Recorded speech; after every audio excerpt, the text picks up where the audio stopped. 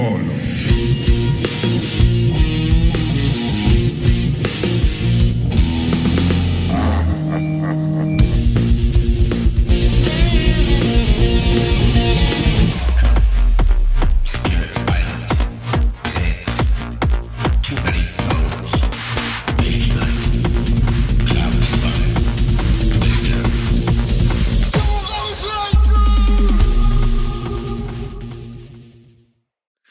And hello, welcome to Solo Playthroughs. I realized I forgot to turn my AC off, so getting over to that. But today is gonna be a good day, I think. It's gonna be a crazy day because I'm trying a high degree of difficulty in this scenario, at least for me, and I'm also trying an insane tech thing.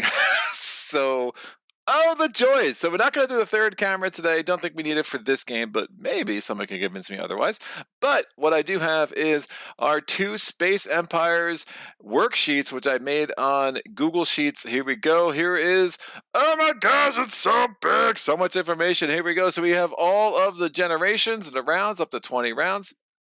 And it's going to autofill. It's going to be super crazy. You're going to be like, ooh.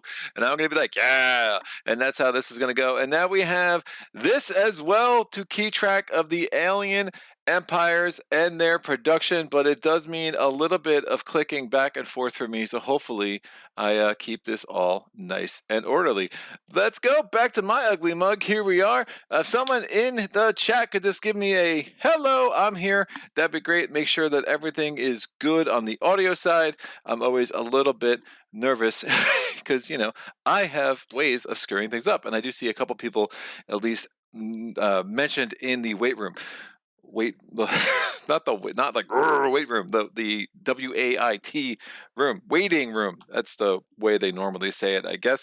Puzzle, it does have a little bit of Doomsday Machine too. Like, I feel like once I figure out how to beat the various levels, I don't know how much I'm going to come back to it, but I have the Close Encounters expansion that I've heard very, very good things about, so I'm excited about that. And I also have the Replicators expansion, which is where I got these really sexy hexes, and I do mean sexy. They are freaking awesome, and I think they will really help this game pop on the screen.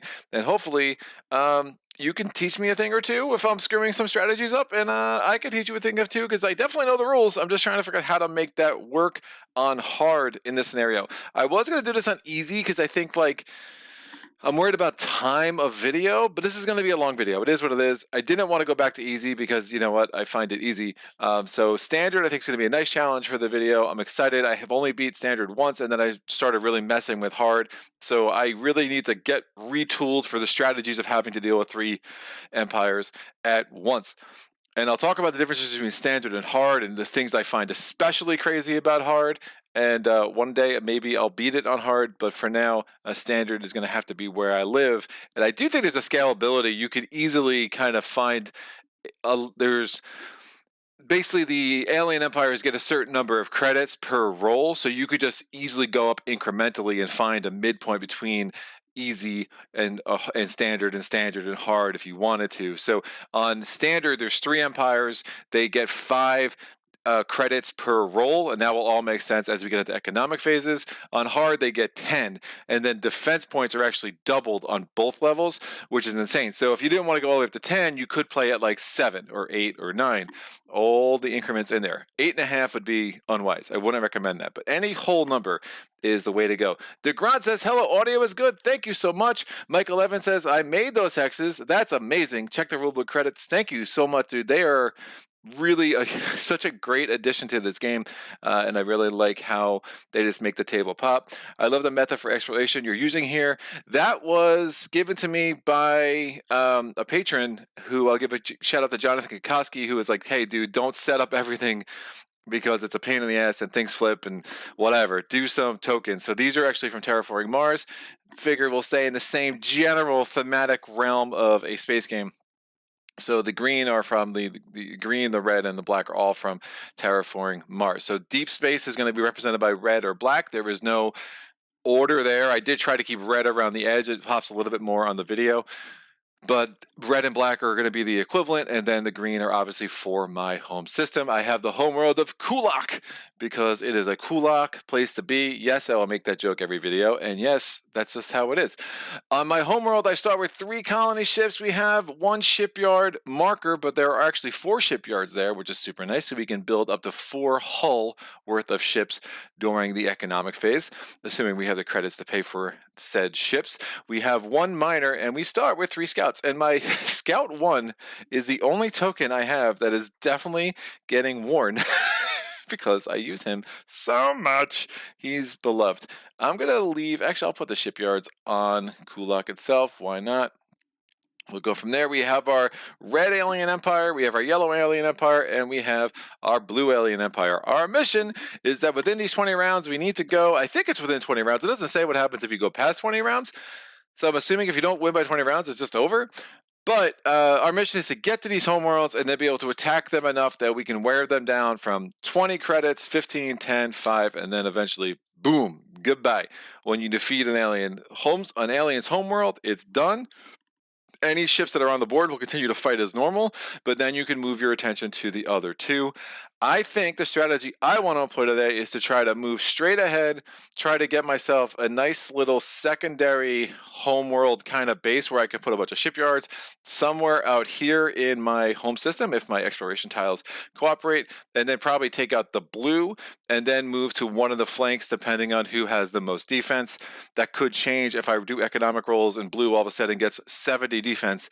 That's just not going to happen. So that's the thing. I get into these defense worlds where like the home world, like the aliens are not limited to one base on a tile like the players are. So they can have like 8, 9. I've seen 10 bases in a home world, and it's like, what can I do about that? And they don't get a bunch of bases, they get a bunch of mines, which means that you're spending money on mine sweeper technology, and that's a whole thing. So again, we'll get into the strategy as we go. Michael Evans says it looks good to boot. Yeah, I think it does make the board look a lot cleaner for sure as we go into. So we have my little bags. The blue bag is going to be my home system exploration tiles. Pay no attention to the thing. I used to store some Gaia project stuff in there, so that's why that might look familiar. And then we have this bag from Russell Personal Creations. I think it's a Hallmark thing, maybe not. And then that's going to be where I have all the deep world system tiles. The aliens start with a couple of things. They start with Minesweeper technology. Am I making this up? No, I'm going to go to my trusty alien empires. They start with, mines technology. So that's right. They start with mines technology so they can build mines. And they also start with, let me get this out of here. This is the 3rd camera setup, which I don't have. Great. So, and they're going to have just a base on their homeworld, and that's all they start with. And then we can go to the first economic phase. Again, I said, we have 3 colony ships, we have 3 scouts, we have a miner, and we have 4 shipyards. So again, first turn of the game, what are we gonna do? I'm gonna send my scouts out. I used to be a little more reckless with my colony ships, and then I realized, colony ships are expensive. So let's not do that. And again, I want to run up the gut here, so I'm gonna do scout 1, scout 2, and scout 3.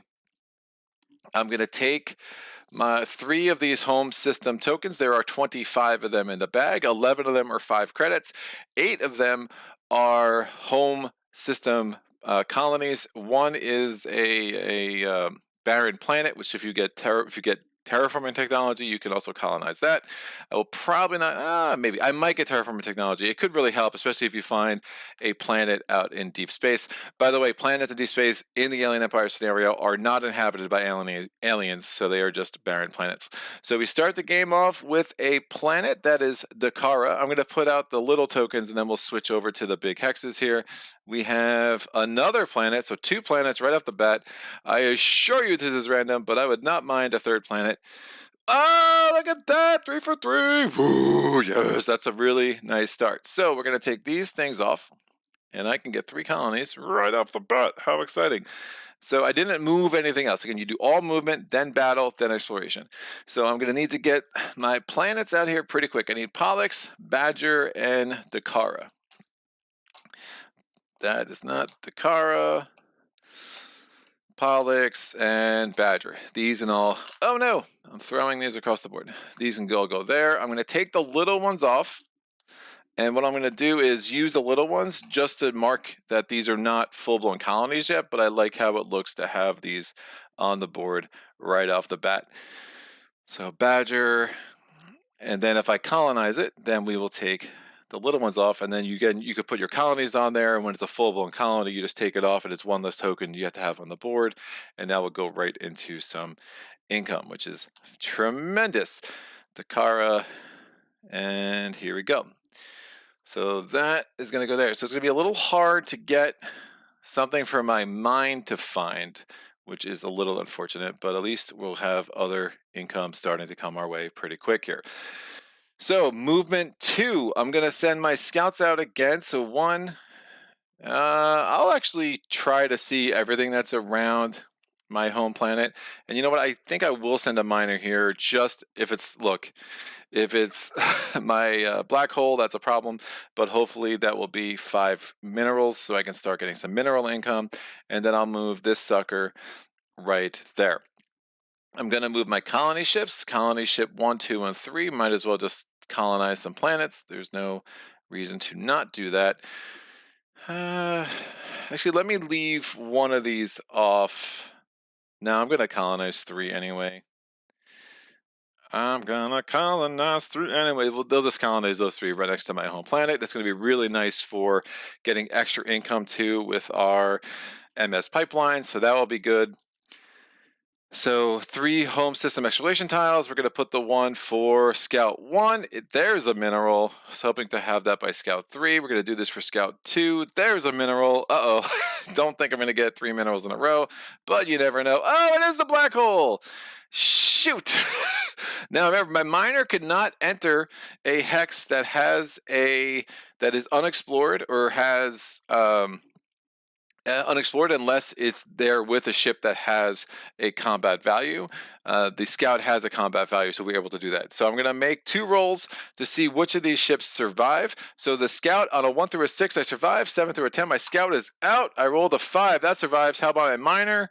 I rolled a 9. My miner ship is out. So I got greedy, and it cost me. Miner is destroyed. We put a black hole there. So anytime a ship enters there, we will have to roll again. I could do an MS pipeline. If the MS pipeline survives through there, then we can actually ignore that effect, which is pretty nice. But the alien empires will never voluntarily enter a place with a black hole, which basically means they're never going to enter it anyway. All right, these come out. So that was super unlucky. Because again, there's only 1 black hole in my entire system. There's only 1 tile that would have killed my miner ship, and that was the one I pulled, which is, you know, how I roll, people. So I'm not going to get any minerals for a minute here. That's not true. I can potentially get 10 minerals next turn, but it's going to mean, oof, not doing anything else really, which is a little unfortunate, but I think that's what I'm going to have to do to kind of make up for that setback for sure. All right, we go to turn 3. My scouts, I have 3 scouts still because that scout did manage to survive that. So he'll come up here, and then the scout will come here. So probably, oops, that wasn't my scout. I probably could have moved these a little bit more efficiently. But it will look pretty when it's done. So we're going to have, no, do I want to do that? 3, yeah, that'll make sense. So we're going to go scout 1. We have, oh, I pulled out of the deep. Did I pull out of the wrong bag? No, I didn't. I just pulled out of the deep space bag. I was like, another black hole? That doesn't make any sense. All right, so we have this. We have asteroid field. Here is another mineral, and here this scout's lagging behind. It's another planet, nice and close to my home system, so I don't hate that. These 3 will come off. Asteroid field is going to go here. We'll put the scout there. That can come out of the game. This scout's going to get a empty space to put the mineral and the scout on. And then this scout is going to be on Sirius. Sirius XM. Yoink and yoink. All right, those are my 3 turns. Everything has moved that can move, that has not been destroyed. And Michael Evans says safety first. Yep, I tried that. Michael Evans also says merchant pipeline is going to be strong. I agree. That will be a very nice play. I do like the merchant pipeline merchant pipeline almost as much for movement as I do for the income generation, but the income generation will be very, very low-hanging fruit here, although I think I screwed myself that it might take me another round or two to get that since I, killed my miner ship off. So what's going to happen? I'm going to go to the economic phase. So you're going to lose my ugly mug for a second. Oh, I could probably put my ugly mug in here. Is it worth it? Can I try to figure this out on the fly? Maybe. We have a video capture device. Add existing. Oh, this is going to be exciting. Oh, there I am. All right, look at Nope, that's not what I wanted to do. I'm going to shrink me down. Look, I'm little. And I'm going to go up here. I'll just go down here in this corner because I'm not doing much down here. All right. That'll be better. So I'm going to go over here on my chart, and then I'm going to have a colony breakdown, which I'm going to keep like current up on the top right of this little screen. Now I'm looking at a screen up on my wall right now, which is why my attention is looking very much off camera. So my colony income is a 20. That's already auto-populated because that's what your colony income is in the first round for sure. My mineral income is going to be 0 because I did not get any minerals, unfortunately. No MS pipeline income. My maintenance is 3 because all 3 of my scouts survived. I wouldn't have minded if my scout was destroyed and my miner stayed alive. So that's going to give me a whopping total of 17 to spend, which is not a lot. I am a little bit reluctant to not start the tech tree, especially if I'm doing the tech limiting, when I only let myself spend 10 more on tech than I did the previous round. I do need to get a miner ship back. I think I punt tech the first round, which is definitely something I don't love. But hopefully I can make up for it later. And I really put myself in a pickle. I'm gonna get a miner ship because I need one of those. I'm gonna get an MS pipeline, and I'm gonna get a colony ship. So that is the 3 hull worth of ships. None of them add to maintenance though. Only really the combat ships are the ones that add to maintenance. And I'm going to put them all back here. Remember, I have 4 shipyards there. Each shipyard could build 1 hull of ship, and that's going to be good. So that's going to leave me with 0 maintenance increase, and it leaves me 1 credit that will just get forwarded to me for the next round. That is the end of my economic phase. So the last thing I'm going to do is increase my colonies. So we're going to take all of these off, the ones I just colonized. We're going to put the 1 colony here because that grew to an income producing colony that can matter for certain rules.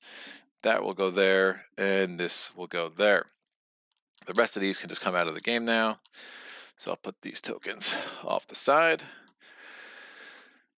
And now we go to, what I'll do is while I'm here, I'll just start keeping track of the colonies. So next round I have 3 1 colonies, so I'll have 23 in colony CP income going in, which will be a little bit helpful. All right, AE Masters. So that is good for me. I did not add that for you. Let me get my ugly mug on this screen as well. Where am I at existing? You. It's amazing, guys. I'm everywhere. You can't get away from me. So this is going to be the chart we're going to use to keep track of how the alien empires are going to grow over the course of this game. So you'll look up in the top right, we have what's going on for the red. We have on the top left, I'm sorry, is the red. Left and right are hard. On the top right, we have the yellow, and then on the bottom, we're going to have the blue. You'll see everything, the number of rolls that the colonies get each round, so each economic turn. So at economic turn 1, each of the empires is going to have 1 roll, and depending on what they roll depends on what column you put the credits in, right? Again, and this is their tech levels, just like the players. The alien empires start with one movement technology, so they can move 1 hex every turn. So they're going to move in turn order, just like you would in a competitive game. And then they're going to have 1 ship size, which means that they can build scouts and only scouts. So for the first turn, we're going to roll for the red, and I have my D10, so I'm going to roll, and I'm going to have to do these rolls off screen. You're just going to have to trust me. It is what it is. I know I'm not very trustworthy, but it is what you're going to have to do. So merchant pipeline is going to be strong. Yeah, top right. What works is Michael. This is really cool using a spreadsheet for this. Yeah, it's been a lot for me to develop, but I just felt like if I'm going to put this on the screen, I need to kind of get it done in a way that's going to actually be worth watching. So I'm going to roll a die. I rolled for the Red Empire a 2. That's awful. See, I'm not making this up. I would not, if I was making this up, I would not say 2. This is not great. I don't like this. So what happens with, and I guess it's better on standard. On hard, this is bananas because it makes it that much crazier. But since I rolled a 2 for red, I'm going to go look at the chart. Oh, that adds to econ. So 2 rounds from now, notice I have those grayed out because you can never add to there. 2 rounds from now, I'm going to add a number. And we're going to now have an additional roll. So instead of adding 5 credits like you do would everywhere else, well, 5 credits in fleet, 5 in tech, 10 in defense, I should say. I'm going to add just a 1 in the economic roll. Now notice when I put the 1 in there, all the numbers in the column next to it are just going to go up. So in the future, my economic rolls from round 4 on now have 1 more than they did to start the game.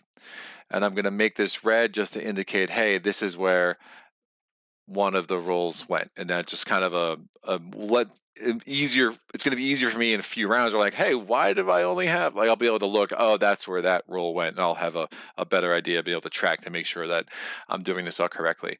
So now I'm going to go to yellow. Could I not roll a 1 or a 2? I rolled a 2. Oh boy, I don't even know why I expect anything different. This is what happens when you play games with dice with Greg. So we added 1 there, so now they have 1 extra economic roll going down the side. So we're basically going to be playing on hard virtually anyway. And what I roll for blue, I rolled a 9. That's more like it, people. So I rolled a 9. So we're going to go to this chart, down this column. I roll between a 3 and a 10. So we're just going to add 5 here. Now on hard, we'd be adding 10. Again, if you wanted to play a gradient between standard or hard, you could do whatever. But if we were playing on hard, would only have 2 colonies, 2 empires that were against a set of 3. It's on, what is it, extra hard and then good luck. How does he do these things? Harder, really tough, and good luck. Trust me, hard is really tough, and I need good luck to actually pull it off because I still haven't done it yet. All right, that was super fun. So that is the end of the economic phase. It will get more interesting for the aliens as we go, I assure you, but early on, just a little bit of housekeeping, and I can now go back to the production master, and I'm going to go to both cameras here. Yoink, done. All right, cool, and spreadsheet in the same sentence. Yeah, buddy. And then Michael Evans says, ouch, because he knows what's up. All right, let's go. Turn 1. I'm going to send out my scouts. Scout 1's going here. Scout 2's going here. Scout 3's going... Nope, so Scout 2's going here. Scout 3's going there. I'm going to put a colony ship, move it 1, MS pipeline. I just got the 1 because, it's just easier to get 1 now. I'm going to obviously need more later. 1 MS pipeline doesn't do anything for me. I just had the money. I figured I would buy it. Remember, I am limited by hull, so that is a consideration. But I'll just move this puppy here, and it's just going to stay there for the turn and not do anything for me in the economic phase. But I needed to get a new miner ship because my last one, I don't know, it kind of blew up. So this miner ship's going to go out there. So now we're exploring. We're still exploring in our home base. So nothing to really be concerned about. Yep, that makes sense. So we have what? That is another planet. That's Pleiades. Scout 2 is here. That's 5 minerals. So a bunch of minerals up in the center now. And Scout 3, it's another mineral. So I'll take these off. Let me get Pleiades. Pleiades. You're my knight in shining armor, and I love you. Yep, my mom listened to Kenny Rogers when I was growing up, so sorry. I apologize, unless you're a fan, and then, you're welcome. So these can come off.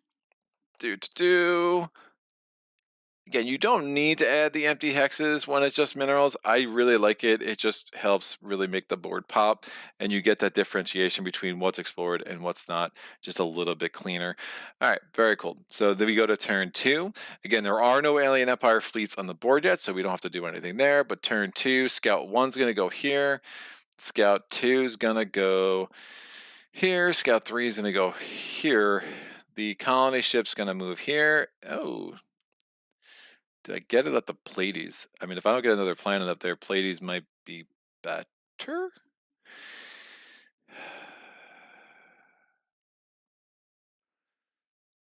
I can get the Pleiades in one turn, next turn too. Yeah, because I'm already screwed up. Since I moved it there, I'm not going to be able to...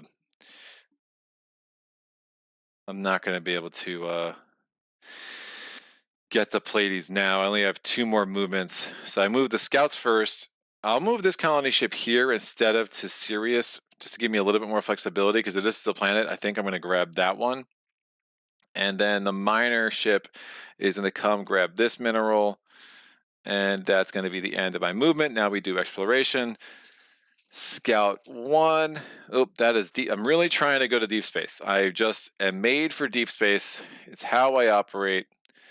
And just let me go. So we're going to have, what is that? That's a nebula. Over here, we're going to have a mineral. And over here, we still have 3 planets and the barren planet, but we got another mineral. Oh, I lied. We have another mineral here.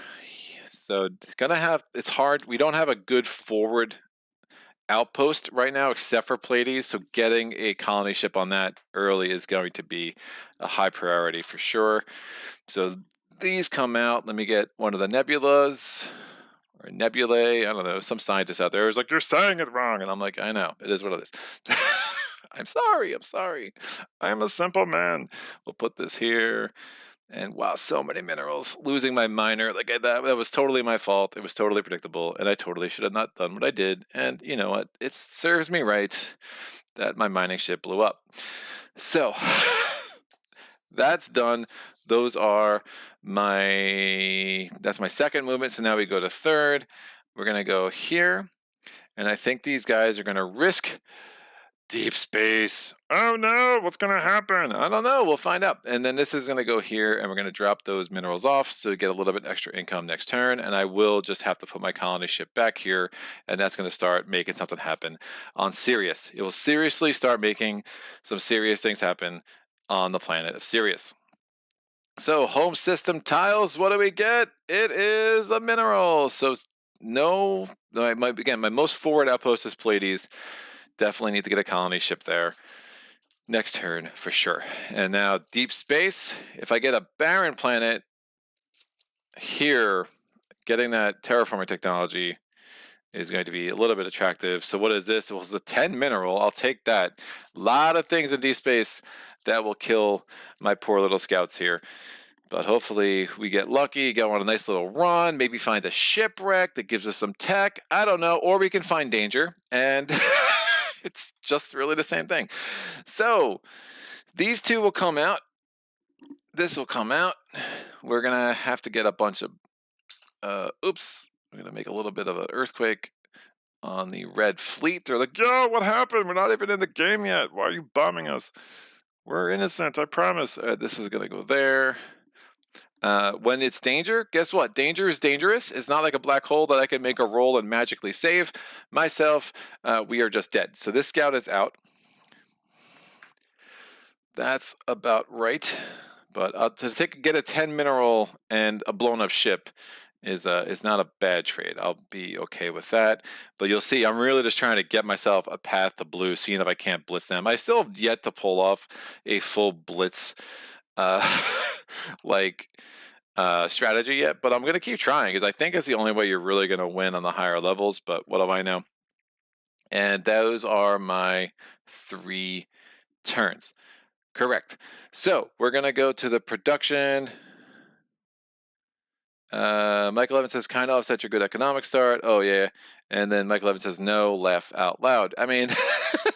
That scout had it coming, man. So let me go to the Space Empires tab here. And I'm going to decrease my maintenance by 1. So you could always check to make sure your maintenance is right just by looking up here in this column and seeing, hey, what's left in maintenance. And if look at my ships on the board, count their hull size, again, the ships that count, and make sure that this number is accurate. I have 2 scouting ships left. They both have a hull of 1. So the fact that this says 2 is correct. So now we're going to go to income. So my income is going to be 23. My mineral CPs are 5 because this was delivered to a colony. Now, minerals can even be delivered to a brand new colony. There are rules of other things that can't happen on a brand new colony, but minerals can absolutely be delivered there. So that's going to come out of the game. And MS pipeline income is still 0. So I'm at 29. 29 minus 2 because of my hull size and my 2 surviving scouts. I have 27 to spend. I need to start investing in tech. So the most obvious place to invest in tech is going to be with ship size. So what I'm going to do for the screen is I'm just going to make this that. So indicate that I have ship size 2. I started with 1. I'm going to put a 2 there. That will start mattering in later rounds when I do things that will, like, it's going to light this all up in yellow, but it's going to be super exciting. All right. So now I have 17 left to spend. I need a colony ship. I have 9 left to spend. I think I get 3 MS pipelines, which feels a little bit crazy, but it will help a lot. 1, 2, 3. And then the question, yeah, it'll give me 3 extra income. I won't even try to connect it to Pallades. I mean, obviously I'm spending 9 to get the 3, and I've spent 12 to get 3 ultimately. But again, that will start adding up later, and it will also give me good movement out to Sirius, which could matter because Sirius is 1, 2, 3, 4. Well, it's only 6 away. Maybe I use it for movement. Get out to Pallades. Get 1 less income. I probably like that more. I probably like that more. So 3, 3, 3. That's a total of 4 hull worth of ships. I have added an absolute 0 to my maintenance. And I'm going to try to blitz this MS pipeline stuff. So MS pipelines have an active and an inactive side. It's technically because if they move that turn, they can't actually add additional movement and all that. I tend to keep them on their inactive side if I haven't put them in the place where I want them, and then I'll flip them over when I get them there. That's just my thing, but you do want to keep track for certain reasons of what you've moved, what round, and what you haven't. So at the end of the economic phase, we're going to increase the 3 1 colonies, so they all become 3s, and then we're going to get rid of this sucker and put a 1 over here. This is going to come out. This will come down here. So I'm going to note that on my little chart that I have 3 colonies that will be producing 3 income next turn and 1 that's producing 1 income. So my base income has skyrocketed now from 20 the first round, 23 the second round. I'm going to be getting 30 in round 3, which will really help me get some things moving on. Hi, Greg. This game is with the expansions. This game is only the base game, but I'm using the tiles from the expansions. That's a good question, Christian. So I'm using the tiles. I have not explored much close encounters. I'm trying to beat this scenario on hard before I advance to close encounters. Not even, not even looking at like harder and really hard and good luck. I'm just like trying to beat it on hard, and then I want to add close encounters and then replicators, but I just haven't gone there yet. I also have Talon, which is like sitting in the wings for like, I don't know, 2 years from now. Michael Evans, do you need MS Pipeline on Homeworld as well? I believe you do. I believe you have to have it connected to the Homeworld for that MS Pipeline to trigger. Christian Delapalooza says the view on Excel the view is on the Excel. It is on the Excel. Sorry. Yeah, I'm gonna try to I'll probably end up keeping it there during the economic phase, and then we'll get back to the. Oh yeah, so you couldn't see it, right? That makes sense. Chris says thanks. Right. So these tiles, these hexes. I'll get there. It's like the camera angles, and I'm clearly made for TV, guys. Probably somebody's like, you're made for radio, dude. This is so these tiles are from the Replicators expansion, and honestly, I absolutely love them. And we have the designer of them in the chat, Mr. Evans, which is amazing. So Michael Evans says, I like the Excel. Awesome. So that's done. My economic phase is over, and now we're going to go to the alien empires and do their economic turns. Can I please not roll any more ones for the next 5 economic phases. So if you look over here, you'll note that the aliens will not add to their economic rolls after round 6. They also won't add to their defense after round 12. Those are important demarcations, and then you kind of know, hey, this is what we have. But after round 12, they are sinking a ton of money into fleet, and they are launching a new fleet every other round. So yeah, it's not like it gets easy at that point. It just means that, all right, anything, their defense is their defense. Their homeworld will not get better defenses after round 12. And I do like that design decision. I think that was super important. So I'm doing 1 economic roll for red. Booyah, it's a 6. So we go over here. What does 6 do? 6 going to give them 5 CP to spend in tech. Fleet launch, yes. If they had at least 6 in fleet, they would launch. They do not have at least 6 in fleet. They are not launching. So now we go over here to yellow. So since no one rolled for fleet last turn, we're definitely not launching a fleet in this round 2. If you're playing on hard, you almost inevitably will have somebody launching on round 2 and round 3, which really means you're already building warships. And again, it doesn't give you the chance to breathe and really develop an economy. Like I'm focusing entirely on economy right now, which has been a really nice luxury that you have with standard and easy. All right, I rolled a 2. 2 adds to fleet. That gives us 5 points in fleet. Again, 2 in the last round added to econ, but 2 in this round adds to fleet. There is not 6 there, so they did not launch. We're going to go to the blue. I roll a 3. 3 adds to fleet. Again, not 6. It doesn't launch, and that is the end of the Alien Empires round. We're going to come back to here. We're going to come back to both cameras. All right, this game, you want to show the stuff to the watchers. Damn, sorry I couldn't catch this. I can't watch this live. It's available in my friendly local game store, and I have my iron. It says Drew. This game looks very complex. I like it. I did more titles for the next expansion along with 2 whole new Empire counters. I'm really looking forward to seeing it in the flesh. If only it would come out sooner. Oh yeah, all good things is like the final expansion for Space Empires for Rex. For those who don't know that, a year, maybe. I don't understand GMT's schedule and how they work or how you get review copies from them because I have yet to succeed in any of the above. But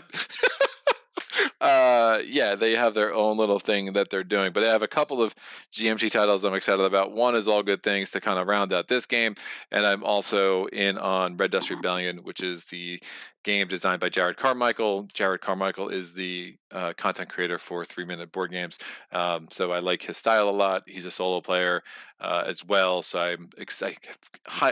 I've never played a coin game, at least a by the most narrow definition of the word. I understand I played games that have like coin elements, like root or things like that. So I'm excited to see what Red Dust Rebellion is all about. Michael says I did the art over a year ago. Yeah, dude. It's crazy. The crazy thing about this game is when you first put it on the table, even before you get these tiles, like you first put it on the table, it's just like these big, dull blackboard. But then you start looking at all these tiles, like wow, like every single ship art on every single ship for every single faction is unique. There's like so many little touches that it's easy to miss at first glance. It's a very, very cool world that has been created. Anyway, turn 1. They're gonna want to colonize Pallades, and I think I want to get my MS pipelines just to get a straight line to Pallades that will really help with movement, as you'll see. So I'll move my MS pipelines as a group. I'm actually going to leave one on the home planet. That's going to stay right there. We'll just flip him over to his active side because that's where he's going to live. This colony ship and these 2 MS pipelines are going to move into Bajor. I need another miner ship. Oof. This miner ship's going to come here and get a mine or a mineral. I definitely need another miner ship. You know, at this point, though, I might wait and build another miner ship here. I'll get a shipyard here in 2 rounds and just get one. It'll be a little bit easier for the miner ship to go around and gobble up a lot of these minerals. But yeah, my miner ship dying. I don't think that's happened to me in a very long time. So that was really unfortunate. All right, Scout 3 is going into deep space. Scout 1 seeing if we can't find ourselves a path to the Blue Empire's homeworld of Terra. That's right, it's a Terra. It's a terrible place to be, unlike Kulak, which is cool. I mean, the puns don't get better. So, if you're looking for better jokes, you might want to go to a different channel. That's a supernova. That's super interesting. Again, that was an unintentional pun. And we have a barren planet. Oh, right next to the blue homeworld. That does make terraforming technology enticing, but it's super expensive, but it's enticing. All right, so these two come off. I'm going to find the barren planet of Rookbat. Now, again, if you're playing in like a co-op, a competitive game, or if you're playing in the Doomsday Machine scenarios, the barren planets are colonized by aliens, and you would have an immediate fight, and you would almost certainly die. That is not the case when you're playing in this scenario. Now, what happens with the supernova? The supernova is like, hi, I'm a supernova, and it kicks me back from whence I came. So I have to get kicked back to there, and that comes on the board. So supernova takes up the whole hex. No one can go in there. I think I came from... Did I come from here? No, that was the danger. That's where that dude died. Yeah. So I came from the 10 minerals. So that is the end of turn 1. We go to turn 2. This MS pipeline is going to chill here. It's super happy.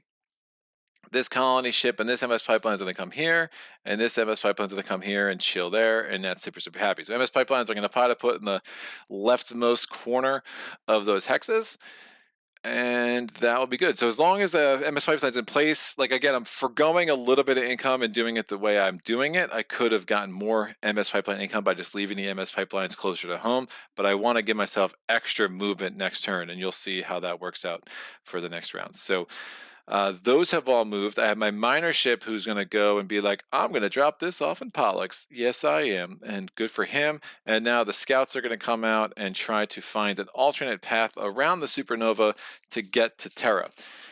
Again, only turn 2. Hopefully, I just need one of these two to survive for the next 2 rounds so I can get myself a clear path there, and getting a path there without having exploration technology would be super nice. But I'm telling you now, Scout 1 will not be the one to survive, because that is a danger. Oh no! I got a bad feeling about this, kids. And Scout 2, it's a mineral! Another 10 mineral. Oh, that even makes Rookbat even more attractive. Oh no, I'm getting sidetracked. I'm like a little kid when I play this game. I have like a plan, and then I'm like, I see this other idea, and that looks more fun. Let me go do this. Where's Scout? Where's the other Scout that died? Where did I put it? Oh no, there it is, Scout 2. So I lost another one of my scouts. So I'm not gonna flip over to it, but just know I'm gonna reduce my maintenance by 1 because of that. And this comes off the board. This is going to go here. And this comes here. All right, turn 3, we're going to have this colony ship come, and it's going to land on Pleiades. We're going to... Ooh. Yeah, I need to get shipyards built there.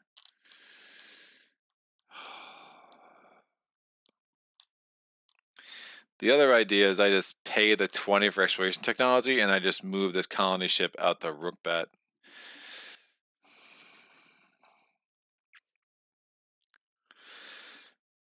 But I don't think that's... Oh, you know what? MS pipelines only give you extra income for income producing planets. So if I connect all that, I will not get extra income for that. So I'm going to leave one of these suckers back here, and then I'll be able to move it into place for next turn. So I think that was better. I'll get more movement. So MS pipeline, again, if it's not an income producing planet, the MS pipeline doesn't give you the +1, and you'll see that in a second. I'm pretty sure that's right. I don't know why it just dawned on me. I'm like, I'm doing something wrong. MS pipelines. We have MS pipeline chain.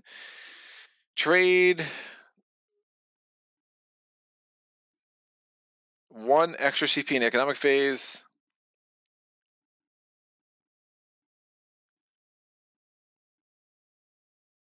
Oh, any friendly... Oh, even a new one by a friendly... All right, even new ones. All right, cool. That's good to know. So I don't have to. I don't have to do what I did there. So I did just move that all the way there, like I originally planned.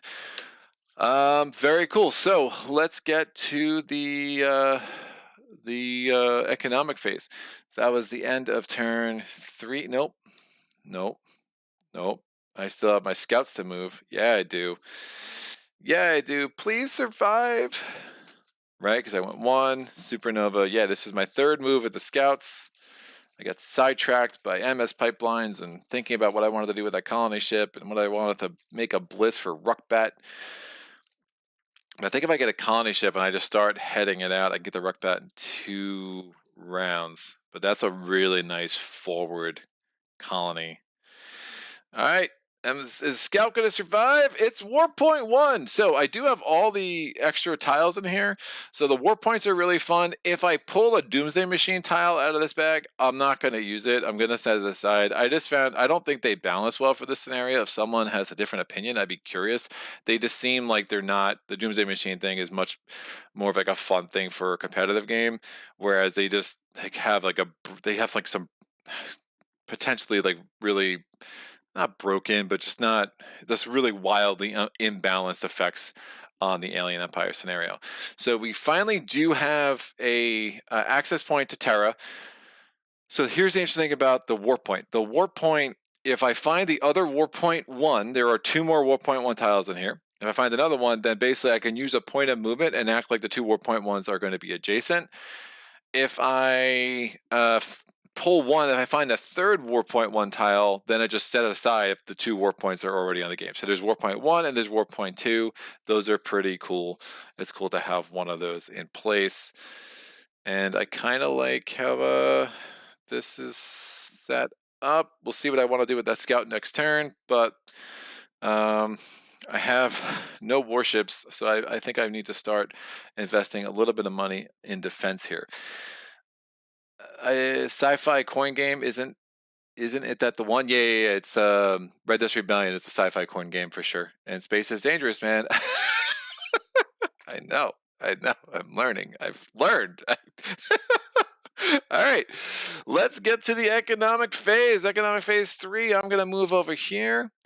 There we go. I have 30 income from my colonies, which is a welcome amount of income. I did collect 1. Oh, the miner ship also would have come back here. I'm screwing up all over the place. And he's going to pick this up. Right, yeah, I didn't move the miner ship as well. I need to get a little bit more regimented in how I do this, but we get 5 mineral income. My 1 miner ship's like, didn't I have a friend? Where is he? And then MS pipeline income, I have 2 colonies that are not the homeworld that are connected to the homeworld by a continuous stream of MS pipelines. So that's going to give me 2 extra income there. So 37 income total, minus 1 because of my maintenance, because then I only have a hull of 1 left because I killed 2 of my 3 starting scouts. Woof. I think I am going to get exploration technology. That's a super attractive place to be. Now, look, I want to build shipyards. I cannot build a shipyard on a new colony. That's one thing that I'm sure about. So getting a shipyard in Pallades, I'm going to start doing that next turn. Then I could probably hold off and just get a minor. Well, shipyards can't be used until the turn after that either. So it's probably going to make sense to get my mining ship out. It's also going to make sense to get at least 1, if not 2, MS pipelines. So how do I want to spend on tech? I think I spend the 15. That will give me ship size 3, which allowed me to build some cruisers. So if I get exploration technology, that could be really nice. So I'm already at number 2 here. I'll highlight that in gold. And now I have 16 left to spend. I think if I get another colony ship, I can start moving it. And if I get exploration, bam, I could take that.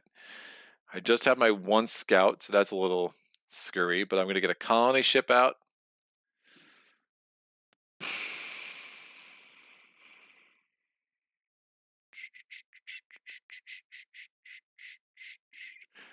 I got the other miner ship out. If I do MS pipelines, I'm just not getting any other ships. I think that's a justifiable risk. Oh, so many minerals out there. I mean, the other thing is I just don't get a miner ship, which isn't the craziest idea.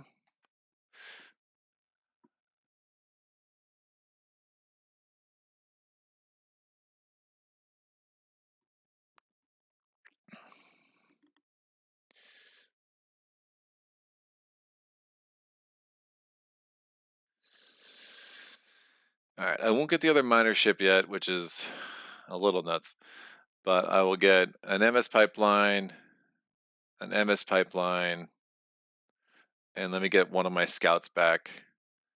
So that's going to raise my maintenance by 1. And I overall think that will work. But who knows? I don't know what I'm doing. We have Scout, 1 is back, 2 MS pipelines, and a colony ship. That's my max of 4 hull. We're now end of the econ phase. We're going to increase my colony income. So my 3 3s become a 5, my 1 1 becomes a 3, and this new colony over here on Pallades becomes a 1. Pallades out, colony ship over here. So I will make my colony breakdown and reflect that. So 3 5s, 1 3, 1 1. My colony income next turn will jump from a 30 up to a 39. Now we're talking. We go to the alien empires. They're going to do their economic rolls. So we go to round 3. Economic rolls, they're all going to get 2 economic rolls. The extra roll for red and yellow will not kick in until round 4. And that's when I'm in serious trouble. So economic turn for red, we have a 3 and a 4.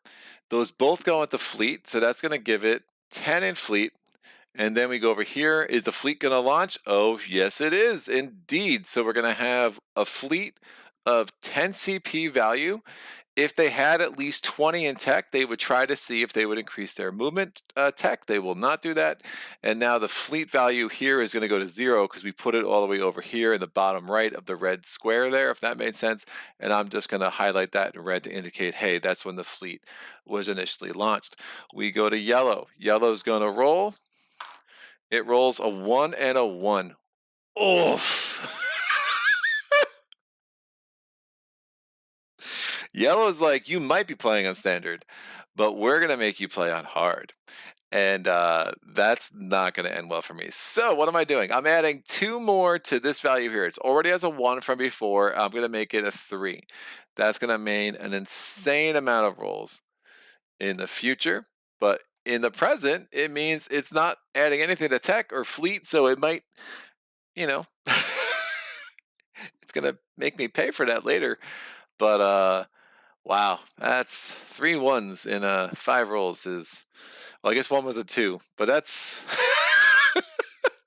this is this is gonna be a disaster. All right, blue is like, I don't need these extra economic rolls. I'm gonna keep things easy on you, Greg. So blue's gonna add 5. What does it roll? It rolls a 3, so we add 5 to fleet, so that gets up to a 10.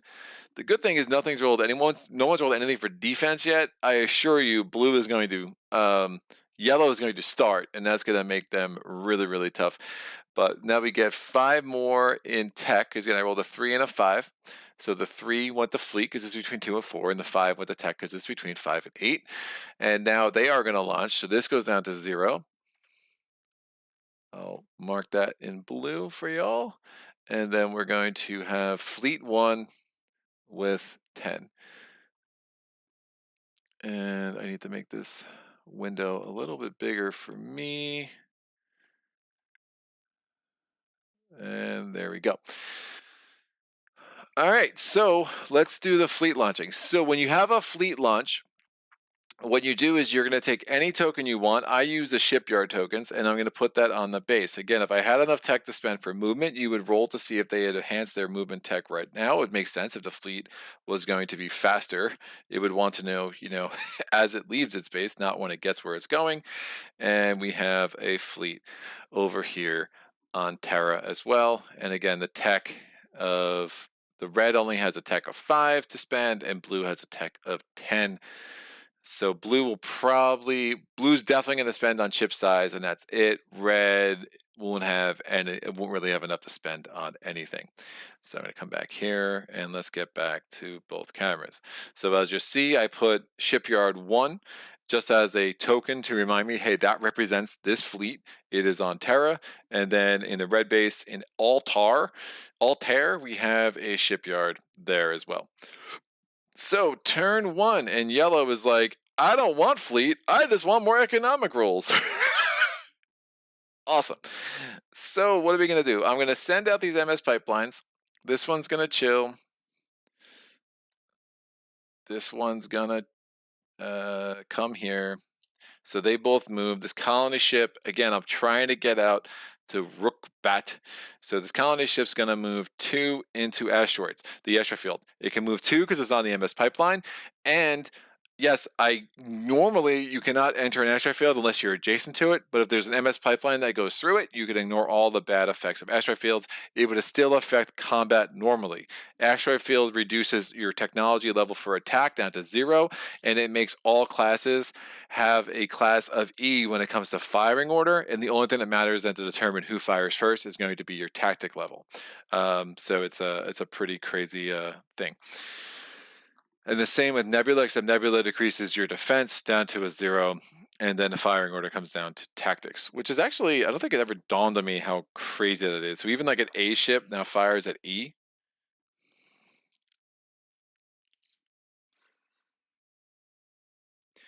Wolf.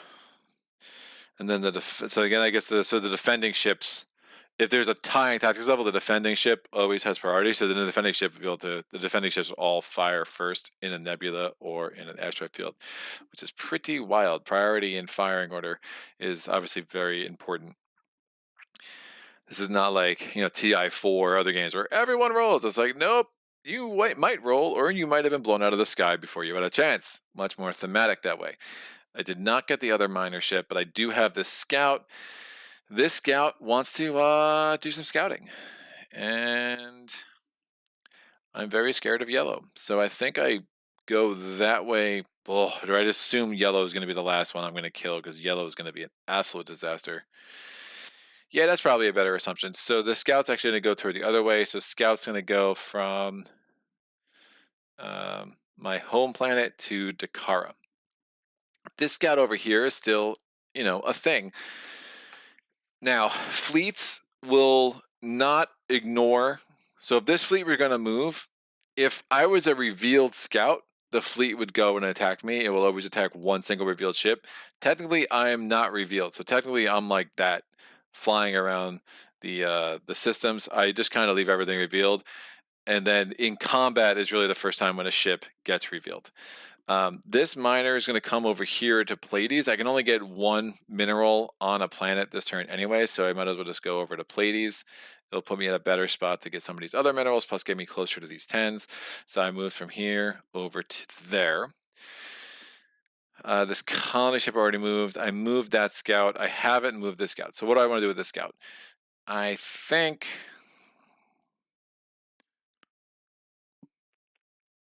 I want to see what this is.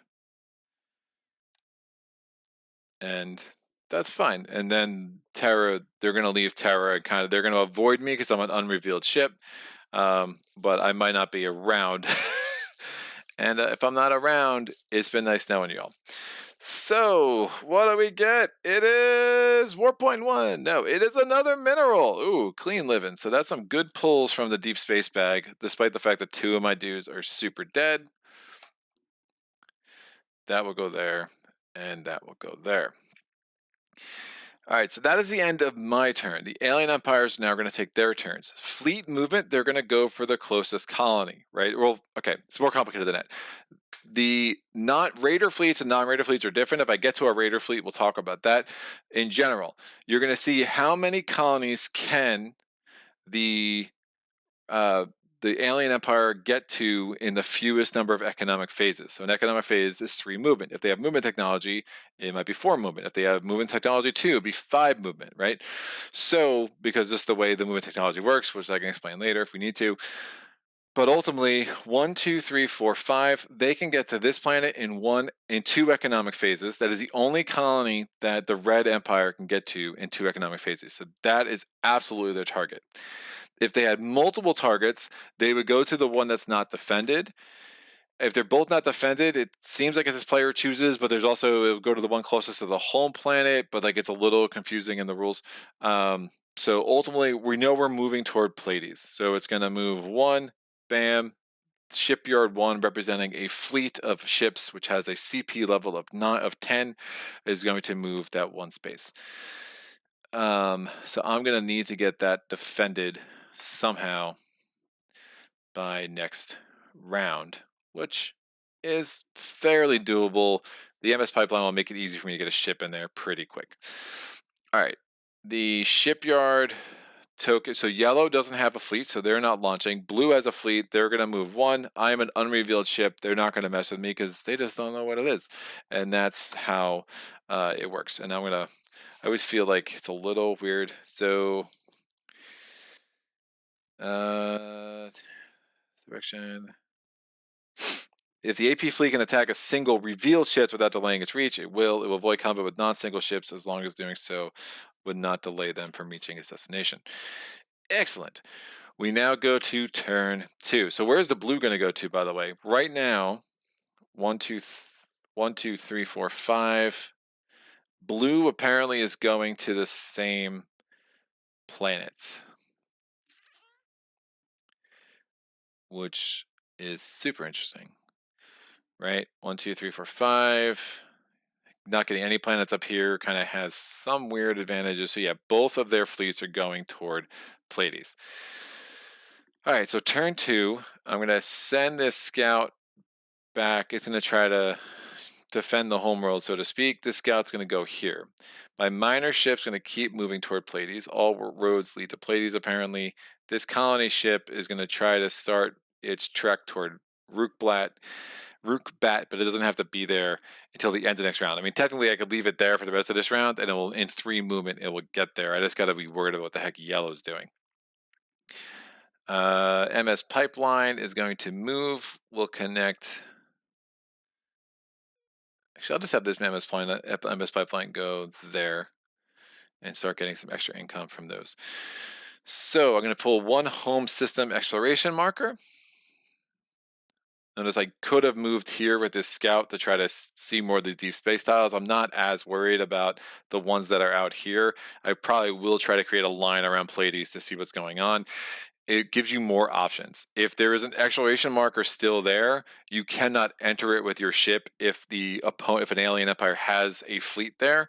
So it means that you can't attack an empire that you might want, a fleet that you might want to attack otherwise. So it's always a good idea to try to clean out at least 1 around all of your colonies.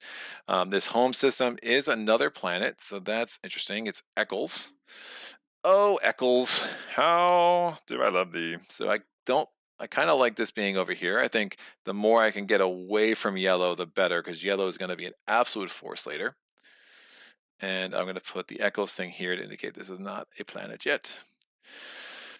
So that is that. Turn 2 for red's going to go there. Turn 2 for blue. Blue cannot enter the supernova. So it's going to go this way. It's going to go around the supernova. And now we go to turn 3. Scout's going to grab that exploration token. This scout's going to go into deep space and risk its life in the process. That colony ship's going to chill. This miner ship's going to drop off 5 minerals. In Pleiades, home system marker for scout number 1. The reemergence of Scout 1, that's a miner. That's going to need a miner ship. That's a mineral. And we need a deep space marker for Scout number 3. What about Scout number 2? We don't talk about what happened to Scout number 2. It was a very sad day for all of us. And what's going to happen here? It is the Doomsday Machine, which again, I'm not playing with Doomsday Machine in this scenario. It's just 2 bananas. And I think actually net makes the game a lot easier in a way I think is cheesy.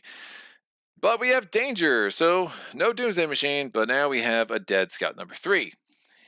Awesome. We tried living on the edge, didn't work out. This is where exploration technology and your destroyers come in handy. But again, not having a miner ship at the start of the game because I was reckless kind of meant no, not enough money for tech, for exploration tech this early. All right, red's gonna move. Oh, we have to take this off the board.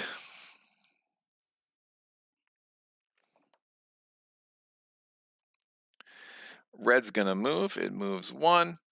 And blue's gonna move, it moves 1. Pallades is like, oh no, we are about to take it from all sides. Excellent. Let's see what we're doing next. I'm gonna go to the economic round 4. I'll pull this up on here. Yellow is speed running. Oh yeah, is avoiding your scout, delaying it. Well, it's not a revealed ship. That's the problem. The scout's technically not revealed. So if I'm reading the movement rules right, the movement rules, if it can attack a single revealed ship, it will. But this is an unrevealed ship, so I don't think it will attack it. It will avoid combat with non-single ships. It's a little silent on what it does with a single non-revealed ships. But it's not revealed, so I think it avoids it. It's 1 more hex to get around the supernova. Yeah, I guess it's the same number of rounds. It's the same number of rounds, and it's not revealed. So I have it revealed, but it technically is not revealed. It wouldn't be revealed until combat. So I don't know what to do with that. It is like something I've been curious about with the rules. I could have done other things. Obviously, I wouldn't have explored as much. My scout would still be alive, other things. But I think I did the right, but definitely would love to talk about that in the comments from anybody who might know something I don't. I do find I've tried to Google a lot of stuff for this game, and I've come up empty more than a lot of games that are this old. So that's like just something I've kind of gotten used to. All right.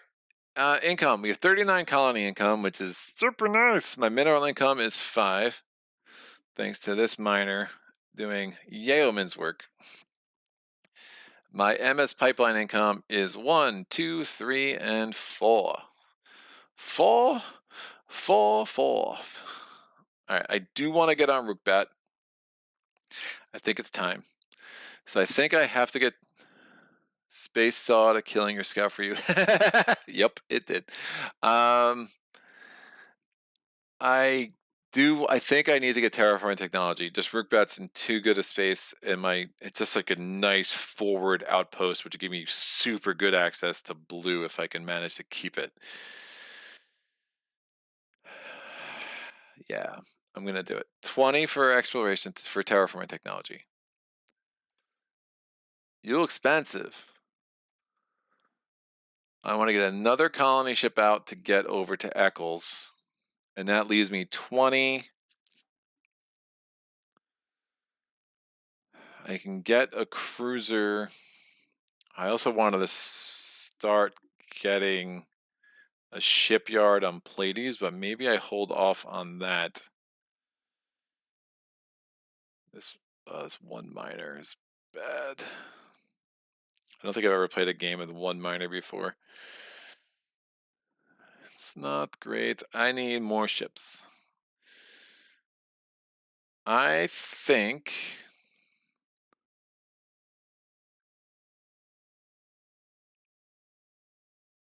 if I just get 3, nope.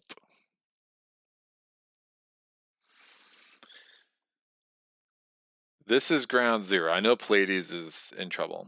So I need to find out what ships I want to get into there. I would like to get at least 1 more MS pipeline, which would give me 17. I could get a destroyer and a scout.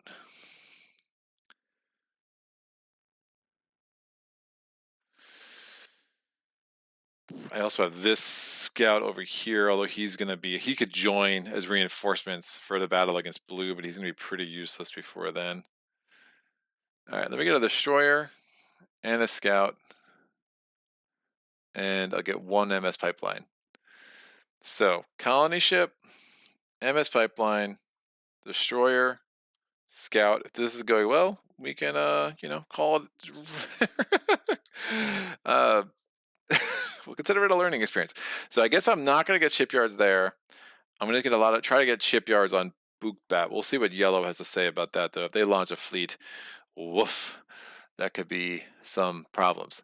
How much did I add to my maintenance increase? I added 2 because the destroyer has a hull of 1 and the scout has a hull of 1. And that is my max of what I can build on Kulak because of the nature of I only have 4 shipyards there. Yeah, I'm spending a lot on MS pipeline. If you look at the MS pipeline, so it's like early on, it's painful because I spent 12, 15, 18, 21, and it's only giving me back 6. So you're like, that's it's not the greatest exchange. Late game though, it looks great because you just keep getting that extra 6, 7, 8, 9 income a turn, depending on if you have terraforming technology or not. I have found getting terraforming technology in hard like super ridiculous because you're already beefing up your ships, and so this is going to be an interesting experiment. All right, so round 4, there we go. We're gonna go to the alien empire stuff. I do want to age my colonies, so this 1 becomes a 3, this 3 becomes a 5. I did not add any new colonies this time, so if I go up here, we have 4 5s. Oops, I'm hitting the wrong thing. I'm on the wrong screen. 4 5s, 1 3, and we're gonna have 0 1. So we'll have 43 in colony income next turn. The move benefits are hard to quantify. Yeah, really hard. And now we go to this screen is what I want. All right, round 4. We have 3 economic rolls for red, 3 for yellow, and 2 for our friends blue. So the 3 economic rolls for red. This 1 die I'm rolling here is another D10 that I have. I wish I had like 3 more. Booyah! 4 4 and 0. So the 4 4 is going to add 10 to fleet, 5 each. And the 0 is a 10. That's going to add 5 to defense because it's 1 roll, but it doubles in defense. So it actually adds 10 to defense. I can accept 10. More than that's going to get painful. Are we going to launch? Well, now we have more than 6. We do have to do a launch roll. I'm going to roll a D10. I rolled a 4. We do indeed launch. So since we're launching again, we're going to come here. We have a fleet number 2, and that's going to go down to 0. Our tech is still only a 5, so we're not going to roll to see if we upgrade our movement tech, but that's how that played out. We're going to go to the yellow empire. They're rolling 3 dice. We have a 2, 4, and a 9. So the 2, 4 means we have 15 in fleet. The 9 means we add something to defense. The 5 doubles becomes a 10. They've never rolled for tech at all, but again, they've done a million economic rolls. Are they launching? They rolled a 7. They are not launching. The 7s and the 1s look scarily similar. I'm glad they're not launching. It should really help me get a couple of rounds to get set up on Bookbat. And now blue is rolling 2 dice. It rolls a defense for everybody. Yay! It rolls a 10, so that puts 10 in defense. And it also rolls a 6. That puts 5 more in tech. So that's up to 15. And that is all she wrote. They don't have 6 in fleet, so they are not launching. So we're going to put shipyard 2 on the base, and now we're getting pummeled from the left side. And no tech. Yeah, they're not going to be spending anything. So there's just going to be some scouts. It's going to be 1 scout. Oh yeah, I should be good. I feel better. All right, turn 1, kids. I'm going to use my MS pipeline to get my new scout, my newly minted scout, and my destroyer up into this asteroid field. I'm going to move this colony ship and this MS pipeline into Dakara, and it's obviously going toward Eccles. This scout that was here is super dead. I'm going to move this colony ship one closer to Buckbat. And I am moving this scout into that space. We're exploring. It's going to be a home system exploration. What do we get? It's Hoth. It is a barren planet. Makes me extra happy that I did the terraforming technology. And Hoth is going to come in, and we'll just put it on its barren side. That's out. The scout is here. Yeah, that's a nice locus of income. And again, the more distance between me and yellow right now with the 17,000 economic rolls they're going to have, it's about 17,000, give or take one or two. The better for me for sure. We're going to move for red. It's going straight to Pilates. That is its home. That's its target. That's where we're going to have to face off against it. And then blue is going to move one toward Pilates. Pilates. I don't know. One of those pronunciations. Pick your favorite one. We're going to now go here during the second move phase. So this MS pipeline comes here. This colony ship's going to settle here. I could go to Hoth to settle on that right away, but no, I want to keep that MS pipeline. Just kind of really build very slowly on that. This colony ship's going to move around the blue fleet. The blue fleet will not try to kill it because it still has to get the Pleiades. That is the only planet that it can attack this economic phase. So it will not move. It will not move off of its current target, and that's the end of that. And now this destroyer and this scout are both going to move here. Oh, I should have been moving my mine. I'm going to gamble with my mine.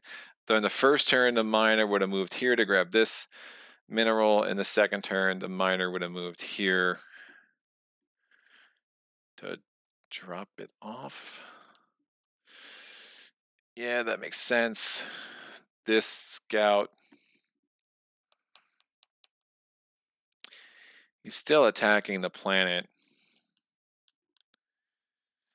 It's not revealed, so he's not going to attack the scout. So I'm going to just have the scout go here, and let me just actually get all of these home system hexes out of the way. So home system exploration for the scout. It is a mineral. So that is going to come here. So I guess I got to get my miner bound in that corner now to start getting those minerals. I think that will work. So I have a spam call coming in, which is always exciting. So the red fleet's going to go. It's going to do a battle in Pleiades. So yeah, my miner ship is there. The mineral's there. So I have a miner. I have a destroyer and a scout and a miner. So the miner is like shielded and the MS pipeline shielded. However, if I lose this battle with the two ships I have, all that stuff just gets destroyed. The mineral itself, since it's already delivered to the colony, does not get destroyed. But if the colony subsequently gets destroyed, the mineral will go away at that point. And remember, you can't get any income from a blockaded colony. A blockaded colony is a colony that has none of your ships in that hex and enemy ships. What's up? Oh. Oops. Thank you. Oh, no, I'm sorry. Switch screens. My wife just came down. It's a switch your screen. Switch screens, riveting Excel combat. He'll get there. It's now our radio show. I got so lost watching this game anyway. Says Silver Fear. My bad. Yeah, so let me review what I did. I have so my scout went from here, put Hoth, and then went there. My miner ship went there and went back with the minerals. This colony ship is now one away from Bookbat. It's going to get there next turn. I have moved this colony ship from home in there, and I moved the MS pipeline. So now we have a new colony on Eccles. The blue ship is going there, and the red ship just entered Pleiades. So thank you. Sorry about that. I'm going to hopefully I've learned my lesson. I'll never do it again. So we have a mineral on there. If I get combat, if I lose this combat, the mineral won't go away. But if my colony subsequently gets destroyed by the red ships, if they kill all my ships, they will fire on my colony once a round per ship that they have there. All right, that was a lot, but I think I caught you all up. So this is still turn 2. The red ship just moved. The red ship is now going. We're going to go to look at their alien empire screen. I promise I'll come back. I mean, I promise I will try to remember to come back. So what are we looking at? They have 10 in their fleet, but they only have 5 in tech. So they literally can't afford to spend tech on anything. If they had at least 10, they would absolutely upgrade their ship size, but they can't even do that. So what are they going to do? Well, they're going to build as many ships as possible. The first thing they're going to do is build the largest ship possible, but their ship size is only 1. So the largest ship that they could possibly build is just a measly scout. Now, if they could afford any more ships, they would. They can't. So they're going to put this over here, and they're going to have a remainder of 4. Now, they don't just lose that 4. I keep clicking on the wrong screen. They're going to take that 4, and that 4 is going to go back into their bank up here. Bing, bing. So I will now go back to both cameras before I forget. Excellent. So we have replaced the shipyard 1 marker, which just represented an ambiguous fleet, to now just the scout. The scout's a class E ship.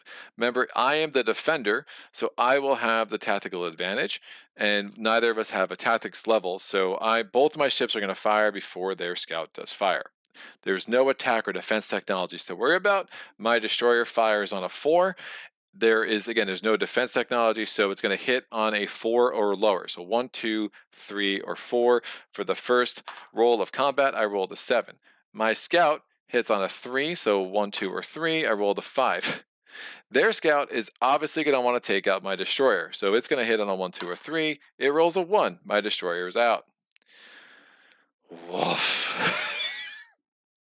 My destroyer hits on a 1, 2, or 3. I rolled a 6. Their destroyer hits on a 1, 2, or 3. It rolls a 4. My scout. So these are battles of scouts now. My scout wins, and I managed to knock out their scout, but I did lose my destroyer in the process. Go team. That could have been really bad if I got unlucky and lost that, because I would have lost my miner, I would have lost my pipeline, my minerals would have been threatened. But now I do have a problem, because that dude is definitely going to come and attack me this turn. Woof. And it will probably have a destroyer. And I cannot get another defense ship in there. This is a bad turn of events. I can keep my 1 scout there, but that's sketch.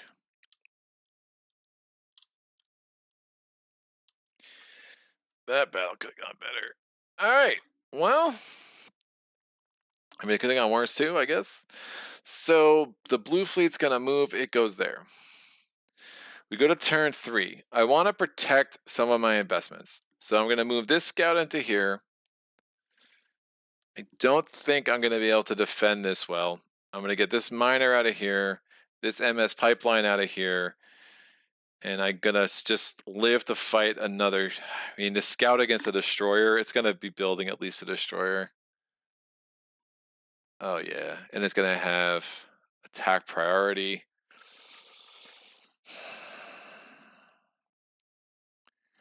I don't think I risk the destroyer. I just risk the blockade. It's up to a 3. I'll make this work. So I'm just going to fall back. Everything goes into this unexplored hex. It will obviously be explored. I'll come in with my 2 scouts next turn, and hopefully we'll be able to take care of business that way. This colony ship is going to come over here, and it's going to colonize the barren planet here. So I'll put this here to indicate that now I'm on top. And woof. Oh, this fleet for red should have been moving too, so they would have moved 2 by now. So that was my 3rd movement turn. This colony ship's already planted. Yeah, everything's right. That was my 3rd movement turn. Red's gonna move there. It's still going toward Pleiades. It's the only thing it can get into economic rounds. Blue comes into Pleiades. It's undefended. Oh, I should have explored there with that mess of ships. I'm all messed up. Oh, it's another planet, Kronos. So we've really dominated the left side of the board, my planets. That's a nice development. And all these dudes are on Kronos. Kronos is not a colony yet. It's a potential colony. So, again, the fleets are still going to attack Pleiades. Oh, this ship. 1, 2, 3. This shipyard can now reach Eccles, which is also undefended. So it has an option of where it wants to go to. A single revealed scout will not count as undefended. But again, if a ship starts its turn, like so, scout number 1 that was there, if it starts its turn in a place where in a colony, it can immediately become unrevealed again. So I can just treat the scout as unrevealed, but a revealed scout and some shipyards do not count as defended. So it will avoid a defended colony as long as doing that will allow us to still attack a colony in the same economic round. That should become clear, but as we're playing it for not. But now, so this shipyard has some choices. If this becomes defended, well, obviously it's not right now, but if this becomes defended, what it's going to do is it will just kind of veer off toward Eccles, because that's another planet you can get to in the same economic phase, because it's now undefended. So we'll see where I want to combat with that shipyard. But again, if I attack it, remember, it has a tactical advantage as far as firing order, so that could be definitely problematic. So the blue ship on its third turn ended up in Pleiades. It is now going to attack my colony. My colony is a level 3. We're going to have to reveal and see what kind of ships it has. So I'm going to come to this screen. All right, its fleet is 10. Its tech is 15. So we're going to spend some of its tech. So I'm going to go up here and highlight that to indicate that this is where we spend some of its tech. And the first thing it's going to do is there's like kind of a checklist. When it's spending tech points, if I have shown mines, if I showed fighters, if I showed raiders in combat ever, it would start making purchases according to those things to kind of counter those tactics. I haven't shown any of those things, so we're not that worried about that. So instead, it's going to roll to see if it increases its ship size. When it's only at a current ship size of a 1, it needs a 1 through a 10 to increase its ship size. Obviously, it's going to succeed on that, so it's going to spend 10 points of tech there. It has 5 left. It cannot afford to do anything with that 5, but now its ship size is a 2. Boom. Now we're going to spend its fleet points. By spending its fleet points, it's going to buy the largest ship it can. The largest ship it can buy is a destroyer. That's going to cost it 9. That's going to leave it a remainder of 1. Bam, bam. So this is wiped out. The remainder of 1 is going to come back here, and I'll dump it into the fleet. So we're going to get 1 blue destroyer, and we're going to put that on Pleiades. And again, we're replacing the shipyard marker that I was using just to mark a fleet. Since there are none of my ships there, the destroyer is going to attack. It's going to attack my colony. The only thing we take into account right now is its attack strength and any attack technology upgrades. It has none. So it is going to attack my colony. It's going to hit. Now this is turn 3. It does this once a turn. This one ship will hit on a 4 or lower against my colony. It rolls a 7. So it does not damage my colony. My colony is blockaded, which means I'm not going to get that mineral income, and I will not get that colony income. However, the colony will still grow, so I just need to clear that destroyer off that square sometime next turn. All right, that's that's all she wrote. So I go to the production master. Maybe worth getting Taxic soon. Yeah, sounds about right. Space is dangerous. Yep, yeah, we're learning. We're learning, and I roll like crap, which we've known for a while. So we go to economic round 5. So if we're going to go up here, where's my cursor? Now, my 3 colony is not giving me income right now because it's blockaded. So I'm going to take that off my colony breakdown. So now I have 4 4s, 1, 2, 3, and 4. That's going to give me a colony income of 40 because remember, they're 5 for 4 5s. I mean, so that's 20, and then your home world, as long as it's not damaged, is going to give you a full 20. No mineral CPs, I cannot claim that because it's blockaded, unfortunately. MS pipeline CPs, I have 1, 2, 3, 4, and 5. So that's going to start paying some dividends there at least. Remember, I moved that pipeline. I moved it off. And actually, I probably should have just moved it into the asteroid field so it doesn't get lost in the shuffle, and I'll just flip it over. But I still have 1, 2, 3. Nope, not 5. It's like 5. It's one less. It's still at 4 because, again, I lost. I don't have access to Pleiades anymore. But I added, so I lost one, but I added one, so I'm still at 4.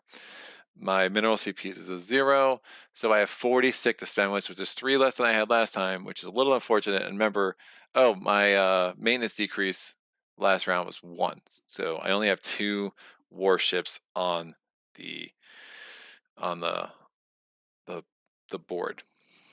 I need to get some more ships. I need to start defending against this fleet, this fleet. So what am I going to spend my tech on? Tactics is an interesting idea. I do probably undervalue tactics, and I just tend to get like attack or defense first, but that's not the greatest. I'm worried if blue launches again, I'm going to have some problems because that's going to be super hard to defend. Oh, and blue will be able to get there in 1 turn, so that's unfortunate.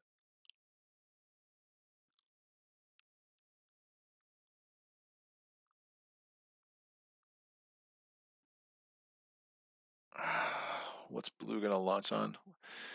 I might have messed that up. Oh, they have nothing in fleet, and they only have 2 rolls, and they only launch it on 1 through 3. That's a decent gamble. Okay, I feel a little bit better on that, but I definitely want to get ships closer to book bet so I can start defending that for sure. That's going to be a big part of my future strategy. Just get a really nice defense there because the rest of my stuff is all over there, right? And again, if this is defended, yellow is going to start moving towards Sirius instead. But this is an obvious target for blue, but blue also has the fewest number of economic rolls, so they're probably going to be the easiest empire to take down. All that said, I'm just dawdling, people. Ah, man. Maybe I go tactics. 44 feels like a lot. Yeah, tactics level 1 actually makes a lot of sense because it would give me extra income to spend on ships. I do want to get another colony ship, another MS pipeline. What would that leave me with? I have not built any shipyards yet. That would leave me with 18. All right. I'm going to get. So I've spent the 15 on tactics. Getting exploration technology might be good too, but it's probably a little bit early for that. I'm going to spend 12 on a cruiser and 6 on another scout. Now, when I spent on tactics, check this out. So terraforming is actually a 1, and tactics is now also a 1. All that stuff lit up. Now, anything that's on the board will not get the benefit of the tactics. So scout 1 and 2 are both on the board, so they're still going to be at a 0.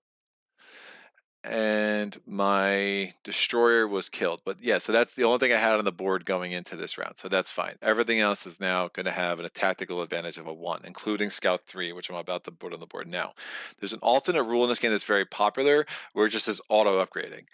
The other thing you could do instead of having auto upgrading is if I'm in a place with a shipyard, I could, instead of moving, I could just spend CP that I have available to upgrade, but I have to spend the amount of CP equal to my hull size. It's something I rarely do. I did it a lot in Doomsday Machine scenarios. I just haven't done it in this scenario. So getting my cruiser out's nice because a cruiser has a double hull. So it's going to take 2 attacks to kill it, unlike the destroyer who was, Swiss cheese. And we're going to put let me figure this out. Is that too many? Oh, that's 5 hull worth of ships. And I can only build 4 people, so I'm going to take away the MS pipeline. So that's down. And then I think, do I just build a destroyer?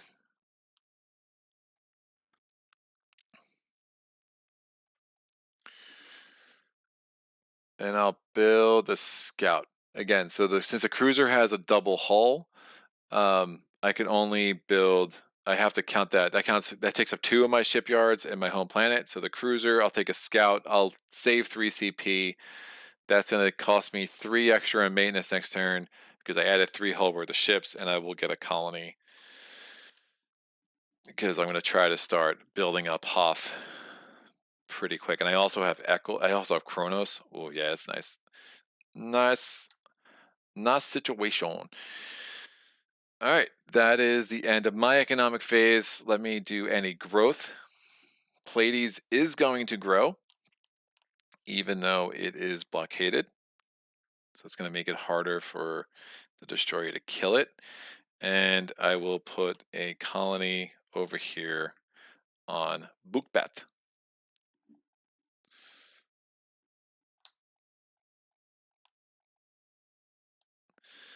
So many minerals, so little time.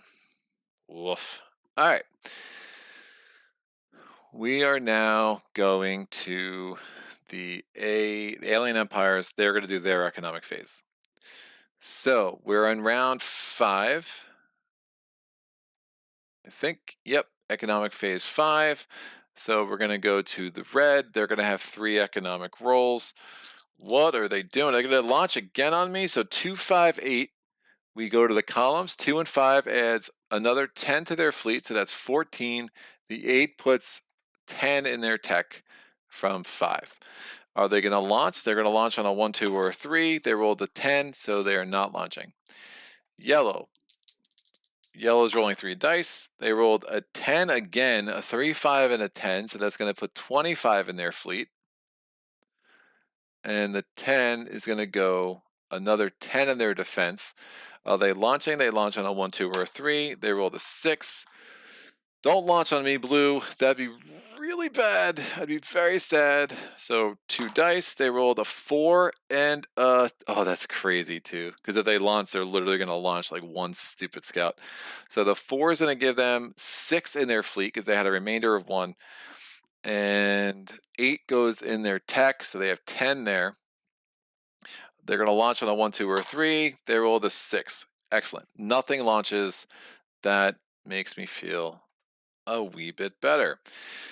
So, check it out. Tactics and Scout Swarm. I forgot the stats for ships. Could be good if they squeezed on here somehow. Yeah, no doubt.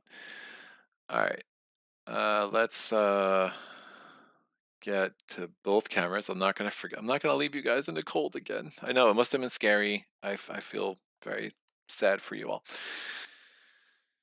All right, Shipyard 2 is definitely going toward Eccles because this isn't even my planet, my colony right now. I assume it's not warring with blue. I think the rules might be silent on this, but I'm assuming it's not warring with Pleiades. It's just going to go toward Eccles.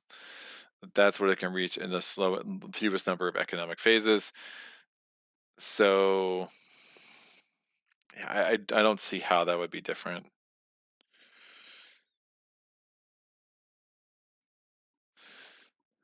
And what are they going to launch? Let me go back and see how big their thing is. Their fleet's a 10. Their ship size is only a 1. They will, oh yeah, so they're going to have a singular destroyer. A singular destroyer. 2 scouts.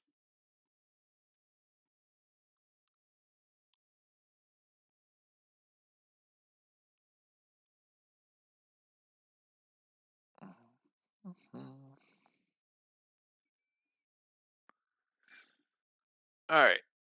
I gotta get ships up there too. 2 scouts first. Their 1 destroyer makes me nervous. 3 scouts makes me less so. So I'm going to send out this colony ship to Bajor. I'm going to move this 1 scout. Well, actually, everything can move 2 into the asteroid field because the pipeline's still intact into the asteroid field. This cruiser is going to go to Dakara.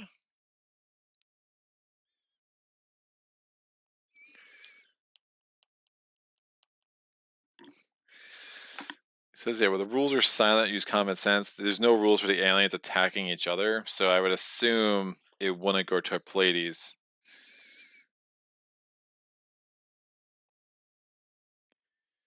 Even though I still have a colony there? Huh. I don't know. I guess it's not even, I guess it's called technically like not undefended because it would be defended by blue. So yeah, I'm assuming it's not going to go there. Cruiser's going to go to Eccles and just wait because that fleet is definitely going there. I'm not going to build a colony on Kronos. Just oh, that could get interesting. No, that should work out pretty well. Then I do have to get ships up to Rukbat. I'm very worried about Rukbat.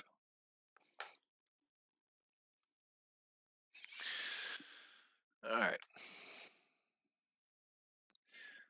Where's my miner ship? Miner ship can't go there because it will get annihilated. Miner ship's going to go into Hoth, and we'll make that work. So the red ships are going to move toward Eccles. The blue ship is going to attack Pleiades. It hits the colony on a 4 or lower. It rolls a 6, it misses. We go to turn 2. Miner's going to go pick this sucker up. And now my 3 scouts are going to swarm on this destroyer. Remember, I do have a tactics advantage with the 1 scout, but it's not going to mean anything because it's still a Class E ship. So we don't have to spend any of their tech. I probably should get my ugly mug out of here, eh? Can I fit up here? I do fit up there. Yeah, so I'll just make this like the staging area for battles. So we'll put a battle marker in Pleiades to know the battle's happening there. And now we're going to have 3 scouts against a destroyer. The destroyer will be attacking first. It hits on a 4. Now I could group these into one squadron because except for the number 3 because it has a different tactics level, but 1 and 2 are the same. But I'll keep them separate because I'm going to want to basically start sending them forth into deep space, or at least sending up. Maybe they might actually just send them over into Buckbat as well.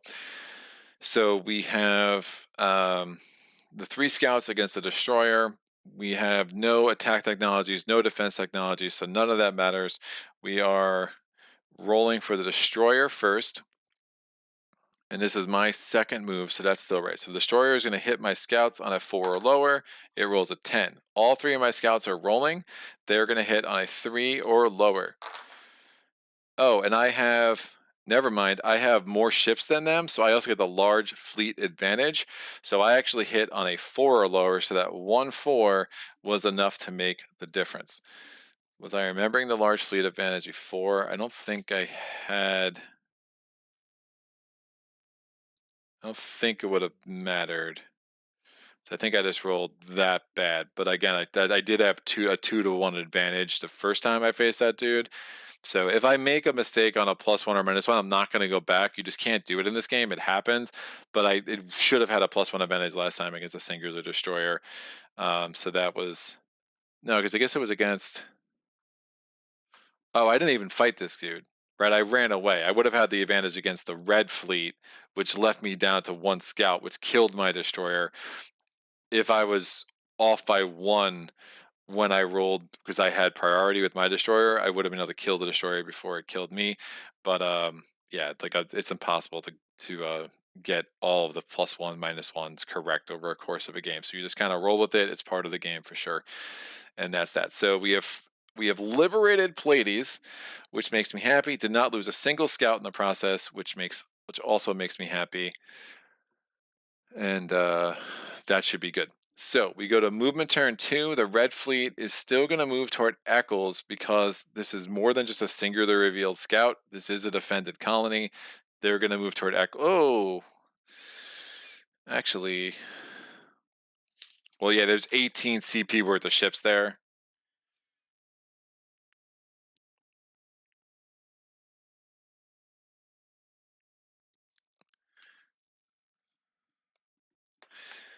If there were no undefended colonies, but multiple, if it's still tied to move to the colony as largest, it is still tied to move toward the colony that brings it closest to the home world. Oh, that's interesting.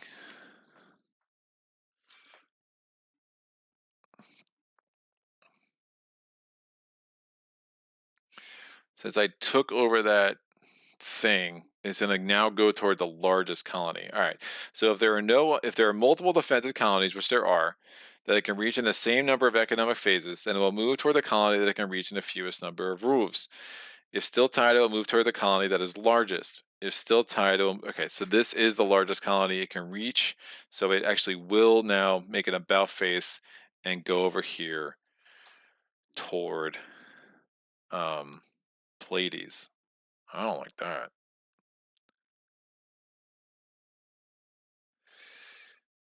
Interesting.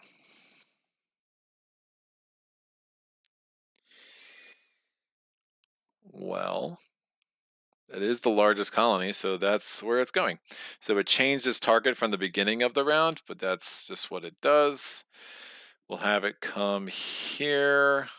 I'll have advantage. It's going to be producing, it'll be a singular destroyer again. And that's fine. So we're going to have my third movement. This colony ship's going to come in here and settle on Hoth, which means I can flip it over, which is really cool about the home system barren planets. Thank you, Michael, I think. And I'll put, actually, I'll put that on it for now. With the colony ship, I'm going to drop off the minerals on top of it. You can drop off minerals to a newly formed colony. And I will put this cruiser in place to defend it.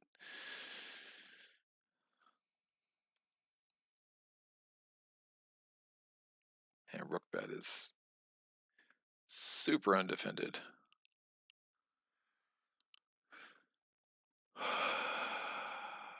AE Master. It's only launching on a 1 through a 4. Gonna have to get lucky again.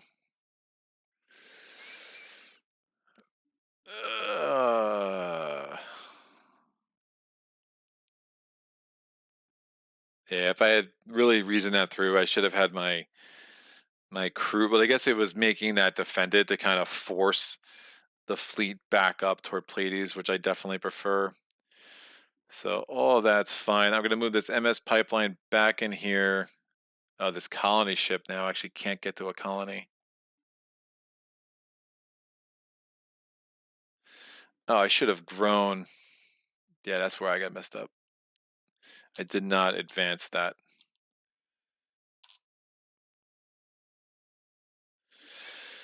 That's where I messed up. This colony should have grown last turn. So that should be a 1.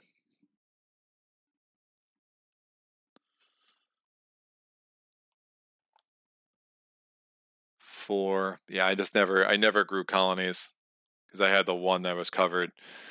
So 1, 8, 3, 8, 3. Yeah, sorry about that. So now I have this colony ship, which I don't think I'm going to be able to actually start forming a new colony. Yeah, so I got to redo this over here. So this colony I was going toward there, I didn't really think that through right, which is unfortunate. So this miner was going to have to go here to drop this off. This cruiser I'll have move here. The MS pipeline moves back in place. This colony is going to be stalled. I can move it there, so it will get the Hoth next turn. So Hoth, I'll just put this back over it. And what was this? This was Eccles. Yeah, that was from down there. So yeah, my bad. I never advanced that colony, which is why I thought that was still a colony ship floating, but it wasn't. It had landed there. That should have started developing last turn, which means that I couldn't form a new colony here. So the miner had to stay there to drop that off. I'll still be able to get this one next turn. And now I just have a colony ship floating in no man's land because I had it here. I couldn't get it into place. Although, if I thought that through, I could have moved it there on my second turn and moved it here with my third, which is better. because again, it could have moved 2 with the asteroid field, with the MS pipeline. It could have moved 1, and then I could have moved that in. Yeah, I'm going to do that.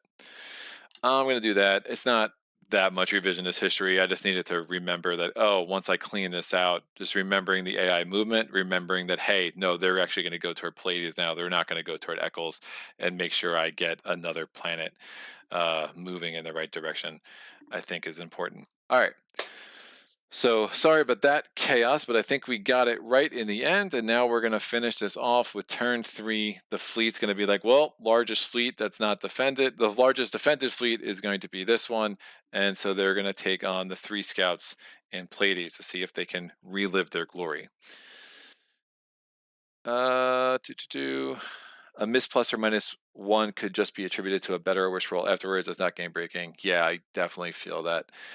This is not one of those games where getting everything right seems like a realistic endeavor. So as much as I try, there's just too many little things here and there. It's very easy to forget something. So let me get to the. I'm not going to flip over for you, but remember this fleet is a 2. We have 10 in tech. No special conditions are going to trigger, so they're going to spend their 10 tech and they're going to upgrade their ship size. So there's the ship size for the aliens for the Red Empire is going to join the Blue Empire. It's now a 10. Is now a 2. That means that they can the largest ship they can build is a destroyer. So they're going to do that. They're going to spend their 10 fleet points to get a destroyer, and they're going to have a remainder of they're going to spend 9 of their 10 fleet points to get a destroyer, and the remaining 1 they're going to add. So now they have 15 in fleet. They had 14. You remember last time they had 10 fleet points. They spent 6 on a scout. They had 4 remainder. We rolled 2 more since then, so they had 14. Now they have 15. So their fleet size is definitely going to be larger next time around. So we're going to get this singular destroyer. And up against my 3 scouts, the destroyer is a class BD ship, so it will fire first. I do have the +1 for the largest fleet bonus. Again, that applies for the entire round, even if you lose largest fleet over the course of a round. Their destroyer is hitting on a 1, 2, 3, or 4. They rolls an 8. I have 3 scouts. I hit on a 1, 2, or 3, or 4 because I have a firing attack of a 3 plus the 1 for the largest fleet bonus. I rolled a 1, a 5, and a 5. Their destroyer is defeated. My 3 scouts are saving the day and are going to chill here in Pleiades as victors to make us all proud. All right, let's go to the income thing. So I have not started a colony on Kronos. I did start a colony on Hoth, remember, because the colony ship went there, then 2 and 3, and I had 2 defended colonies. They go toward the largest. They don't care about fleet size. They just care about the largest colony. If it's a raider fleet, that starts to change, but we don't have a raider fleet yet, and I don't think we're going to have one this game based on how this is going. All right, let's go to the next screen. So Excel, fun with Excel. So this is round 6. My income, I'm going to get the income back from Pleiades. So let me go up here. And now I have 5 colonies, which is nice. So 1, 2, 3, 4, and 5. That is now my new 1 colony. So that's a 46 in colony income. We're going to go to mineral CPs. We get 5 mineral CPs. That gets me up to 54 CPs available. I'll have to remember to do the growth this time after the fact. MS pipeline CPs. So this is not connected, but 1, 2, 3, 4, 5, 6 of my colonies. Oh, that's my home planet. 5 of my colonies are. So now we're back to 5 there, or up to 5 there. So if you start seeing that, math gets a little bit better, right? So 3, 12, 15, 18. I've spent 18 in MS Pipeline, and I have gotten 8, 13, 15 back, plus the extra movement. It really does start to help. I have 54 to spend because I had 59, but my maintenance is now up. And obviously, I'm getting worried about what's going on in Bookbat. I need to start defending that with the quickness. So what I'm going to do is put a shipyard there because I know I want to do this during this economic phase, and that's going to cost me 6. Now, you can only build 1 shipyard in a colony every round, so I can make it a second. I can do a second one next round, a third one the round after that. And remember, you can only build a shipyard on a place that produced income that turn. So I could not build a shipyard last round, but I can this round because it did advance to a 1. Oh, that's another one. What did I do? Oh yeah, because I landed 2. I had the 2 floating out there, right, so I should have 47 in colony income. You know, I think I did. I think I advanced this one, and I forgot to advance that goals. That's what got me messed up. Right.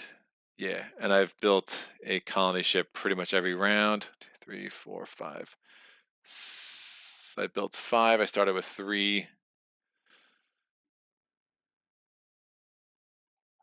Oh, 1, 2, 3, 5. 1, 1,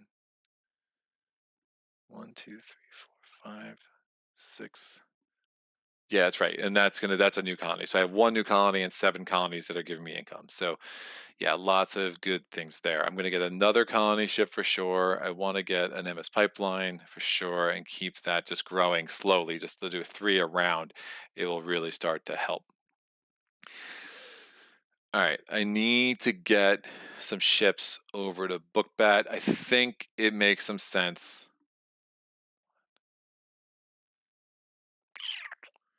Maybe it doesn't. I mean, even a movement doesn't get me there quick enough.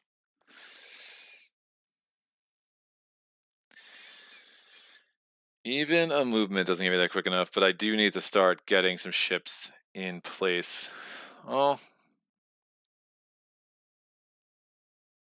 it will get me that a first round the next turn. It's so expensive though.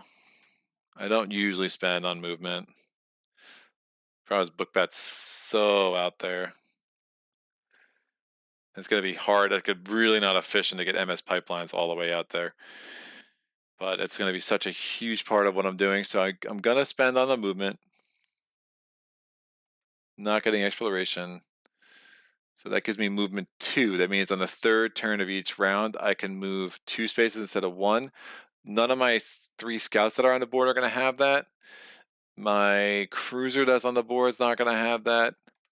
And I don't have any destroyers. Yeah, that is my 5 maintenance guaranteed. So that cost me 20. So I have 18 left to spend.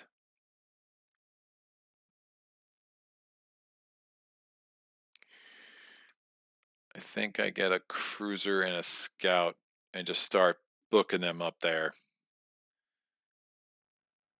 And now that I have a shipyard there, that can start producing extra ships on there for me next turn. I also get this mineral because I freed Pleiades. Excellent. So that's actually 10 in mineral income. Now remember, there are 11 5 minerals. So 1, 2, 3, 4, 5. I have gained 5 of them. 6, 7, 8, 9, 10. There's 1 more in the 4 unexplored hexes there.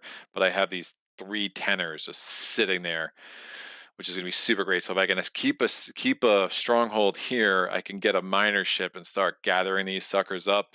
I destroy Terra, don't have to worry about it, and then I could again probably lean toward red and then calm down with an overwhelming force, hopefully, and take out yellow. But yellow is going to be a monster to deal with in the late game.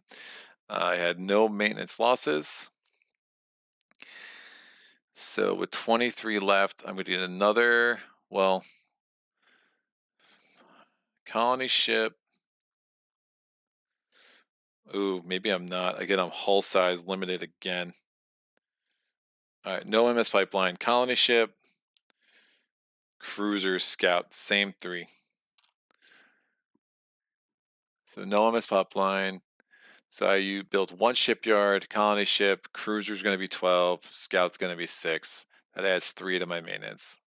It saves me 5. Well, it saves me 8. All right.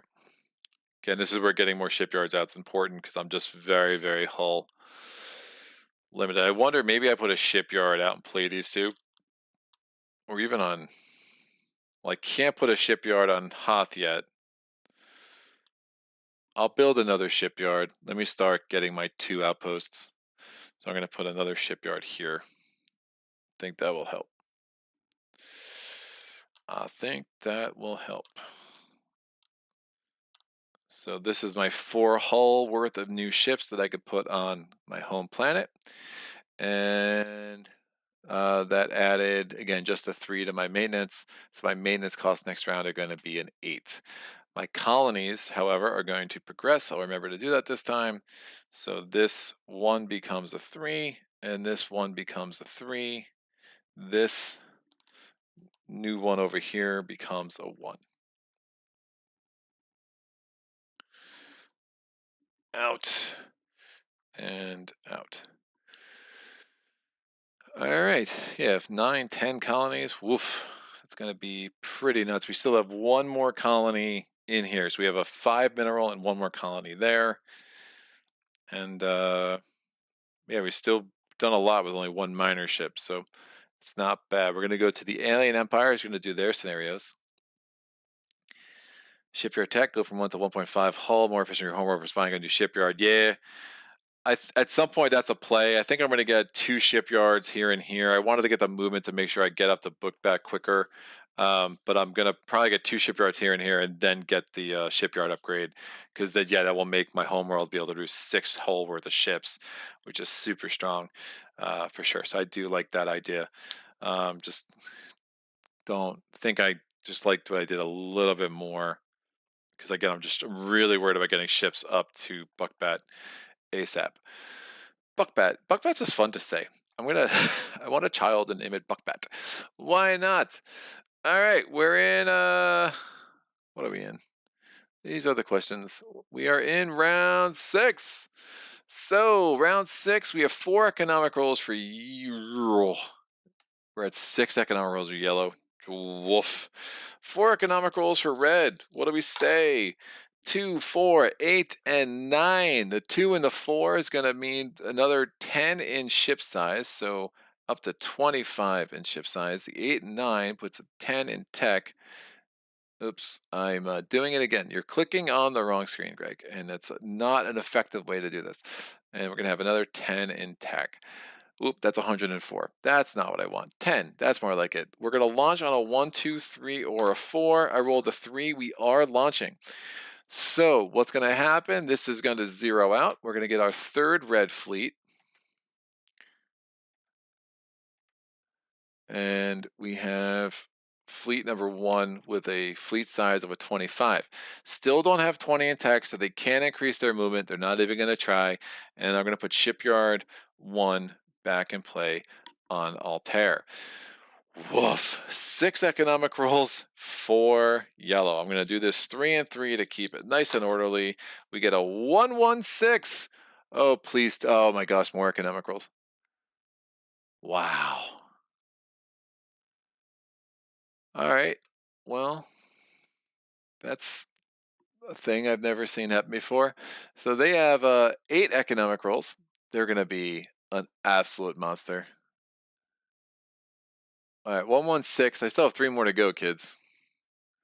So again, I added, it's all added in. So I added 2 more starting 2 rounds from now. We have 3 more rolls because they're up to 6. I didn't roll a 1 this time. They will not add economic rolls after this. Hallelujah. But a 2, 5, 6 means we are adding 15 to fleet, nothing to tech. And that means we have a fleet of 40, which is a lot. But again, 0 in the way of tech. Are they launching on a 1 through a 4? The answer is going to be yes. They rolled a 10. Woof. All right, 3 economic rolls for blue. A 5, 5, 7. So the 5, 5 means that we have 16 in fleet. And the 7 means we have 15 in tech. The defense rolls have been few and far between, which is nice. Are we launching? Please say no. Oh! Yes, they are definitely launching. So 0, 16 in fleet. So 1, 16. I'll zero this out.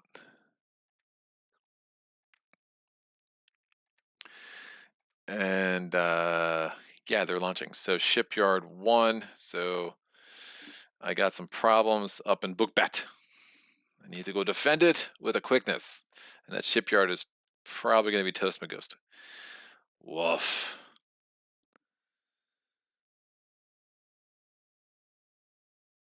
Move, move. Yeah, I can't even get there. I'm like so close to getting there too.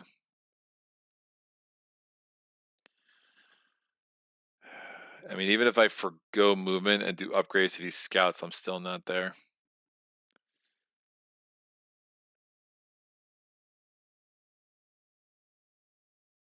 I can try. Yeah, I can't get my MS pipelines in a place where they would be able to let me move there. Woof. It's a bad 4. That is a bad 4. Ugh. All right. Well, here goes nothing. We go to turn 1. And I'm going to go back to the other screen. And cry a little bit on the inside. Did yellow launch too? Yellow did not launch. Yellow is chilling there with their 40 CPs waiting for the appropriate time. But yellow's nuts. So they're going to be an absolute force. And it's another reason why I really need to hold on to book bet.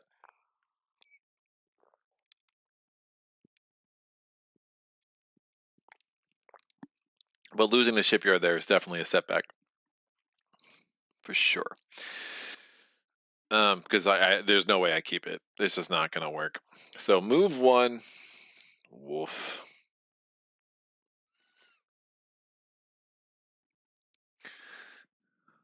What does blue have? Trying to foresee what that fleet's going to be. At this point, they don't have enough for ship size. Oh, they do have enough for ship size. Oh, and 15. So they might bring in one singular cruiser. If they don't upgrade ship size, they're going to bring in 2 ships.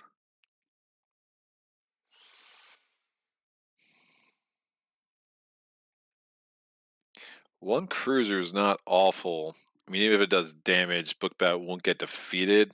And I do have my shipyard could get stupid lucky too. It's not likely, but remember, shipyards automatically get tech, so doing a tactics, they automatically get that. If I do, you can get attack or defense values up to your hull size. The shipyards have a hull size of a 1. They're launching. That's a problem.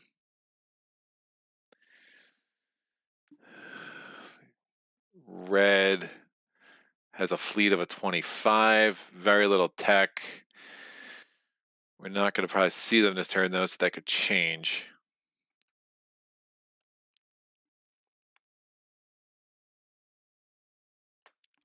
All right. This colony ship's going to move 2 into this asteroid field. This cruiser and this scout are moving there as well. These scouts are going to scout. And if one of them gets destroyed, so be it. So scout 1, scout 2, scout 3 I'm going to keep alive. This cruiser I'm going to go here. I don't have exploration technology, so that's a thing. This miner is going to go here and pick this up.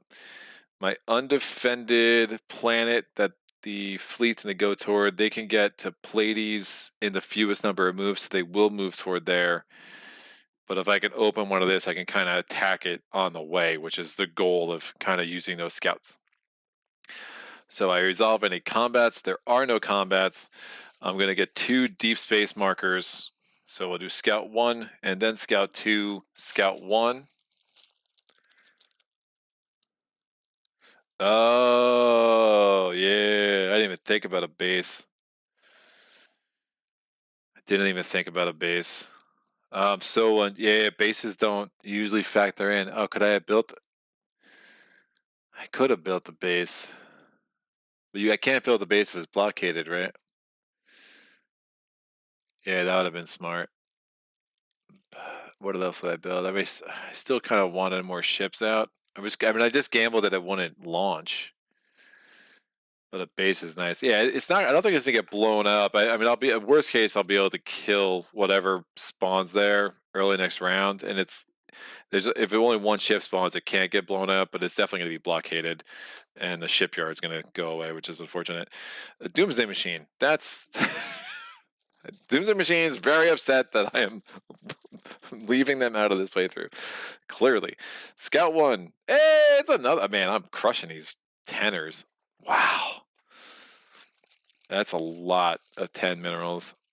I think Scout 2 is doomed, though. I mean, I'm due for a danger. I'm due for a black hole. Asteroid field. Even better.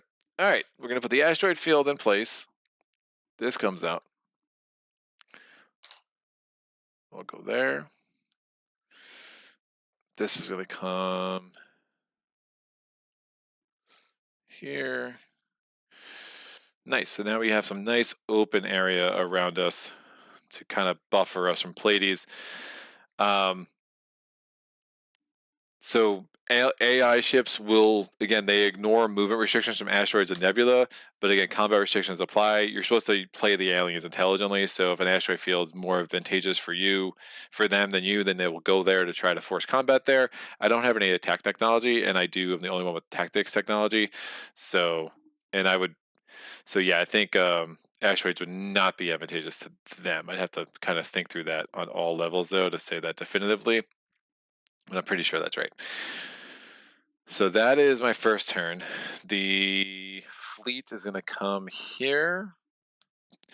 This fleet comes here. Woof. My second economic turn, this colony is going to come in here and colonize Kronos. This miner is going to come back here, drop this off.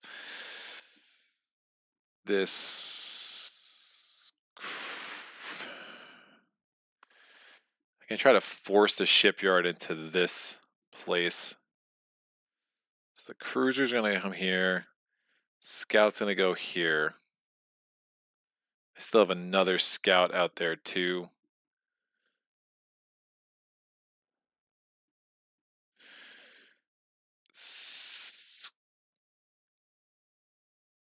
Scout 2, I'm going to move into there. And let's just, if I lose a scout, so be it. And this scout, I'll move into there. I have a decent little army left over. I think that should be sufficient to take out whatever Fleet 1 is. 25. It's actually a bigger army that I want. Ship size 2. It could go to ship size 3. No, it doesn't have the tech for that. Yeah, I think I gamble with a scout. I have a shipyard. I'm going to be able to build another ship if I need to. So let's get a deep space tile. That asteroid marker was right? Make sure I didn't pull a home planet tile. Oh, these guys are moving. Hold on, Bookbat, we're coming. We're gonna save you. Hopefully. I don't know. I don't feel very confident. I could do.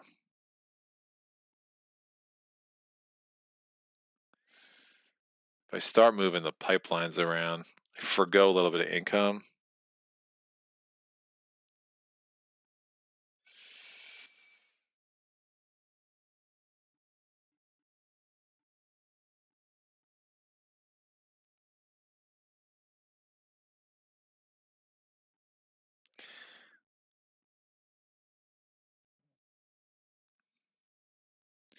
It'll make it super easy to get reinforcements out here.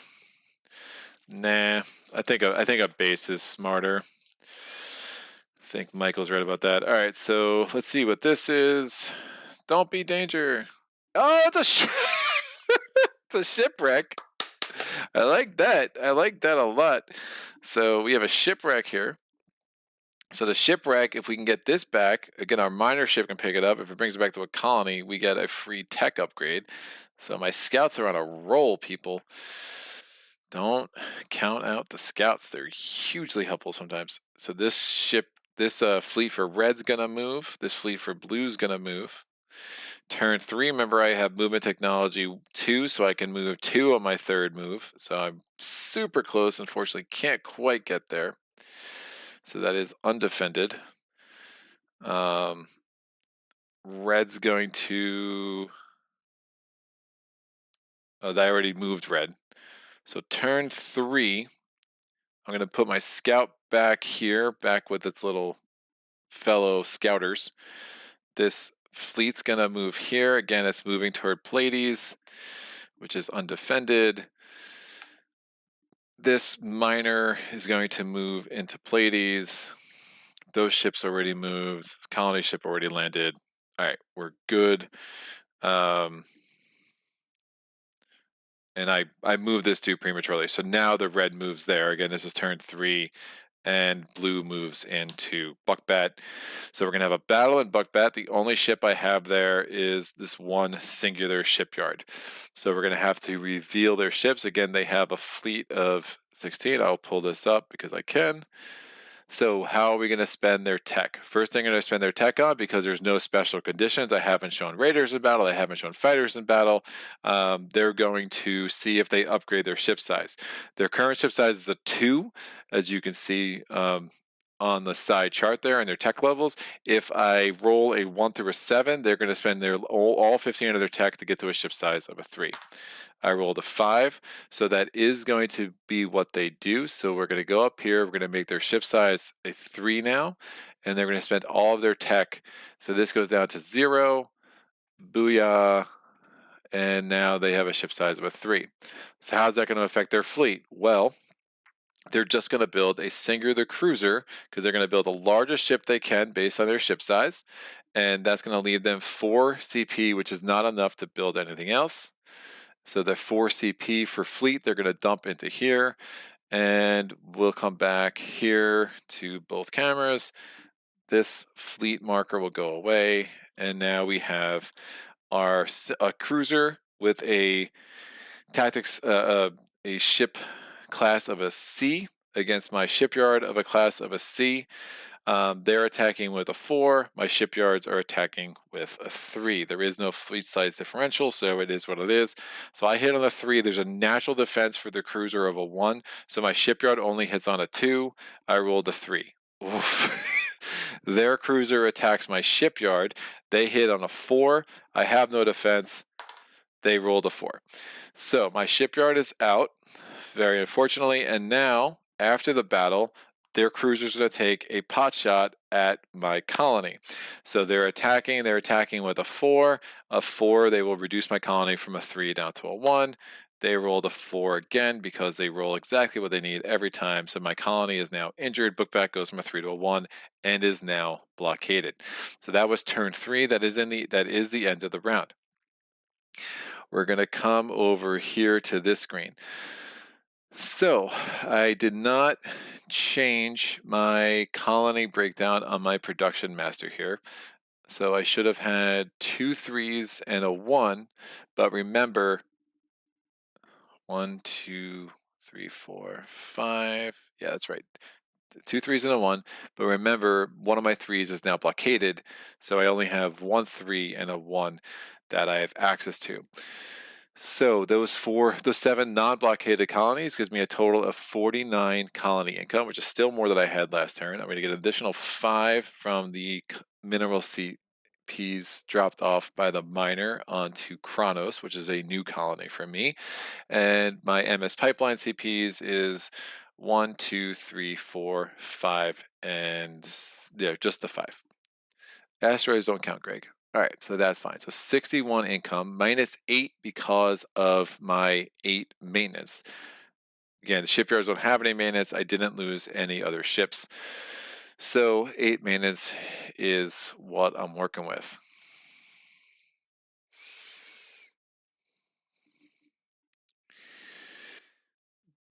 I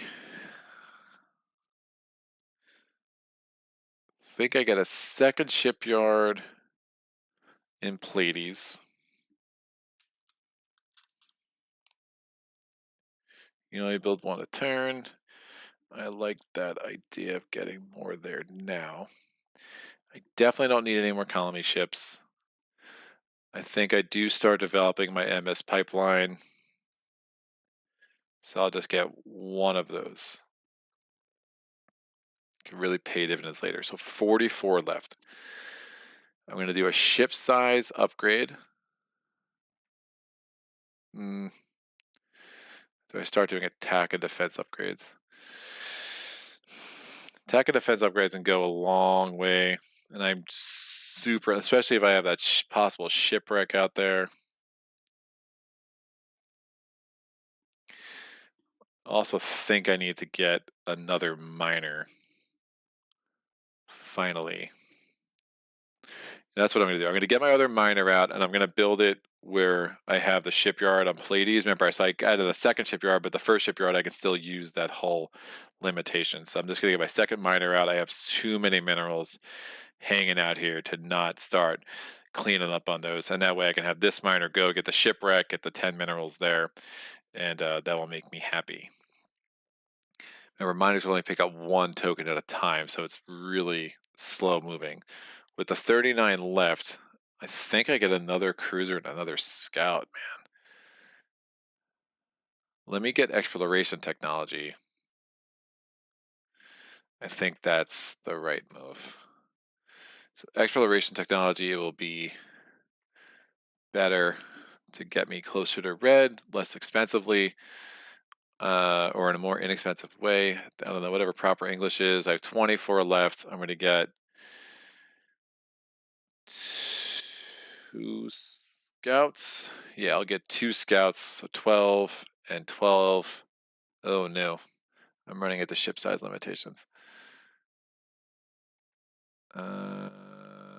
Yeah, so a shipyard, miner ship for Pleiades. I'll get 1 cruiser and 1 scout. So those are my 4 right there. And I keep punting the MS pipeline. I'm going to get one of those.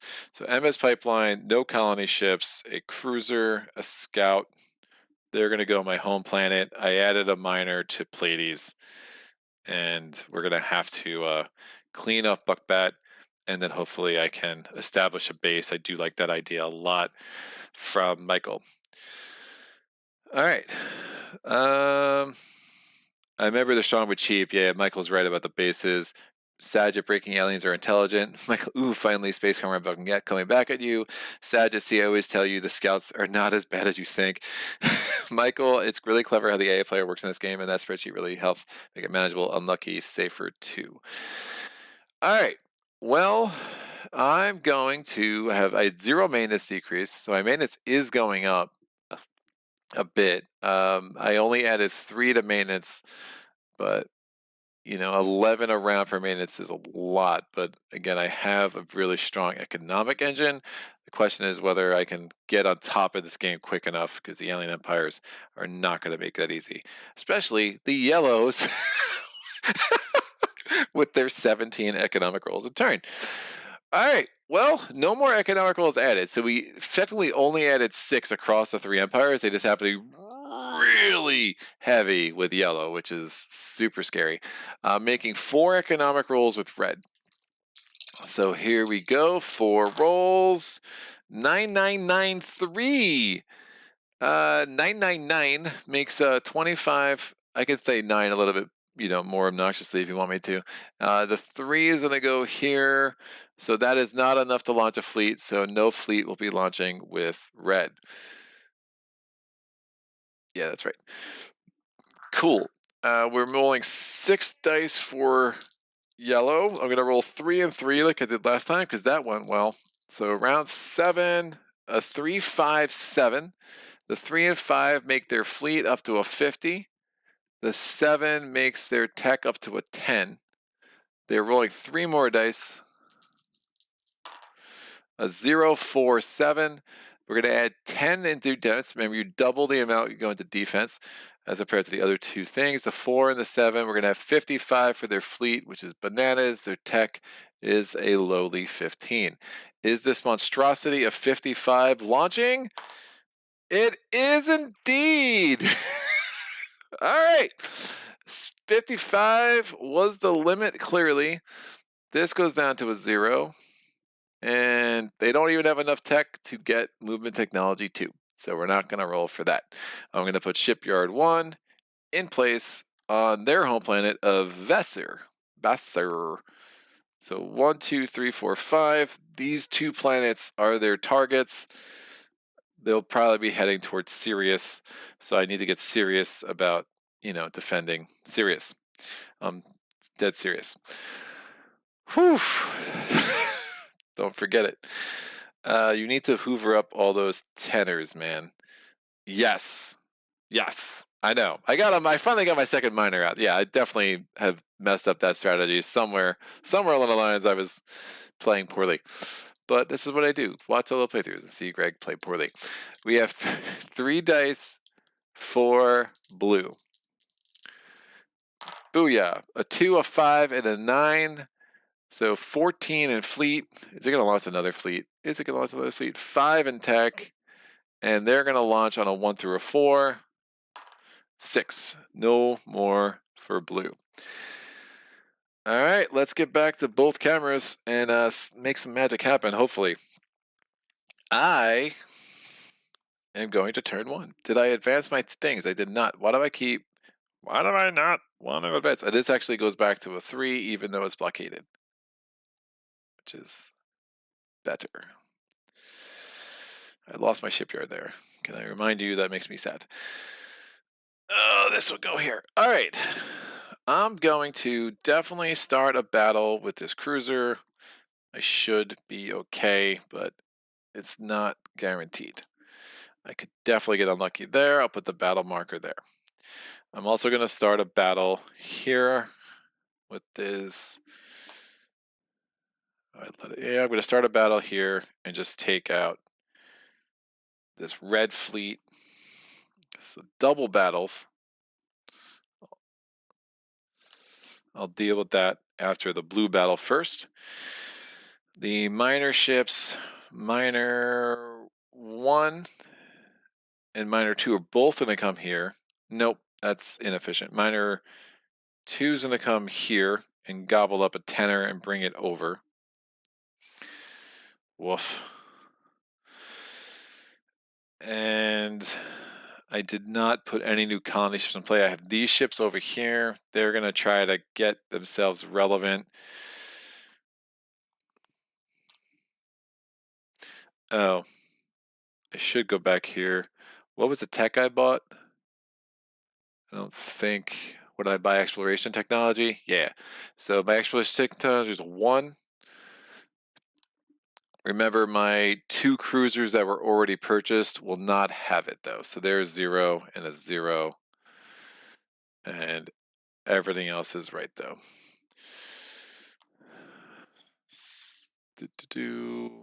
All right, so that's done.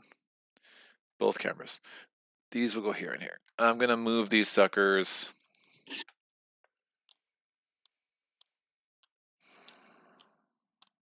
Oh, I have an MS pipeline, too. I think I get this MS pipeline out to Sirius. So MS pipeline is going to move.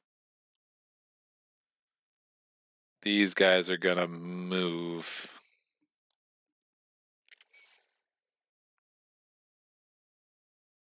And I think that's correct. So we're still in turn 1. We have 2 battles to go through. Let's see. We already know what this fleet is for blue. So I'm just going to take that out. I'm going to do that battle first.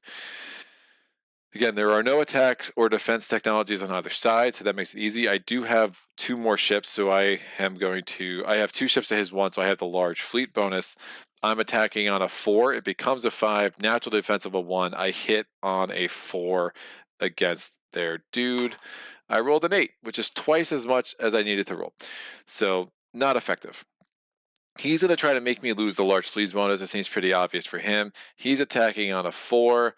No subtraction, so he hits on a 4 against my scout. He rolls a 1, because of course he does. Dear God. I'm going to lose this, and it's going to be really sad.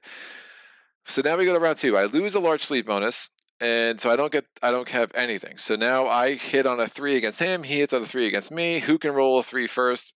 It's gonna be exciting. So I'm just gonna roll. Both of us are rolling 3s. He rolls a 3. I roll an 8. Both of us are rolling again. He rolls a 2. I roll a 4. Woof!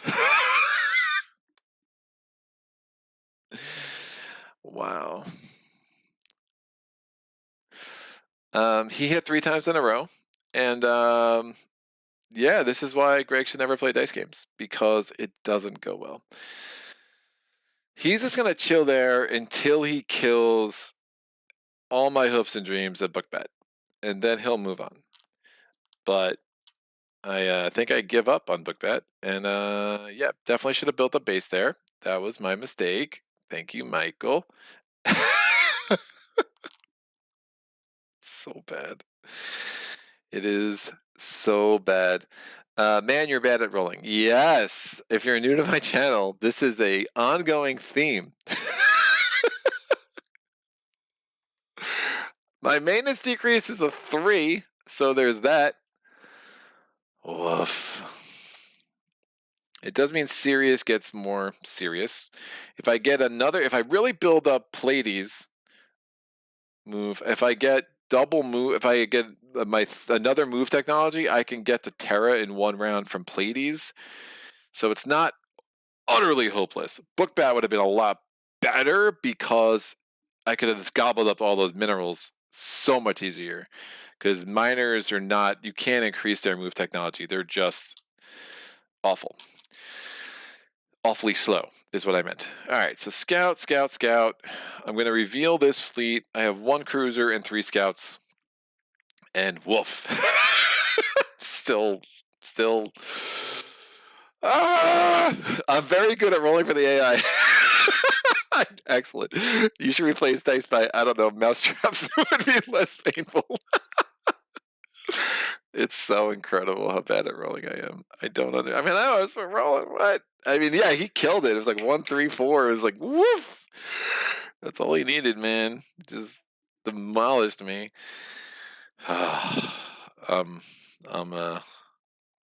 This too shall pass. All right, let me build this red fleet. This might be a quick game relative to how long this game can take. So Shipyard 1, do they have any tech? They do. They do have tech to spend. So their ship size is a 2. I'm gonna get over here. They are going to see if they upgrade to ship size 3. So they're gonna roll. If it's a 1 through a 7, they will. They rolled a 10. So they're not going to spend any of their 25 tech on that. What are they going to spend it on? Well, we're going to go down to this little die roll chart here. So I'm going to roll a D10. I rolled a 1.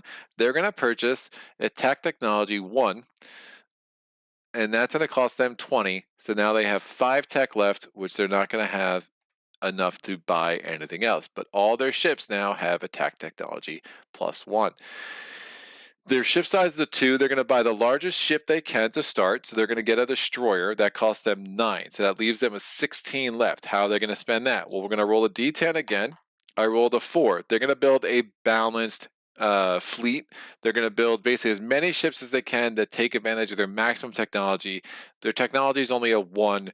So they're going to basically just build a bunch of scouts because all their scouts will get the attack technology of a 1 with them. So it's either largest fleet, balanced. Balance is the one I find the most confusing. The remaining points you spend in purchasing as many ships as possible that can use the highest attack or defense. So as many ships as possible would be scouts. So they have 16 left. Well, actually, it's a little more confusing than that. So 16 left. They're going to spend they can get a scout and a destroyer for 15, and that will give them a remainder of 1. So that's actually what they're going to do. So scout, destroyer, they have 3 ships.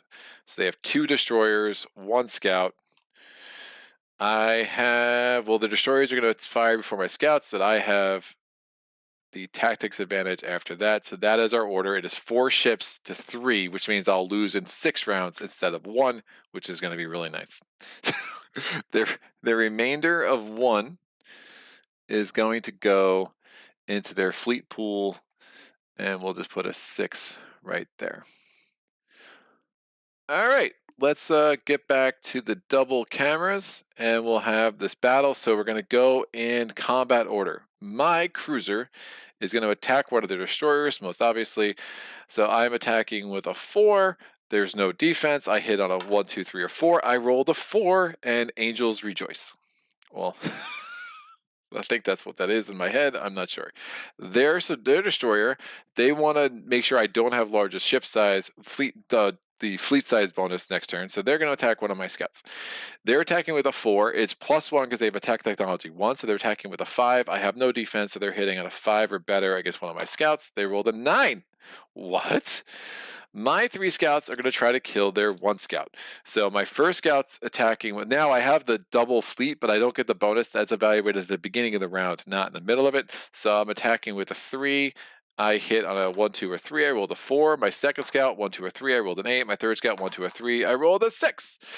Their scout is going to attack one of my scouts. Again, still trying to avoid me having the largest fleet, the large fleet bonus. They're attacking on a 3 +1 because of the tech technology. So they're attacking on a 4. They rolled a 2 naturally, so one of my 3 scouts is out. I'm just going to put it over here. Remember to do the maintenance decrease later. So now it's 3 ships to 2. Don't hit the largest fleet bonus. My cruiser's attacking on a 4 against their remaining scout.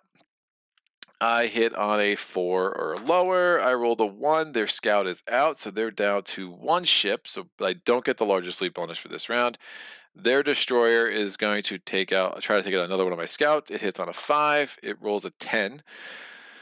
My scouts attack their destroyer. They hit on a 3. I rolled a 7. Hit on a 3. I rolled a 6. Excellent. My cruiser is now attacking their destroyer. I hit on a 4. Had the largest fleet bonus. I hit on a 5. I rolled a 5. Look at me go, kids. He's out. Everyone rejoices. I lost just 1 measly scout, I think. Nope. Yes. More than 1 scout? Nope, just 1 scout. So 1 maintenance decrease. 1, 2, 3, 4, 5, 6, 7. Everything else is dead. So my maintenance should be a 7 right now. So I'll make sure that's right, because I lost a ton of ships. Yeah, I lost 4 hull worth of ships so far this round. Done. We go to turn. We go to turn 1. Red has no fleets that are moving now. Yellow has a fleet. It's moving. It's going to move towards Sirius. And blue is going to be like, well, I killed those guys so easily. Let me attack your colony. So it's attacking the colony of Bookbat with a 4. It rolls a 1. So Bookbat is down to 1 health. Bookbat is not going to survive, unfortunately, and I spent a lot of resources and am not going to get a lot of payout, which makes me a little bit sad on the inside, but this too will pass. That mineral should be on that mine. That makes sense, I guess. No, I was going to get the shipwreck.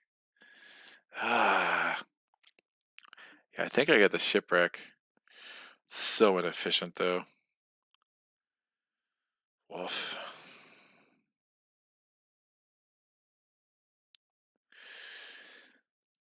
It could be hit or miss. I think the 10 CPs is going to be just the guaranteed 10 CPs is going to be better. So this mineral picks this up. So turn 2, mineral back in here. Miner comes here, picks this up. These guys, the scout 1. What is this? Which scout? You have different scout loadouts. Oh, no, I don't. I think I just have a tactic. I think the only difference I have is tactic. So that one of them made a difference.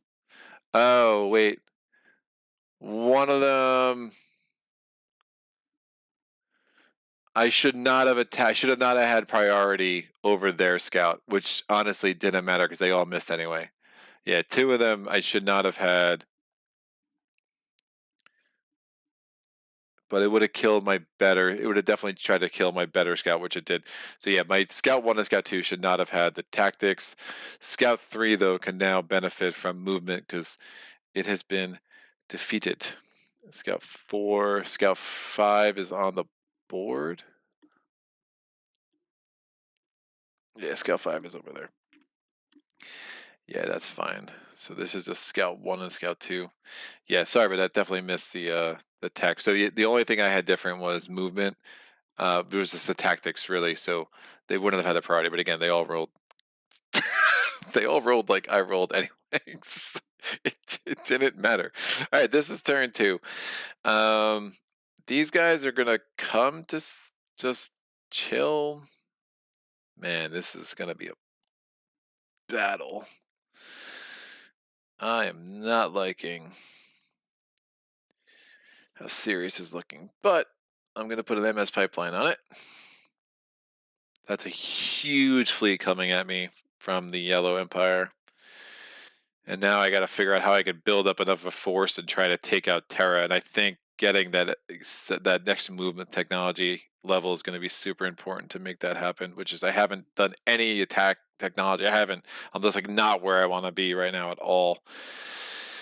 At all. All right, these guys, they don't have explore. This cruiser does not have exploration technology. I'm pretty sure about that.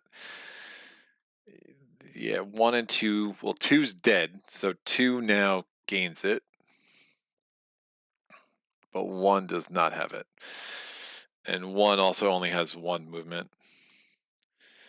I think I just sent forth some scouts and see what's going on. See if I can't get a path to this and get a little bit lucky. So that's what I'm going to do. So this is the second move. Scout number 1 is pulling from the deep space bag. I sense destruction in our midst. Yep, danger. Scout 2 is pulling from the deep space bag. I sense gold, frankincense, and myrrh, or a black hole. That's the same kind of thing. When we get to a black hole, what happens? We're going to roll a die. It's a 5. I survive my black hole roll. These come out. This danger kills Scout 1. Done. And we could put just an empty hex there. And Scout 2 did survive the black hole roll. So that's going to go there. And he chills here. Excellent. Cue entrance of Star Destroyer fleet from episode 4. Yeah, for real. This is not good, dude. All right. On turn 2, Blue is attacking Buckbat. He rolls a 2 because he never misses. So Buckbat is officially destroyed. So much for that investment. And that makes me sad. And on turn 3 now, he will start moving again. So in the fewest number of economic phases, woof. Well, he can't reach anything this economic phase. Next phase, he's going to be able to reach there, or there. Pick your freaking poison, kids. That's going to be a thing. I'm going to need to deal with that measly little cruiser who I still cannot believe I did not wipe out. Yeah, it wasn't even close. That's a thing. So we're going to go to turn 3. And now Scout 2 is going to continue forth. I think we'll play it a little conservative. Make sure Scout 2 uncovers that, and hopefully it's like something, even if it kills me, hopefully it'll just be empty space that I'll be able to go into. My cruiser, it will come here as well. And my miners, 1 miner, 2, he'll get out to that shipwreck and he'll be able to bring that back next turn.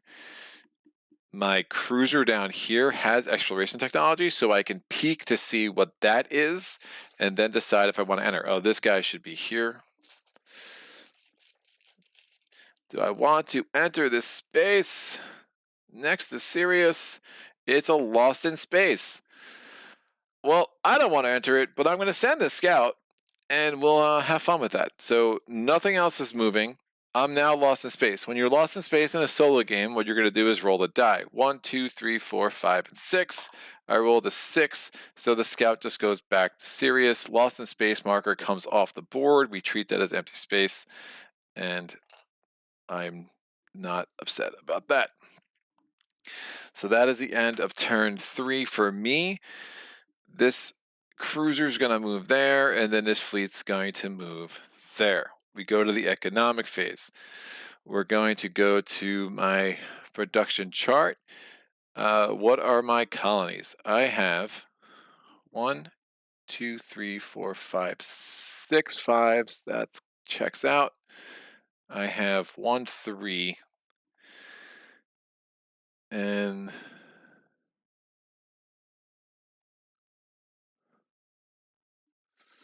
What is this? Did I just? Oh, I didn't. Did I not increase that last turn?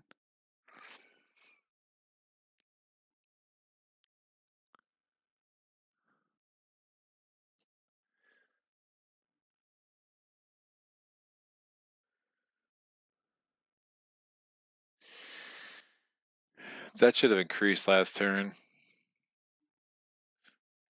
Yeah, it definitely should have increased last turn.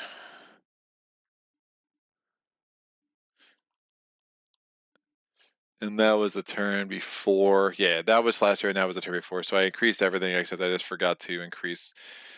Forgot to take the thing off Chronos. The board gets so crowded; it's like hard to see it all the time. Which is why I love these texts. It really does help. But so we have 1, 3, and 1, 1. So those are 8 colonies.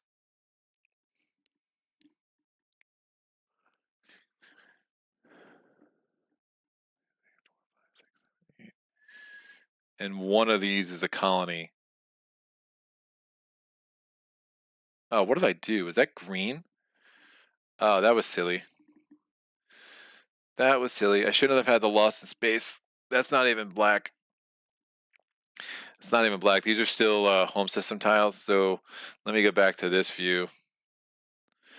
Let me get back to this view. Like it's hard to like communicate like just how blinded I am when I'm sitting down at this game sometimes, or at any game when I have all these lights on me. So I actually would have, uh, I would have just explored with both of these guys. There's no point not to, because they're home. So I put the Lost in Space thing back in here.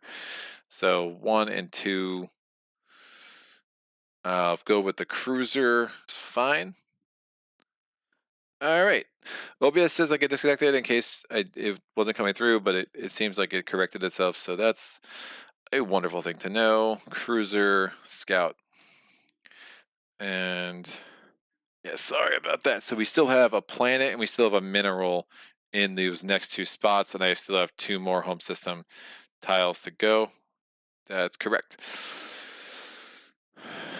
Yeah, so I have 8 planets. I can get 9. I've found no other barren planets in deep space, so that's a thing we'll have to address. The terraforming technology has been just a very expensive money sink. Lessons learned. Base first, shipyard later for frontline planets. Good luck. Got a bell now. Should have not really even joined today, honestly. Yeah, no doubt. Exploration with the cruiser is in addition to moving right. You can look, then move somewhere else. Effectively exploring twice. Yeah. For sure. For sure. I forgot it was home system. So yeah, I could have like peeked to see what that is. But I mean, at this point, I think that's fine. I do hope the planet goes there, but yeah, I think in the home system it's just less effective or less important, which does mean I should have moved my cruiser here because then I can explore here next turn, and then I'll do that. I think that'll be better. All right. Um. Well, that's a huge fleet coming at me. Huge fleet coming at me. Space Empires. Great. So we have 54 in colony income. 10 in mineral CPs. So getting some of the tenors is definitely helpful. This is out. That is a deep space tile. 1, 2, 1, 2, 3, 4, 5, 6 now in MS pipelines. So we bumped that up 1. So 76 to spend. My maintenance was only 7 because it went up to 11 and I lost 4 ships last turn.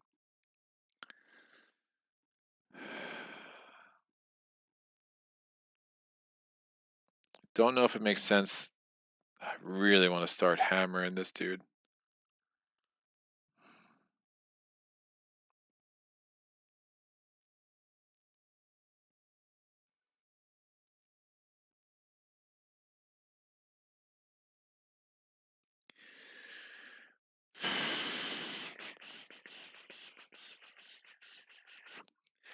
Yeah, I'm going to get 1 shipyard here in Pleiades.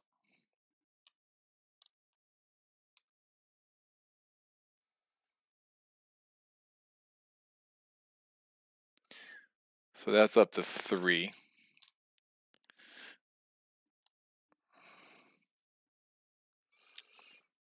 I had 2 shipyards there.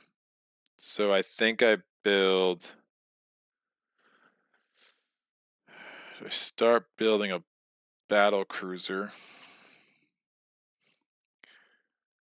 So if I upgrade my ship yard size, remember you can only do attack once a round. So if I want to get to dreadnoughts and battleships, like I'm going to need to start investing in that sooner rather than later. So my new ship size tech is a 4. And I'll get a battle cruiser here. It is a hull of a 2. I had 2 shipyards there, so that's totally legit. And the battle cruiser is going to cost me 15. Gives me 28 left to spend. Again, I have 4 hull worth of stuff I can spend there. I have just no upgrades with attack or defense or any of it, which is going to be nuts.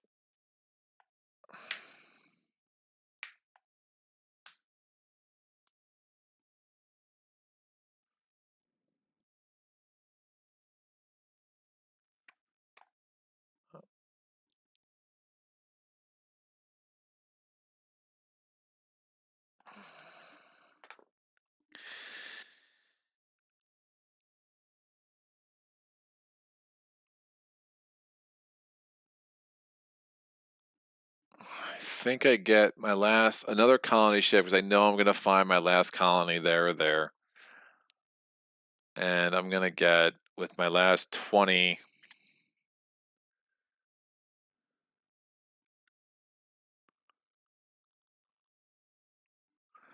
God, it's such a big, that fleet of 55 is just bananas. It's a huge fleet. That is a very big fleet.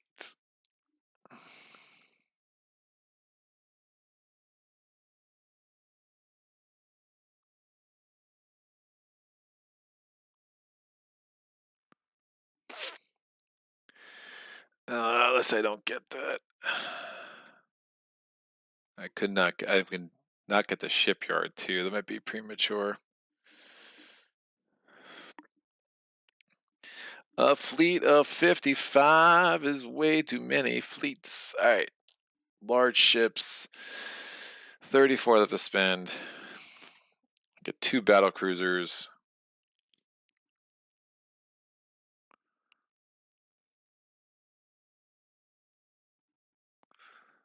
Let's get 3 battle cruisers, which is nuts. So I get a battle cruiser and 3 scouts. Nope, can't do that. Battle cruiser and 2 scouts. Battle cruiser, destroyer, and a scout. Yeah, I don't have the whole size for 3 scouts, which goes back to Michael's point about getting my whole technology upgraded. I will get 2 scouts. Oops. So 6 and 6. So getting a battle cruiser, 2 scouts in my home system. Did not get a colony. I think I do the hull size upgrade next turn, and then then I can just upgrade. Basically, it's the equivalent of getting 3 shipyards for my home planet, and not. I just wanted to get my ship size up.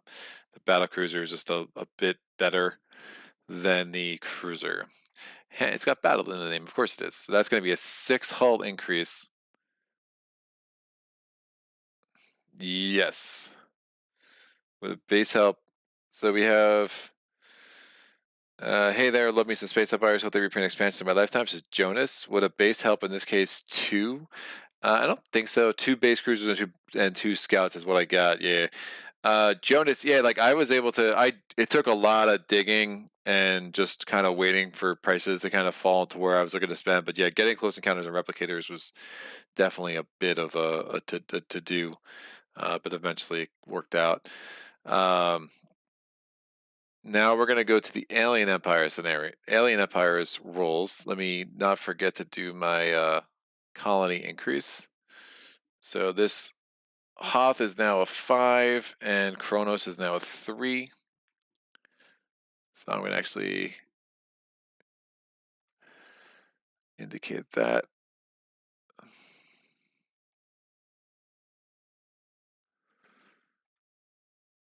And we're doing this is turn 8. So 4 rolls for red. 1, 2, 3, 4. I rolled a 3, a 5, a 7, and an 8. The 3 and the 5 are going to add at the fleet, so that's up to 16. The 7 and the 8 are going to add at the tech, so that's up to 15. They're going to launch a new fleet on a 1 through a 4. I rolled a 3. Of course they do. So red now has a fleet of 16. I'm going to zero that out. And mark that. They don't have enough tech to purchase movement, so I will not roll for that. We go to yellow. Yellow has 6 economic rolls. They will have 8 economic rolls next turn, which is just all sorts of wonderfuls. 4, 6, and a 9. 4 gives me 5 points here. The 6 and the 9 gets us up to 25 in tech. 3 more rolls. I'm gonna a 1, a 4, and a 9. The 1 and the 4 makes this 15 in fleet, and the 9 makes this another 5 here, so that's 30 in tech. They're going to launch on a 1 through a 4. A 10, they are not launching. We go down to blue. They have 3 economic rolls. The 2, a 3, and a 4. So that's going to get them up to 29 in fleet. They were launching on a 1 through a 4. I rolled an 8, so not launching. What's defense? 10, 10, 30. That's not awful. Production master. I only have to add a fleet to yellow or red. It's like yellow. It's just different. So red, shipyard 1 is now here. I'm going to go to the other view with both cameras. Excellent. All right, turn 1. This miner's going to come in here and drop this dude off. This battle cruiser is going to come here. I have another miner I should move first. Shipwreck. Yes, please. I love you. Yeah, only one thing launched, so we're good. These 2 scouts and this battle cruiser are going to come here. This cruiser is going to explore here with exploration technology and then move the other place. It's another mineral. I'm not moving there yet, but it's another 10 mineral, and that's from deep space. And then both of these are going to move here. Since there's 2 ships, this shipyard will not attack. This fleet's going to still go around because it doesn't add any time to their movement. So this is a home system. Is it the final planet? It is the final planet. I would have preferred it to be the mineral, but you don't always get what you want. I'd preferred not to lose lost buckbat. But I play bad. All right, that goes there. I specifically roll bad. So I know there's only 1 token here. I'm just going to put this down there because we know what it is. Excellent. We go to the AI's turns. Oh, these guys are just chilling. This scout is definitely moving here. That cruiser does not have exploration technology. We're going to do a deep space marker right adjacent to the red's home system. Be something good. Don't be a supernova. It is a barren planet. All right, cool. So we have easy access to red as well. I believe that is a revealed ship, which is fine. It's just going to get knocked out of the sky. It's definitely been involved in combat. I don't think I got I got a combat here. I've never been back at a home colony, so it's totally revealed. So a single revealed ship will absolutely be attacked by the alien player. But I had to get there then. That was my chance, so I did it. So shipyard 1 comes in. We're going to have battle there. Again, this is on red's turn. This is still turn 1 over here. Do I want to... Actually, how big is their fleet? No, I wouldn't have risked my cruiser, so I would have. That's what I would have done for sure.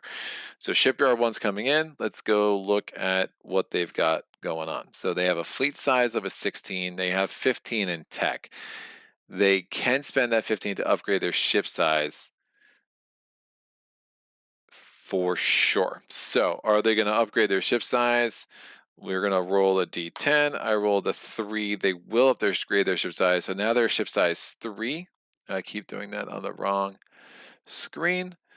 So they're a ship size 3 now. And that spent all of their tech. Now ship size upgrades are going to cost them 20 each.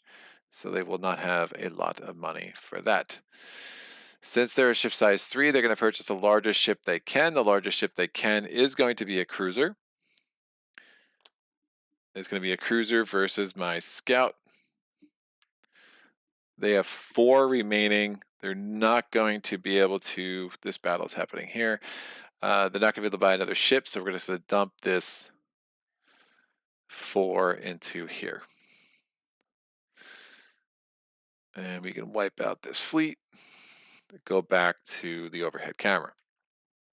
Excellent. So their cruiser obviously has priority. They have 1 on attack technology, so they're attacking with a 5. I have no defense technology, so they hit on a 5. They rolled a 9. My scout's going to hit on a 3. They have 1 natural defense, so my scout effectively hits on a 1 or a 2. I rolled a 3. They hit on a 5. I rolled a hit on a 1 or a 2. They hit on a 5, and scout is over, but fought valiantly. So this will go here, and it's just a singular cruiser. Battle marker out. I'm going to go back to my production sheet and reduce my maintenance by 1. And that was scout number 1. That was scout number 2. Where's scout number 1? Scout number 1. Nope.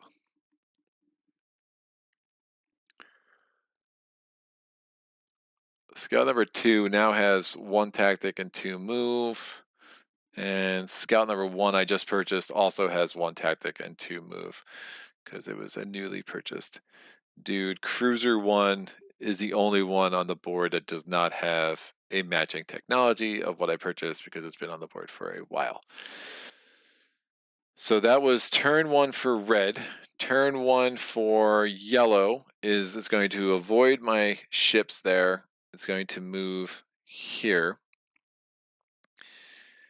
And then turn 1 for blue is trying to get to an undefended planet. 1 that's defended.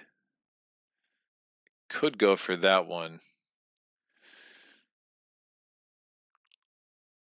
I think it'll just come here. I'll give it its maximum options. And I think my battle cruiser just goes one-on-one on it and hopes I don't roll really bad. It doesn't have any attack or defense upgrades. Well, what could go wrong? I mean, I would need 2 4s before they got 2 3s. I mean, the math is it's it's too good. I have to try it. All right, we're gonna go to turn 2.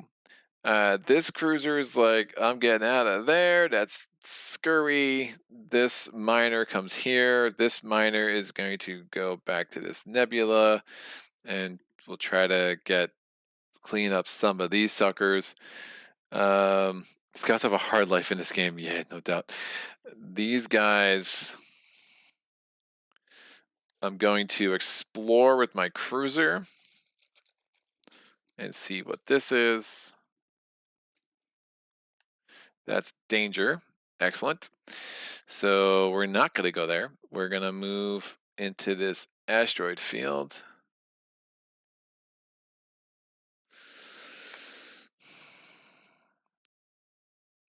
Oof. That's the only one I can attack. All right, we're definitely having a combat there. Oh, it's going to be so ridiculous. Gonna back up here. Back up here.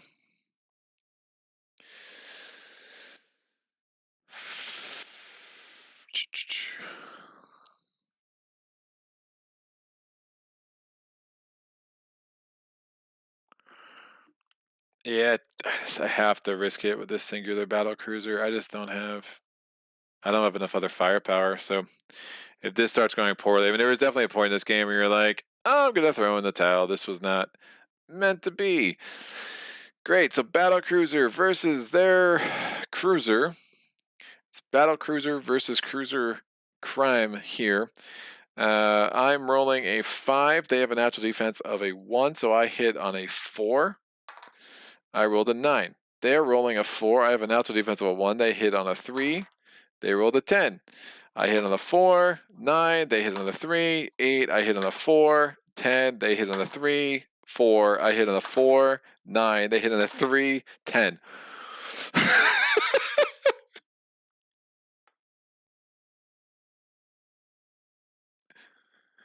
It's amazing. I mean, well, at least they haven't damaged me either. It's just kind of crazy. I hit on a 4. A 3! Whoa! All right. Looking good. Looking good. They hit on a 3. A 1. Uh-oh. I hit on a 4. A 2! We succeed! So insane. That's good. Their cruiser's out. He fought valiantly and woof. Totally wrecked my life up here and makes me still kind of sad.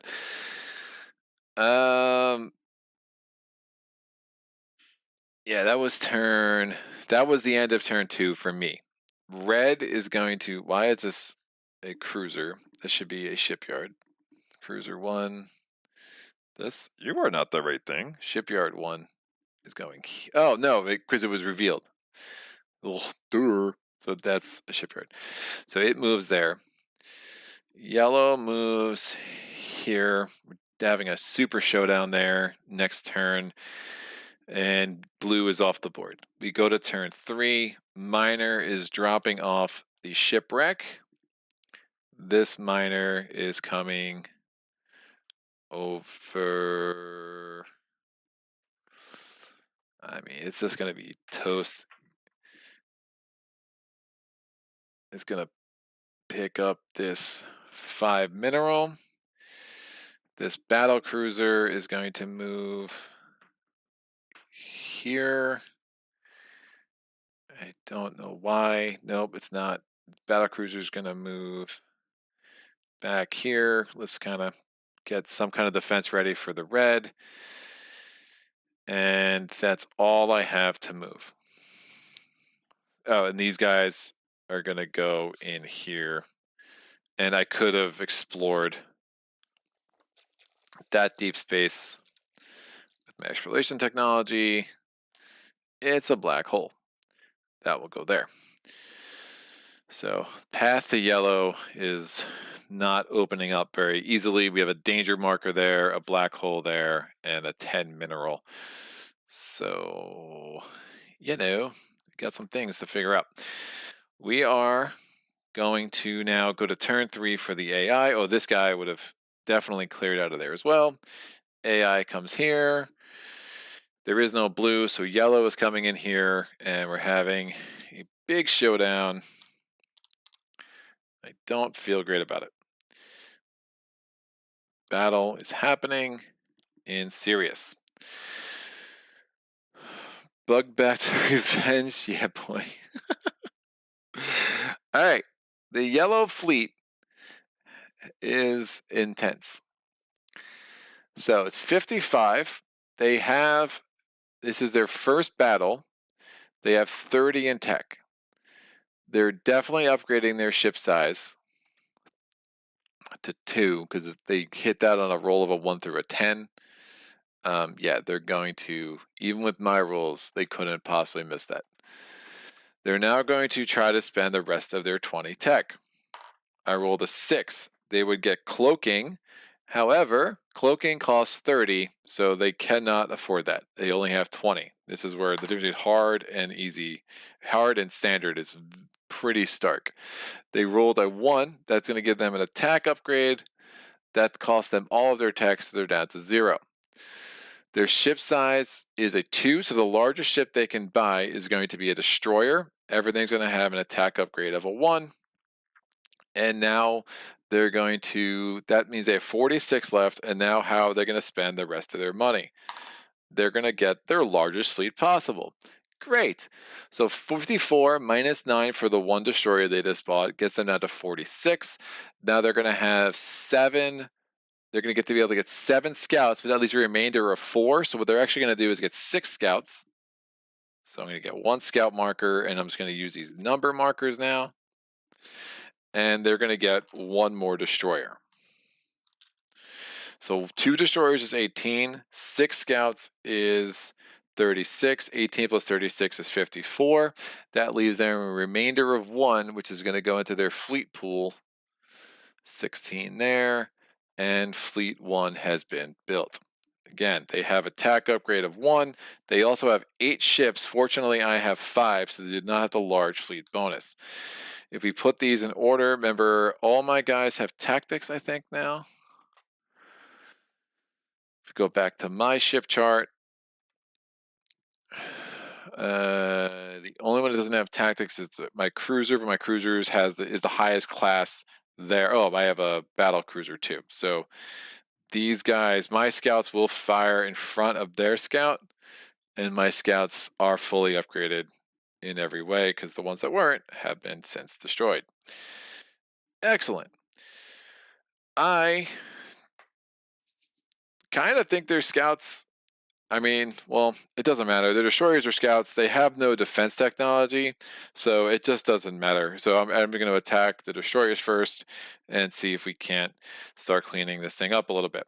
So my battle cruiser, I attack on a 5. I hit on a 5. Again, there's no defense, so I hit on a 5. I rolled a 2, so one of their destroyers is out. My cruiser hits on a 4. That's awesome. Look at me rolling good. So we're down to their 6 scouts. All 3 of my scouts hit on a 3. I rolled a 5, 9, 9. And now their 6 scouts are going to attack my 3 scouts. So, because they're going to try to not let me, well, yeah, because it's just from the hull size, it just makes more sense. And it's going to be harder for them to hit my battle cruiser and my cruiser because they have natural defense. So they're attacking on a 3. It becomes a 4 because of their attack technology. So they hit on a 4. They rolled a 4 and a 3. So 2 of my scouts are out because, I rolled good for them. They have 3 more attacks. Their 4th attack is against my scout. They miss. 5th attack against my scout. They miss. 6th attack against my scout. They miss. We go to the next round. They have 6 scouts. I have 3 ships. They have the extra attack bonus for a large fleet. My battle cruiser's attacking on a 5. It rolls an 8. Attacking on a 4. I roll a 2. They're down to 5 scouts. My scout attacks on a 3. It rolls a 4. So my scouts have been utterly useless in combat for about the entire game. It's great. They're going to hit on a 4 plus 1 for the large fleet bonus. So they hit on a 5. This is super bad. So they're going to hit on a 5 against my scout. It rolls a 10. They have 4 more rolls. A 10, 3 more rolls, a 2. My scout is out. They have 2 more rolls after this, and now they're going to go after my battle cruiser because it's really the same. So again, it's a 5 minus 1. They hit on a 4 because it's minus 1 because of the natural defense, and I have a 2 hull. They rolled a 9. Last roll, they rolled a 6. My battle. Oh shoot! Both cameras. Sorry about that. I did it again. Both cruisers. So I have a cruiser left. I have a battle cruiser, a cruiser, and then against their 2 scouts. So many scouts. I hit on a 5. I rolled a 1. I thought it was a 7 per second. It was a 1. They have 4 left. This is going to be super close. I now hit on a 4, 7. Yikes. They have 4 rolls because they have 4 scouts left. Again, they hit my battle cruiser on they have the double, the bonus, so attack plus that, so 5 minus 1. They hit on a 4. That's 1 damage. They have 3 rolls left. They hit on a 4, miss, hit on a 4, miss, and hits a 5. Woof. Excellent. My battle cruiser hits on a 5. I rolled an 8. My cruiser hits on a 4. I rolled an 8. Oh my gosh! So bad, dude. All right, all these suckers hit on a 4. So, I mean, at this point, I'm just going to roll them. 2 hits. So my battle cruiser's out. my cruiser has 1 damage, and this is going to end in devastating fashion. Oh, so freaking bad. My cruiser hits on a 4, a 1. They're down to 3. All their scouts hit on a 4, a 3, 8, 9. My cruiser's out. They have 3 scouts that remain. Large fleet bonus doesn't mean anything. It does wipe out my MS pipeline ship.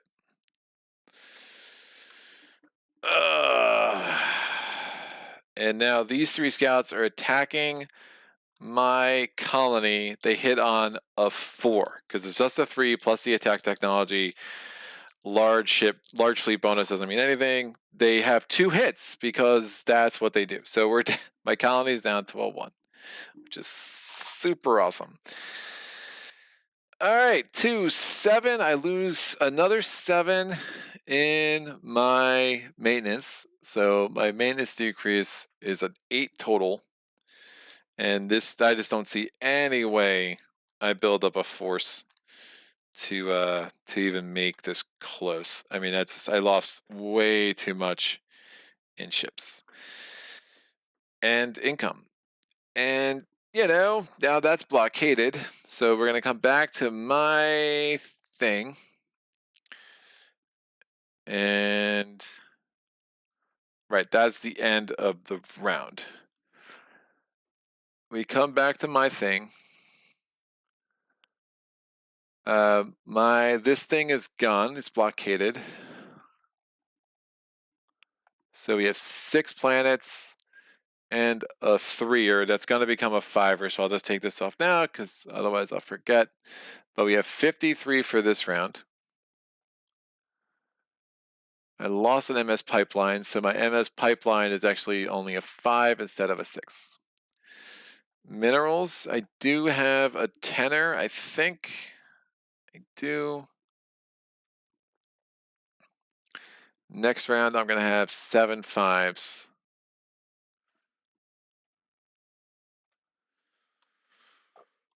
All right, so since I got the shipwreck back to a colony, what I'm going to do is take the rulebook and I'm going to roll on the shipwreck technology table. So I'll go back to the overhead camera to show this. All right, so a die roll, we'll see what tech I get. I rolled a 2, I increased ship size. Not great, not awful. So my ship size is now up to a 5, which means I can start building battleships as opposed to battle cruisers. And I will go back to this view over here. All right. Oh, actually, I didn't spend that money. I just got that for free. So why am I spending money? Don't do that, Greg. All right.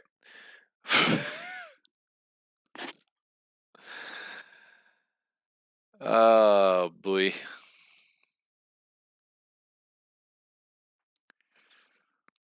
I mean, the one thing I'm considering is going in with raiders. At some point, I'm going to need to get Minesweeper. And assume there's going to be a couple of mines.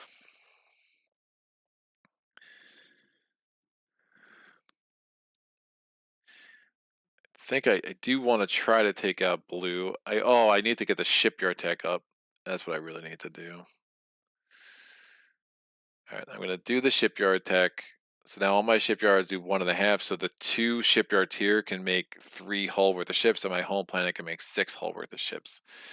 That's a pretty significant, good change for me. So that's going to cost me 20. So 1, 2, 3, 4, 5, 6, 7, 8. I should have 9 upgrades total. 1, 2, 3, 4. Yep, most of them are shipyard. Nothing in attack and defense, which isn't great.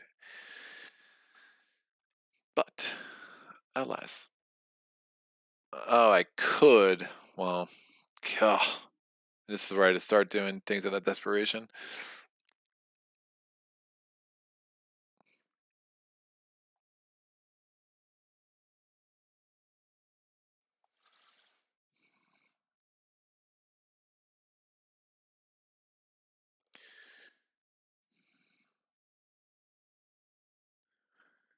Yeah, Raiders are. I think if I do Raiders next turn.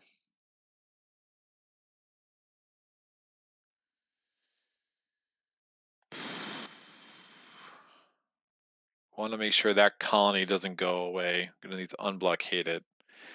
This planet's gonna be really iffy. I need to start amassing a force to come take out blue. Scout swarm with attack up. Yeah. It's only 3 scouts. I mean, I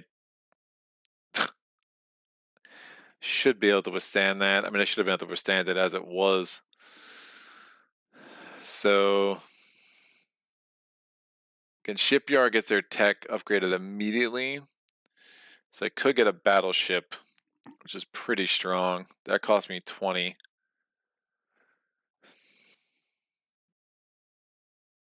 Battleship. Oh, the MS pipeline's not in place. It's going to take me 2 turns to get there. Woof. This goes to a 3. Oh, that could get destroyed easy. Wow.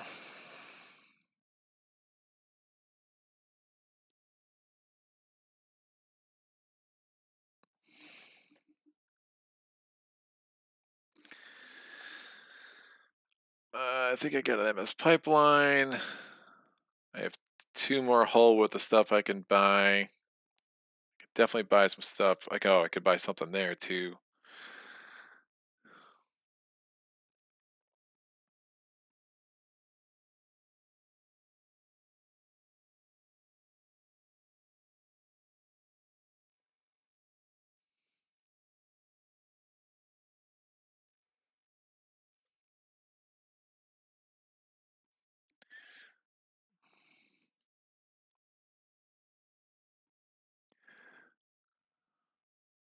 Wonder if I reveal Blue's base, getting mine technology. Blue's base is only a 10, I think, as far as defense goes. Getting a minesweeper out there, I think, makes sense. So if I spend 30 on tech this turn, send a minesweeper, reveal that base, and really try to build up a force and take that out in the next couple of rounds. Makes some sense. I'll get a battle cruiser.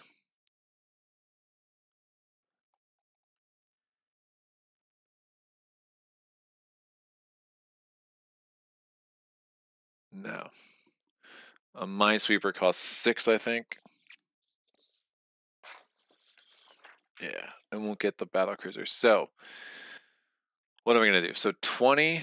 So I spent 20 and 10. 20 on upgrading my shipyards, 10 on upgrading my minesweeper technology. I spent 20 on my battleship, 3 on a MS pipeline. So I want to try to reestablish a quick connection to Sirius. I'm going to spend 6 on a minesweeper. That cruiser should be pretty easy to take down. The asteroid. Oh, I was going to go into an asteroid field. Which is probably advantage me, right? Because it would just reduce the attack technology. And I have the tactics. Yeah, I don't mind that. And they have attack technology. Yeah, that's great. So I'll get just a cruise, another scout back in here. So MS pipeline, battleship. I'm hoping that'll be. Do I get a scout over there? I have a battle cruiser and a cruiser. That's gonna have to be enough. So I'll put the scout over here. I'm just not building up anything. So I got the sweeper. That's what I got. Sweeper. So here we go. So I got 20 for the battleship, which I put on my home planet. And we have 3 on the MS pipeline. We have 6 on the scout and 6 on the sweeper.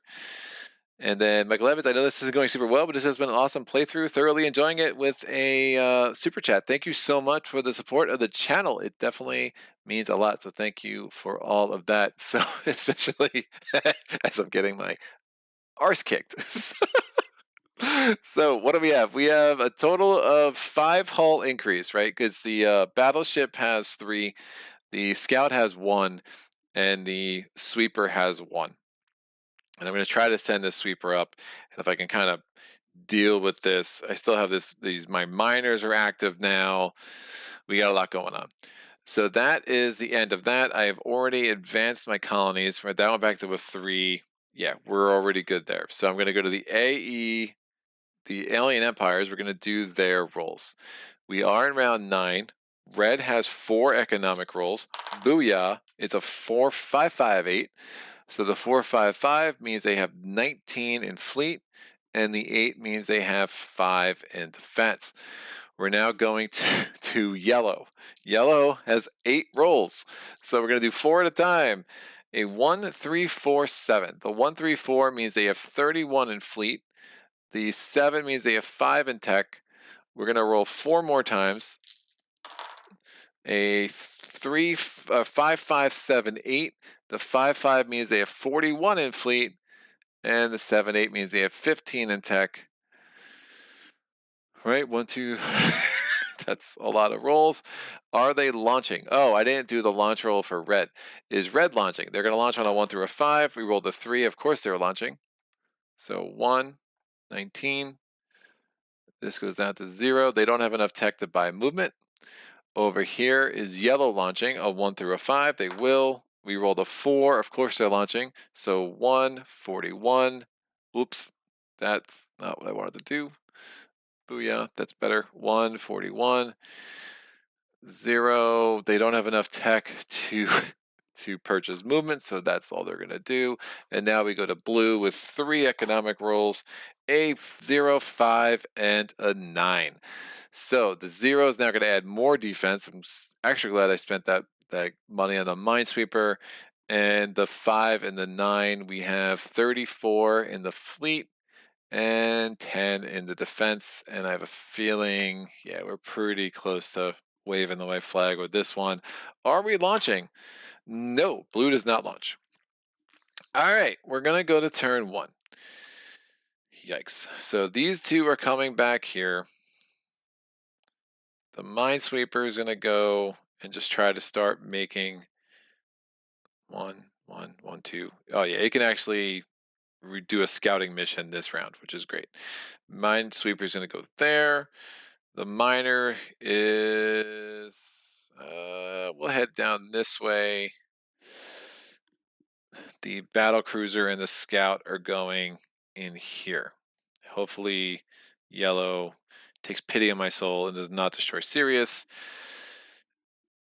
It's got attack technology, so it's got a decent shot of doing it, but hopefully we'll be okay. The red's going to move into this asteroid field. Yellow is already there. Oh, I have to put their... I have to go to the other thing. Sorry about that. At the other shipyard. So shipyard 1 is 19. Shipyard 1 over here is 41. I'm going back to the overhead camera. Screen swap. Thanks, Michael. So this goes to the asteroid field. This guy is already on Sirius. Oh, this one will also come into Cobalt. So I'm rolling 3 dice. They hit on a 4. Hopefully they only hit once. A 2, a 5, and a 10. Excellent. So Sirius is still alive. Alive and well. And then this shipyard is coming out here. Blue has nothing to move. Turn 2. Battleship and the scout. And I'll just leave the mine pipeline there. These are going to come in and battle here with their 3 scouts. Battle. These guys are going to battle in this asteroid field.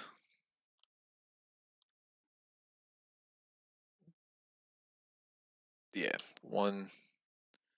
No, the shipyard stays. Battle cruiser. Oh, I should have moved this miner. This miner would have moved over here.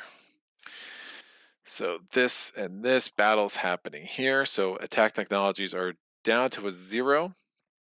And it's all tactics level, so all my ships are going to fire first. They were all going to fire first anyway. I have no attack technology, so no loss for me. So we'll do the yellow battle first. My battleship is attacking on a 5. There's no defense technology, so it hits on a 5. Nice. Down to 2. My scout has a tactics advantage, so it's going to attack on a 3. It hits on a 3. I rolled a 5. Their 2 scouts are going to attack my scout. They hit on a 3, +1 for their attack technology, I believe. Yep, that is correct. So they hit on a 4. They miss. The second one rolls a 2. My scout is out. It's been a tough life for him today. And now we go to the next round. So they have the large fleet upgrade because there are 2 of them to my 1 ship. I'm hitting on a 5. I rolled a 10. They hit on a 3, 4, 5, -2 because I have 2 natural defense. So they only hit on a 3, and there's 2 of them. I'll roll them both. A 6 and a 7. I hit on a 5. I rolled a 1. There's 1 left. They hit on a 3, missed. I hit on a 5, dead. So their scouts are finally gone, and I have liberated Sirius. Seriously liberated Sirius. Done. This battle up here now. So we're in the asteroid field, so attack technology doesn't mean anything. So my battle cruiser hits on a 4. My cruiser, oh, I have large fleet bonus too, which is super nice. So I hit on a 5. My battle cruiser hits on a 5. My cruiser hits on a 4. Their cruiser hits on a 3. Because we all have a natural defense of a 1. So battle cruiser rolls, hits on a 5, 1 damage. My cruiser hits on a 4, that's a 6. Their cruiser hits on a 3 against my battle cruiser. It misses, 5, and dead. We are hanging in there, kids. Not feeling great about it, but we're going to try. Woo! All right, well, that was turn 2. And red's going to move here. Yellow's going to move here. It's still trying to get there, I think. There is nothing on blue. Oh, I should have moved my sweeper a second time. We go to turn 3. My sweeper, I'm going to move a third time. It's just trying to... and the third time, it has double movement because I have move technology 2. My miner is going to go over here, pick up this mineral. And this miner is going to go down here. This MS pipeline is going to re-establish connection with Sirius.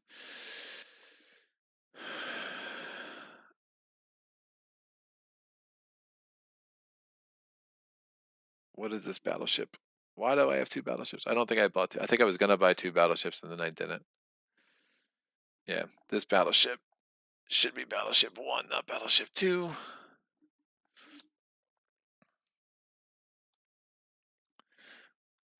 Yeah, that's totally right. Did I lose anything? I lost a scout. I did lose a scout.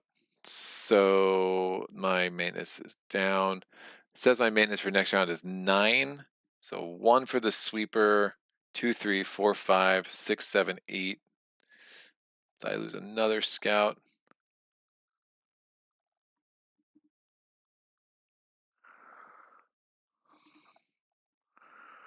Did I have 1 less? 1, 2, 3.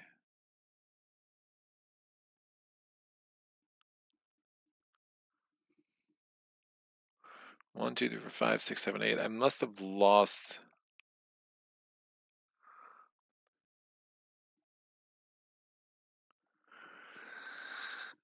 Did I lose another? Did I have a scout there? I must have had a scout there. I must have lost 2 scouts this turn. I just forgotten. No, it was just a cruiser and a battle cruiser. Did I lose another one last turn and just not do the math right? That's probably more likely. I think I lost another one last turn. I forgot to do. Yeah, because I only lost 1 this turn, and I definitely bought 5. So I'm just looking at my maintenance. My maintenance next turn should be 8, and that's what I have on the board right now. I had it at 9, so I think I actually had 1 more money to play with from last turn, which is fine. I wanted to purchase anything different. I really wanted to get a sweeper out to do a scouting mission on Terra. All right, because it was terrifying. Again, the puns. They never end. Dad jokes, kids. Dad jokes. Moved.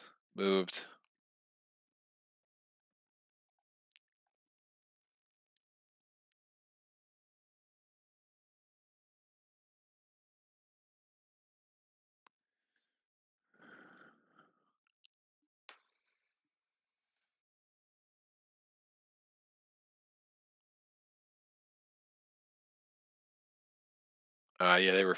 I'm trying to think like why my miners aren't like closer, but yeah, all the stuff was way up here, so the movement's been really inefficient.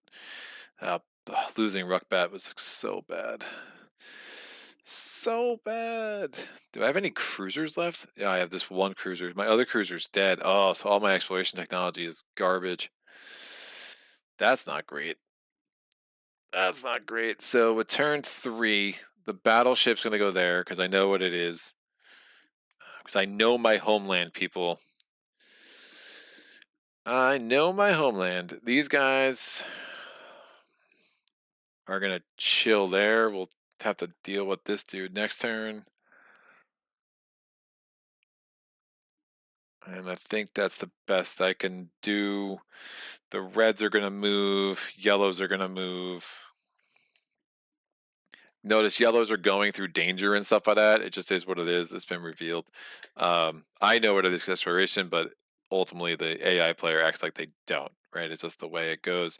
I'll get this on the board. Finally, it is a 5 mineral. So all of my home system exploration tiles are out. Done. That is the end of the round. We go to income. All right, going back to this screen. So my colonies, I get my blockaded colony back, so that's a 1. And that's all she wrote. 1, 2, 3, 4. Yep, because I have not settled on Caster. So I have 56 in colony income. I reestablished a connection with a MS pipeline. So there's 6 there. I have nothing in mineral income. So that's a big fat 0. 8 in maintenance. So that gives me 60 to spend. I'm like so lagging on attack and defense. It's really not good. I think I try to correct that. Or I'm just tempted. I could do fighter technology.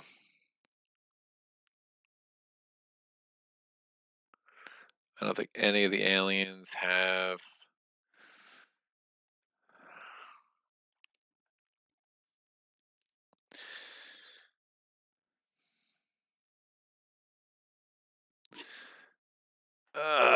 Attack and defense would be nice, but at this point,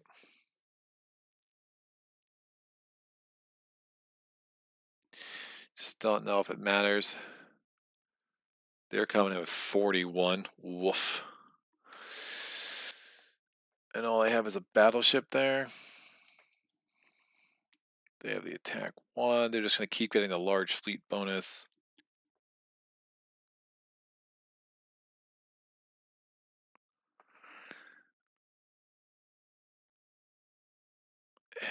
If I go base level attack and defense, what's up? BM Riggs says, howdy, everybody. How are you, sir? 3.5 hours in. Yeah, at some point, we're going to have to call this. All right, I'm going to get 20 for attack. No, do I get the defense? What do I just do? Something crazy. If I get cloaking, I can start getting raiders out. They cost 12 a pop, but that's literally I get 2 of them out.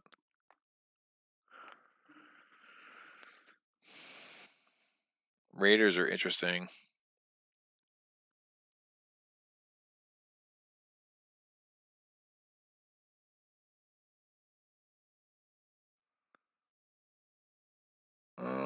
Yeah, well, man, I'm so torn. But I think Raiders are going to be a lot more interesting if I have attack and defense up. A little late to the party, says BM Riggs. Yeah, no doubt. Are you playing with any expansions? No, I'm just playing with the base game, but I'm using the tokens. I'm using the hexes from replicators, which I really like. Really, really like. So 20. I'll go with attack. I think if I get attack defense, then I can kind of mess around with raiders. So this is going to give me attack. My new attack is 1. And that's going to, or I could go defense if I'm still, no, I'm not using asteroid. Let me go with defense. Because I can potentially make use of these asteroid fields a little bit more. Because I have the tactics. So I'll do defense. That's going to get me defense 1. So it's going to light up a bunch of stuff. This should go back to a 0. What is not going to have the defense? Well, all my scouts are here. All my destroyers are here. My cruiser 1 will not have defense. It also doesn't have the extra move. It does have the tactic, though. Why am I doing that? So cruiser 1 is super boring. My battle cruiser 1 will not have the defense. And my battleship 1 will not have the defense.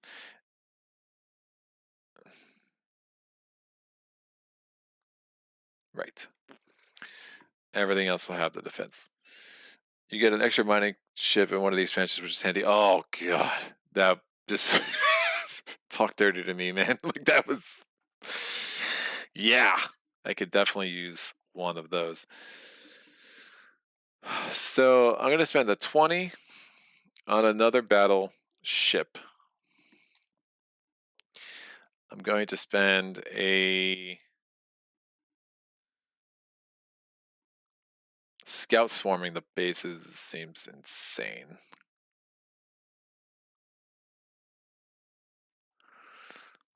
But I might do it.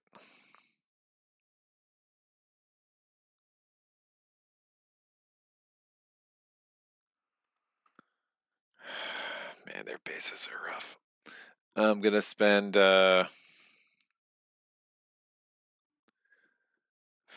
on another MS pipeline, and then I'll get 2 more scouts, which I will put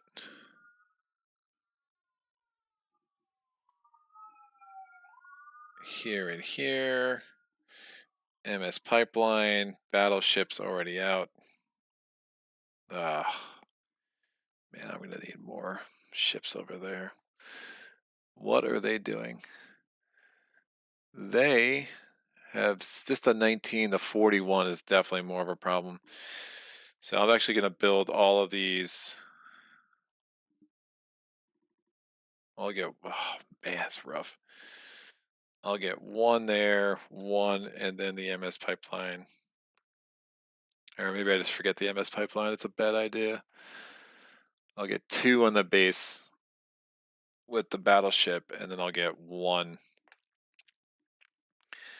over here to kind of add some extra support. We go to the, we'll increase this to a 3. Sirius is healing from its arduous ordeal. We go to red. Red is going to be economic phase 10. It has 5 dice rolls, so they're getting 1 more dice a turn, which means yellow now has 9 dice rolls. God. All right, 1, 2, 7, 8, 8. So the 1, 2 is going to go here. We get 10. The 7, 8, 8 goes here. It gets up to 20. Are we going to launch? We're launching on a 1 through a 5. We are launching because red cannot help itself. So fleet 2 is going to come in with 10 CP. It does finally have enough. This should have been.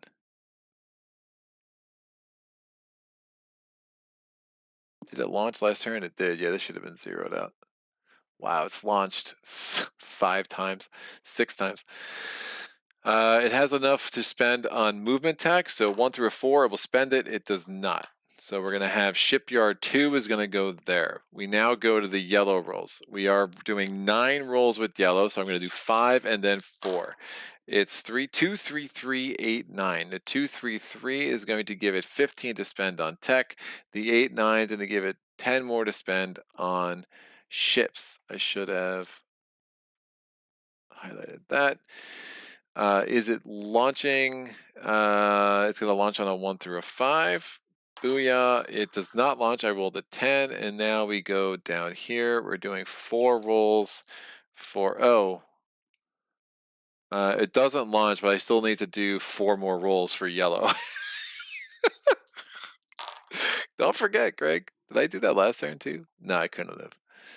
No, I definitely did. Oh, yeah, because I gave it 25 more points in fleet.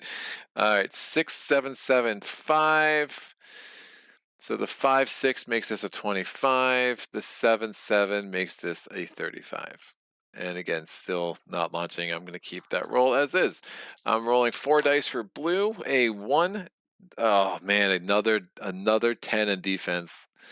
This is when they get you. You feel like you got them, and they roll a 10, and you're like, oh crap.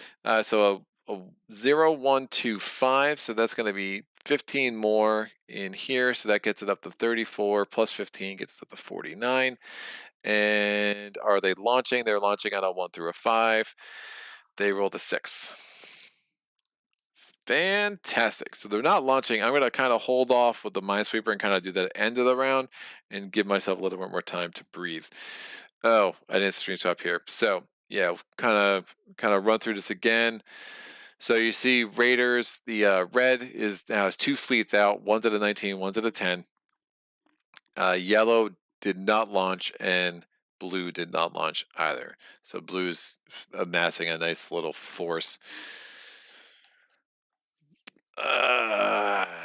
Red is keeping me a little bit busy, so I want to funnel ships over to blue. Again, if I had bucked that out, it'd be nice. But again, I've been having the 3 empires. It really kind of forces you to fight a battle on 3 fronts, which is super rough. I do add 5 to my maintenance. And so maintenance is getting a wee bit expensive. So I'm going to switch screens to the overhead and turn 1. All right. These guys are going to MS pipeline their way into here. This is now defended, which is going to force the yellow. Well, the yellow fleet's still going to attack it, and I think I just wait for a showdown there.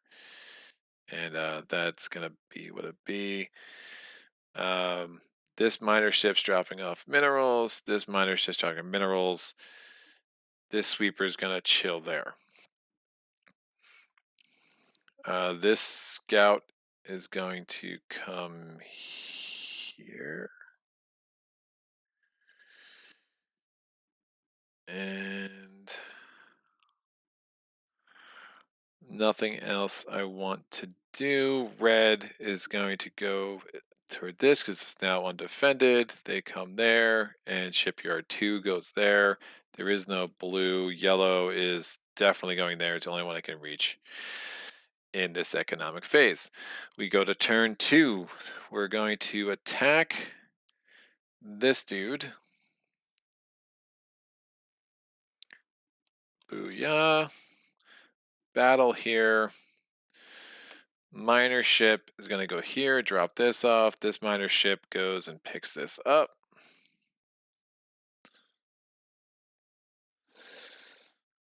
We're gonna have the battle, so we have to do the red things. So we're gonna go to Alien Empires.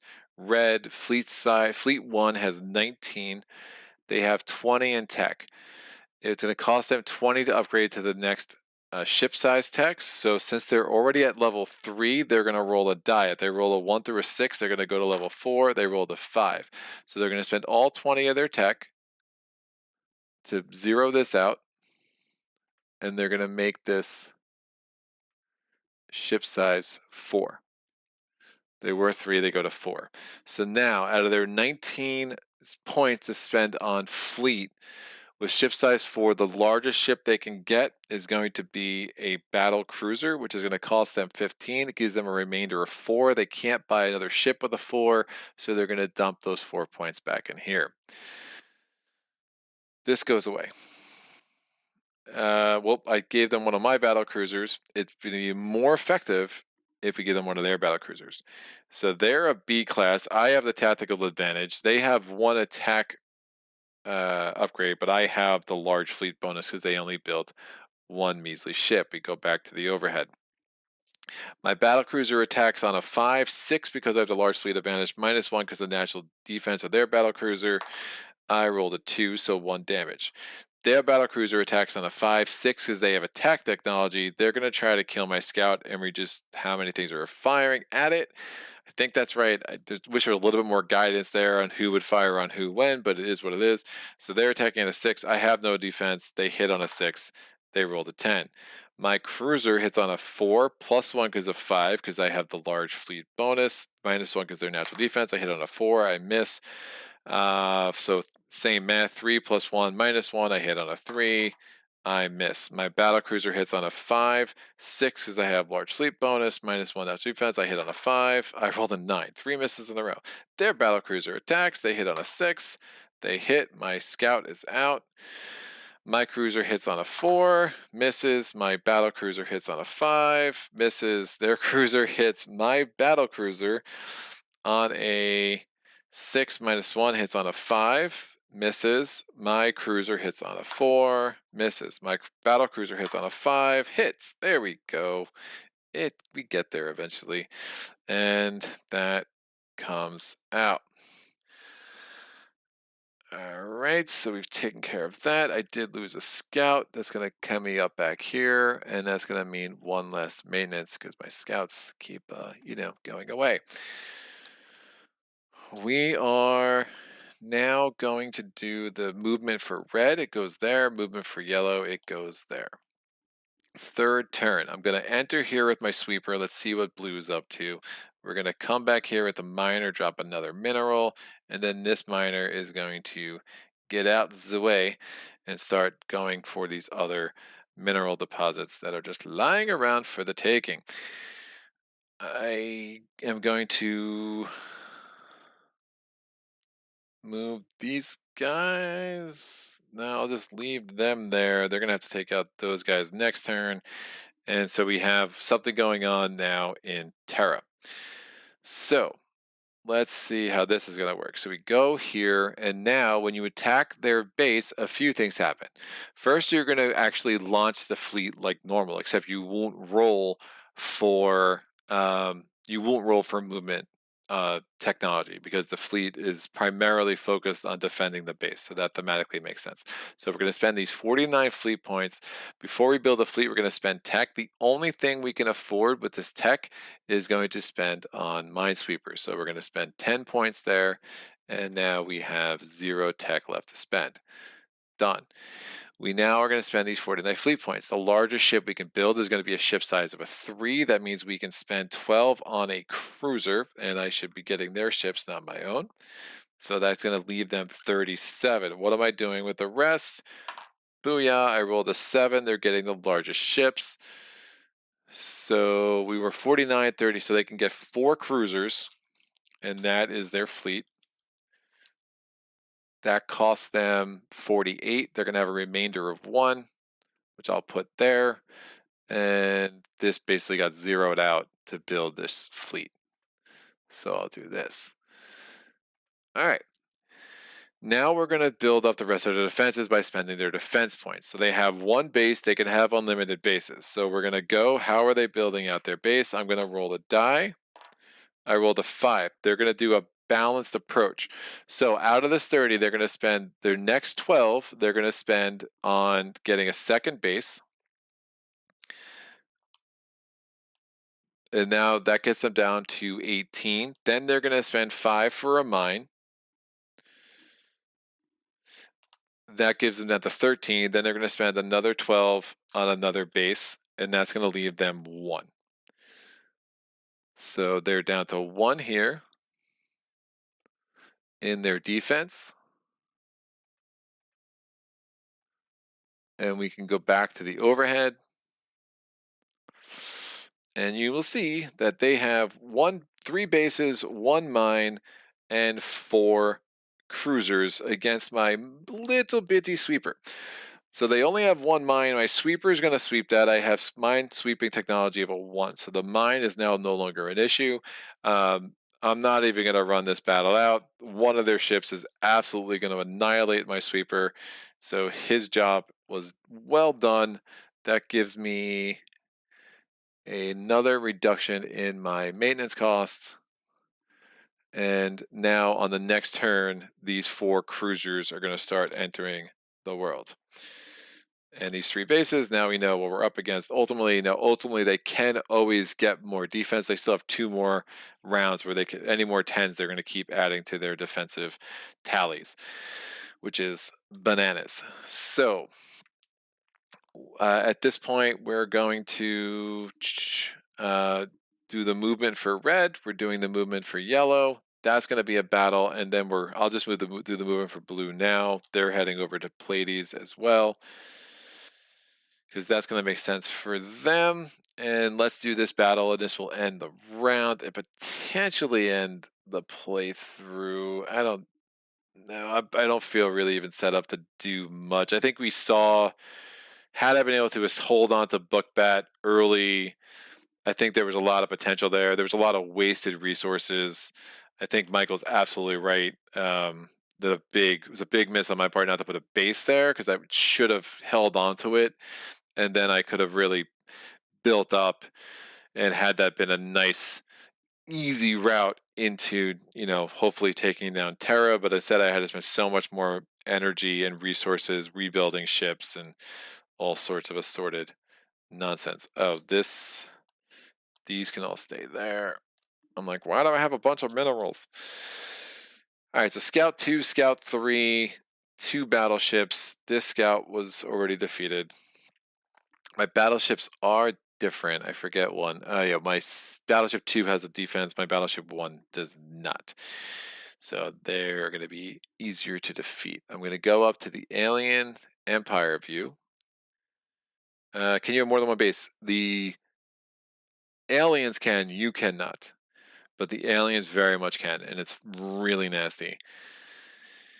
So, yeah, it's a very long game, but it's really good. It's really engaging. I wish there was like a easier way to. There's no good save mode. It's kind of like, it's just one of those things where if you have all day and you want to sink your teeth into something mathy, this is the game for you. So we have a Raider fleet of 41. We have 35 in tech.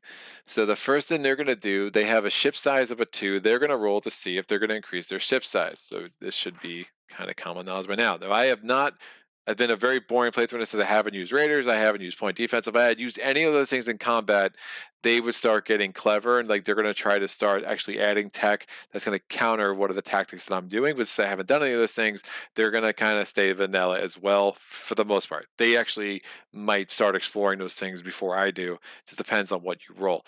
But we're going to see if they upgrade their ship size. On a 1 through a 6, or 1 through a 7, they will. I rolled exactly a 7. So they are now ship size 3. That's going to cost them, ship size 3 costs them 15. So they are down to 20 in their tech.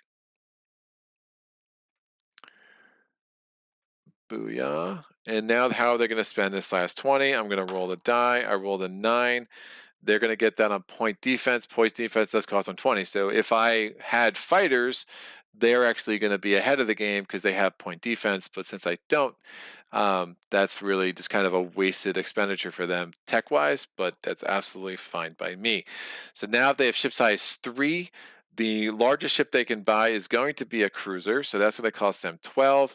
That gets them down to 29 left. How are they spending How are they spending the rest of this 29? I'm going to roll a die. They're getting the largest ships. So 29 left. That's going to be 2 cruisers. So they're going to have 3 cruisers total, and they're going to have a remainder of 4, which they're not going to be able to spend on anything. So they spent 30, a remainder of 5, but you're not going to be able to spend on anything. So they're going to dump that 5 back into here. So now there's 30 here. And we'll wipe this out. All right. Yeah, so the fact that the AI can have more than one base, I find crazy. Like, it just really makes like the idea of taking them out so hard, especially on hard when they have like they're going to have more attack technology, they're going to have defense technology. Those bases are just absolutely vicious. Like, I just haven't figured out how to crack that nut. The only time I beat this on standard was that I just never rolled defense for them. It was like, and I rolled very few extra economic rolls for them as well, and I was just really able to kind of get on top of things. But even then, you're not really taking out your first empire until like round. I think I took it out like one out like round 12, the one out round like 16, one around like 18 or 19. It's a really crazy puzzle. So they have their 3 cruisers. I have my battleship. They have an attack technology, because of course they do. I'm going to go back to the overhead. Booyah. So both my battleships are going to hit on a 5. I do not have the large ship advantage because I have 4 to their 3. So I'm attacking on a 5. Yeah, hit on a 5 -1, so I hit on a 4. They both hit on a 4, so I'm just gonna roll 2 dice. I rolled a 6 and a 2. 1 damage to one of those suckers. Their 3 their 3 cruisers are gonna try to take out my scouts because it's gonna be super easy for them to do. So they're attacking at a 4+1 because of the attack technology. So they're gonna hit on a 5. So I'm gonna roll 2 dice against my scouts. 1 and a 1. Yellow likes to roll ones, kids. So my scouts are out. They're going to roll one more die. They're going to hit on a 4, 5, -2 because of my defense. They hit on a 3 against my battleship 1 and a 2 against my battleship 2. So a 3 against my battleship 1, it rolls a 2 because I just rolled a 1, 1, 2 in consecutive rolls because that's how I roll, people.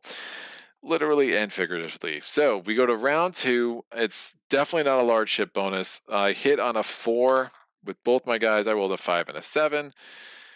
Oh, man, they're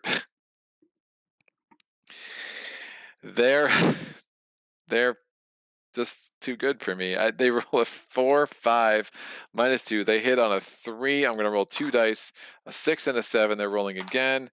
They rolled a 4, so they missed.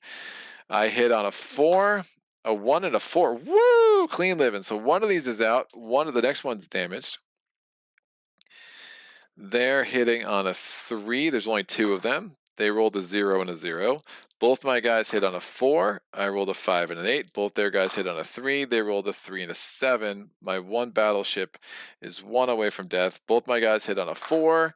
I rolled a 5 and an 8. Both their guys hit on a, well, hits on a 3. It hits, of course, so my one battleship is out. The next guy hits on a 2. They rolled a 3. 2 to 1. They are going to get the large fleet bonus going forward, which is super awesome. Can I tell you how excited that makes me? So I'm going to hit on a 5 -1. I hit on a 4. I rolled a 4, so this dude's out. They're down to 1. No more large ship bonus for them, but they're going to have it for this round. So 4, 5, 6, -2. And I have a defense technology of 1, so -3. So they're going to hit on a 3. They rolled a 6.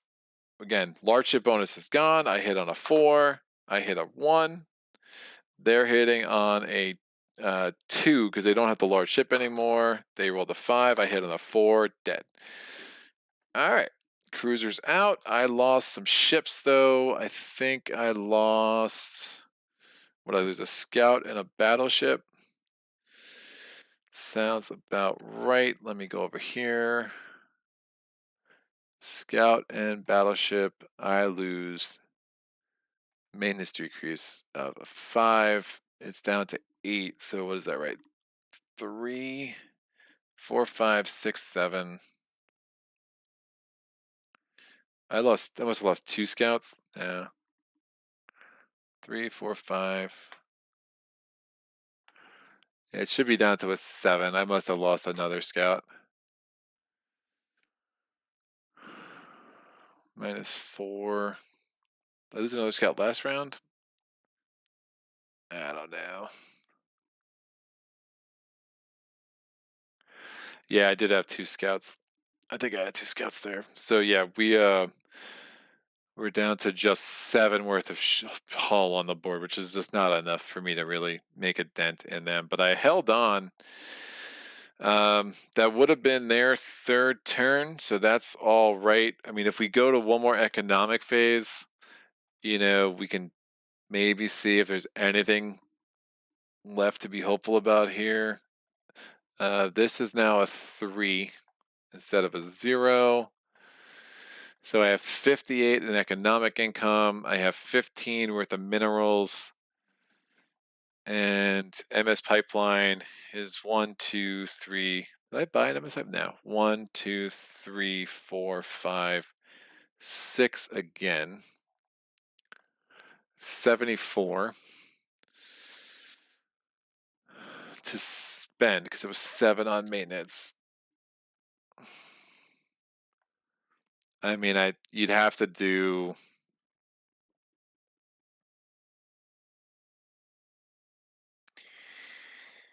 Oh man.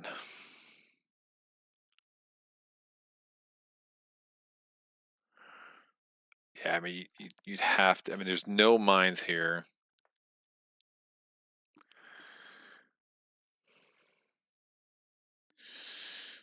Raiders are crazy because they do have 2 hull, so it's gonna be hard.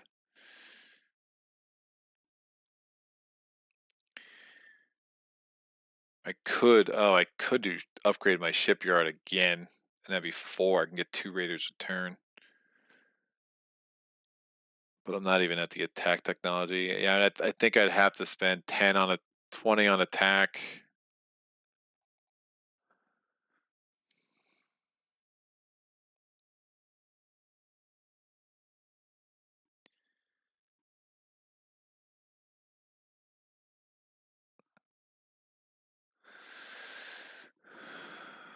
That would get me to 1.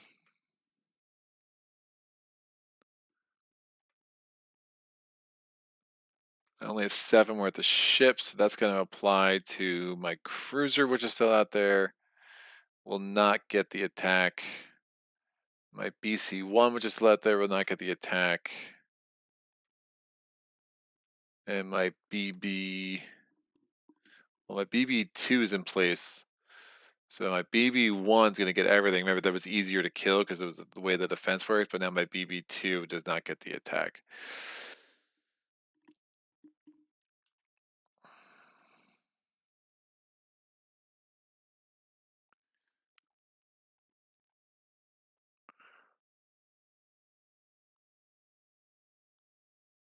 I don't think it makes sense to... I think I just got to hyper focus on wiping out the base here, but I don't know how. I really don't know how. I mean, I guess they don't have that many attack upgrades. They have nothing. They have no upgrades. That's how. That's still 3 bases. That's 9 health worth of things.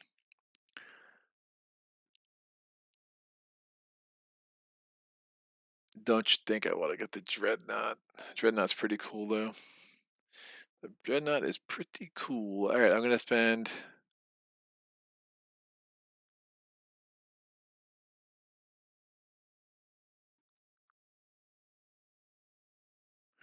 attack defense. I'll spend 40 to get 2. Nope, I can't. I don't have the shipyards. I'll spend 20 to get a battleship, another 20 to get another battleship. So BB-1 is here. BB-2, 3 is here.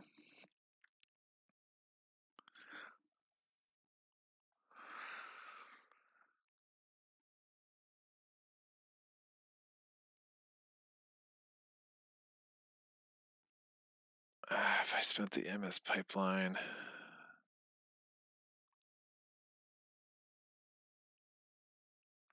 Trying to colonize that just seems like an utter waste.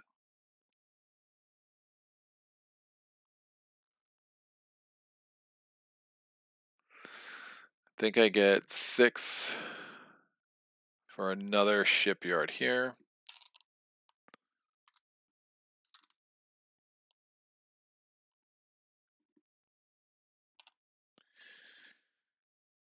Nah. Yeah, then if I do the upgrade the shipyard technology, that can build up to 6, which give you 3 raiders, which is nice. And I'll have 6 more. I'll get another scout. All right, so that was a total of 7 to my maintenance. And we can do the alien empires for around 11. They're rolling 5 dice. What? So 20 more in defense for them, so 30. The other ones are a 4, 6, and a 9. I'm gonna come over here. Sorry. Booyah. 4, 6, and a 9. 4 and a 6 gets up to 14. The 9 gets us up to 5. We're going to see if they launch. They launch on a 1, 2, or a 3. I rolled an 8. 9 rolls for yellow. So 3, 5, 6 gets us 45 in fleet. 8, 8 gets us 10 in tech. 4 more rolls. 1, 4, 8, 0, which is a 10. So the 1 and the 4 gets us to 55 in fleet. The 8 gets the 15. And then we have 40 in defense. And then we go to round 11 for blue. 4 rolls. Please do not roll a 10. 4, 4, 5, 6 gets us up to 21 in fleet.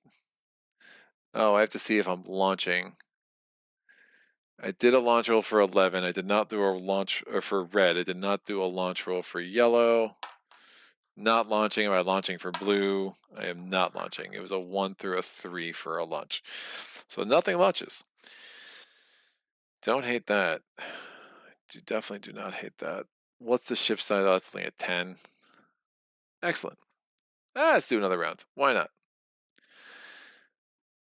Overhead. Round 11. Colony increase. This is now a 5. I mean, it's crazy. I'm like, do I spend?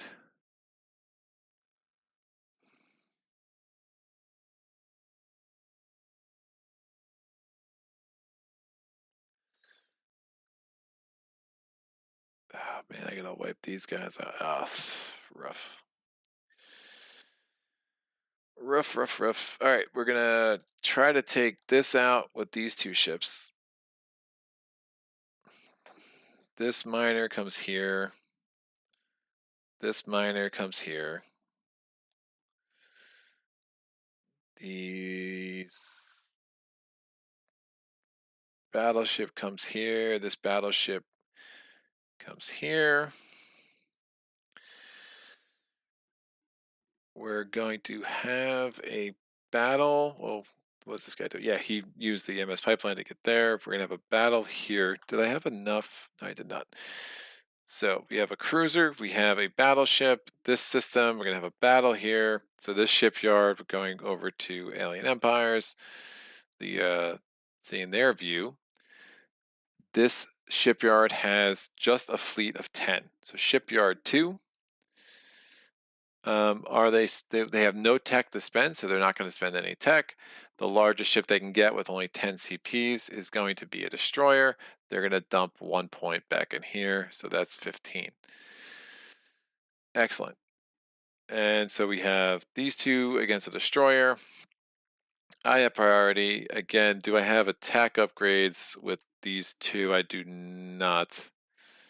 Right, it's a CA and BC. Yep, everything else has the attack grades. FBAs, these do not. So I'm just rolling. I have large fleet bonus, so I hit on a 6 against the destroyer. Destroyer's dead. That fleet is out. This battleship is out. These guys stay here.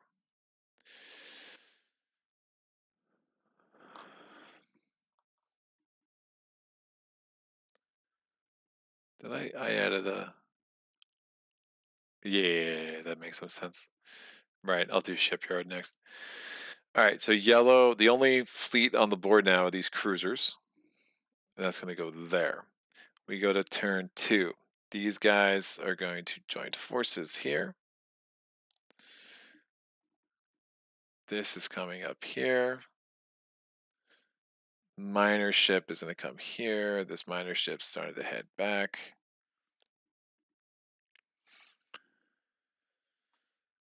These guys are coming down here. And then finally, we're going, again, I have advanced movement for this dude. So he's going to be able to join up. We're having a huge battle here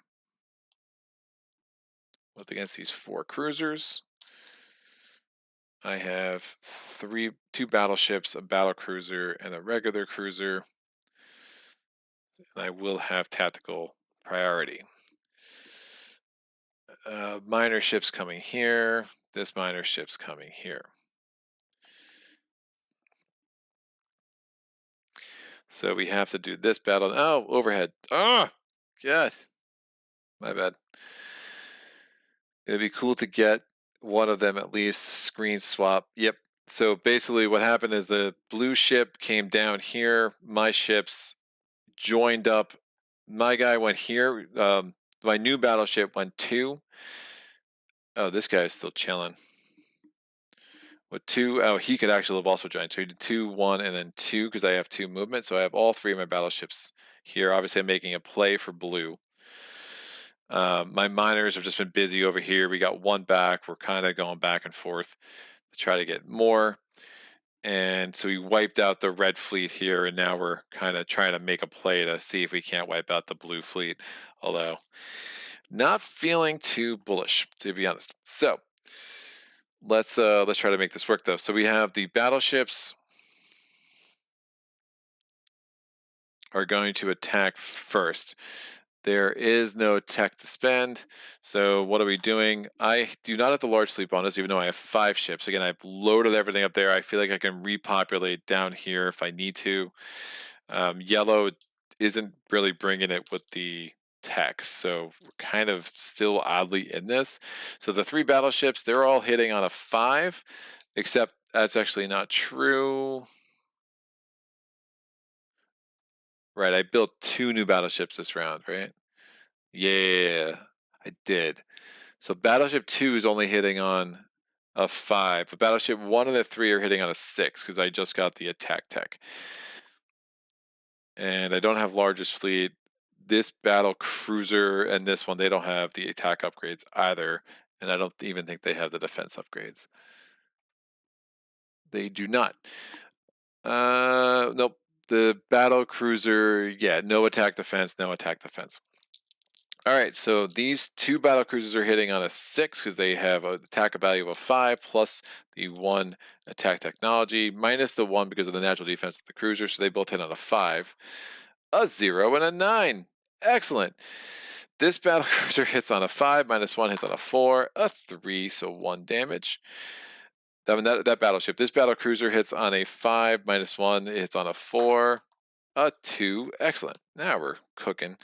This cruiser hits on a 4, minus 1, hits on a 3, a 6. And now there are 3 cruisers. They're going to attack what? What's the easiest to kill? There is no defense technology on my cruiser or my...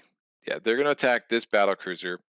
They're attacking with... There's 3 of them. I'm going to roll 2 at first. They're rolling a 4. They have no attack technology.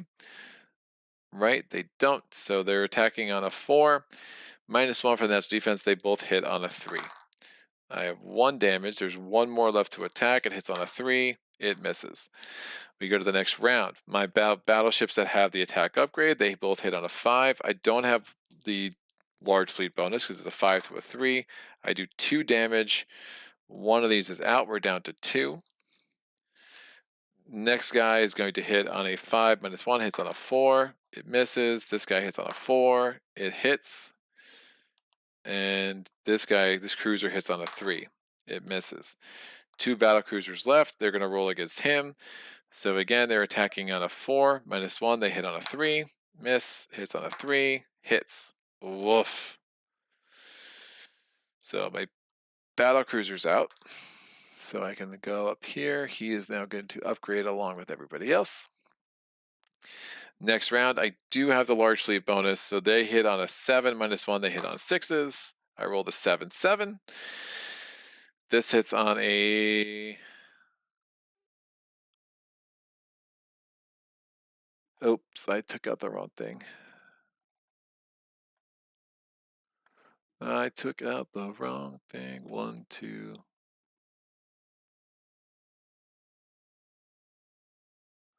Yeah. That he hits on a 6, minus 1 hits on a 5. That's a hit, so we're down to 1 cruiser. And then cruiser versus cruiser hits on a 4, 5. I had large fleet bonus, right? So hits on a 5, -1 hits on a 4, missed. That cruiser is just going to try to take out this guy now. So 4 hits on a 3, missed. These guys hit on a 5, 6, 7, -1 hits on a 6, 1 hit. This dude hits on a 5, 6, -1, hits on a 5, miss, hits on a 4, miss, hits on a 3, miss. These guys hit on a 6, hit. All right, finally, this guy is out. We are really putting the pressure on the blue. We lost 2 hull worth of ships. And these guys go here. That was my second turn, third move. One. It was my third move. That makes sense because he had 1 move from last round. When I put them on the screen. So 2 loss. My total maintenance is 12. 1, 2, 3. That should be an 11. Oh, this scout. I never did anything with this scout. Oops, I forgot him. I forgot you, scout. Well, possible to put him back now. We'll have had this scout go try to make some headway into this world over here. So 1, 2, 3, and reveal this minerals. I think that makes some sense instead of spending the 12 on a cruiser. Excellent job, Scout. You're no, that's an asteroid field, Greg. Those are not minerals. Those are minerals. Yeah, we have to make a path to red. So we'll just do it with a kamikaze scout and make it work. So that's the end of that round. There are no fleets on the board, which is absolutely crazy. So we're going to go to my economic phase. We're in economic phase 12. That 3 did become a 5, so we fully healed Sirius. So we have 8 planets, and that just maxes us out at 60, even with Hoth. Because again, we still never got that dude. I could start thinking about getting that back as well. Mineral CP. Oh, that's nice to open that up because it gives my miner something to do. And that will give us 5 more minerals. MS pipeline CP is 6, so that gives us 73 minus 12. We're at 61. I think I upgrade my shipyards.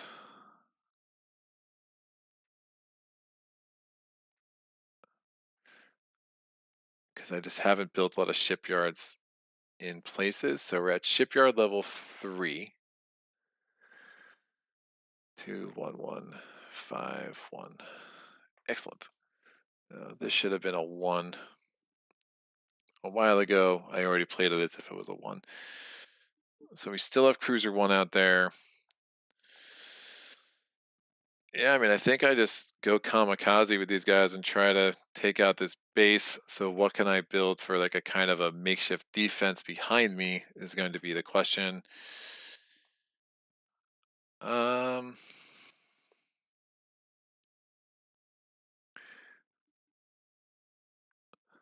build a battleship here. And then 2 scouts at my home planet, or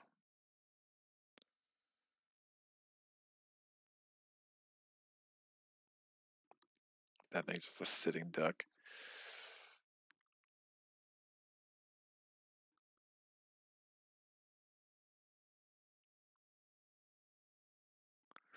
But I could build a base there.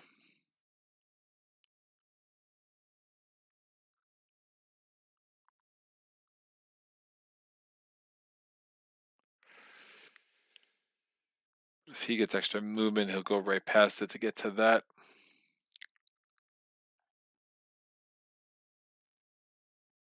Now, I don't even know if he has a tech. What is Yellow's tech? 15. They'll probably get movement because they're rolling 70 dice. Battleship. And I will just get a cruiser out anyway. Probably makes some sense. So cruiser 2. And I'll get an MS pipeline. Because I can. Alright. Let's see if we can't take out the blue homeworld. And if it doesn't work, we are super done here for sure. So we're going to go AI in round 12. This is the last chance they have to add the defense. So we're rolling 5 dice for red. So I'm going to take my 5d10s. I'm going to get this over to the Alien Empires thing. Boom. 5 dice. 2, 2, 2, 2, 3, 4, 7. So I did not add the defense. 2, 2, 3, 4, 7 is going to be another 20 in fleet size. So that's up to 35. We're going to get another 10 in, another 5 in tech. We're launching on a 1, 2, or a 3. It's a 4, no launch. We go to 12 over here. We're rolling 9 dice. I'm rolling 5 to begin. Oh, 3, 3, 5, 8, 10. So the 10 does give us some more defense. They have 50. The 3, 3, 5 is going to give us 15 more here. So we're 70 on a fleet size. And then the 8 gives us a 20 here. Oops, that's a 2. Make it a 20. All right, excellent. We're going to roll. We launch on a 1, 2, or 3. We don't launch.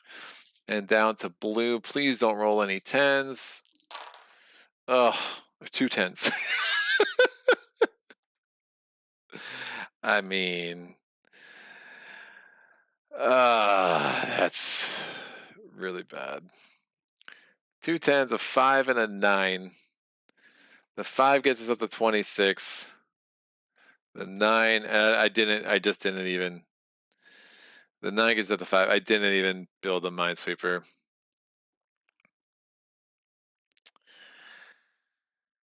I mean, if they place any mines, they could place as many as 4 mines, which is destroys 4 of my ships. I mean, that's just a bad roll. I mean, that's the kiss of death, man. I'm not even. Crazy thing, if they build another base, I mean, even if they build most bases, they're gonna build at least 1 mine. If they do balance, they're building at least 1 mine. And then mines, they're gonna take out my biggest ship, I'm assuming, right? Without the minesweeper, it's really bad. There's no effect. Most bases, both mines. Play the alien intelligently. Yeah, he's just gonna wipe out my biggest ship, and then I still got 3 bases. Is he launching? 1, 2, or 3? It is launching.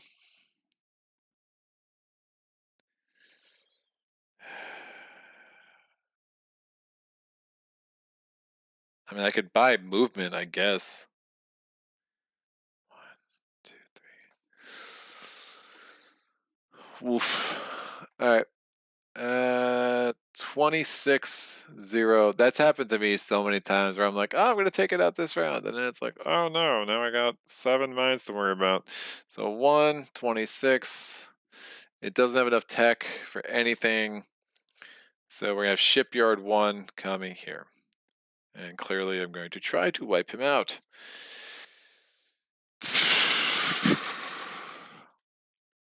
Alright. Well. No one else launched, right? Woof. Woofity woof. My friend Dave wants to make a video of me saying, don't roll this, and bam! It's just absolute magic. Alright, minor ships moving here. I can't help myself. I gotta see this through a little bit more. Minor ships going here. MS pipeline is going here. It's moving to connect Hoth. It's just 1 more income, but you know, every bit is going to help. These guys are going to go here.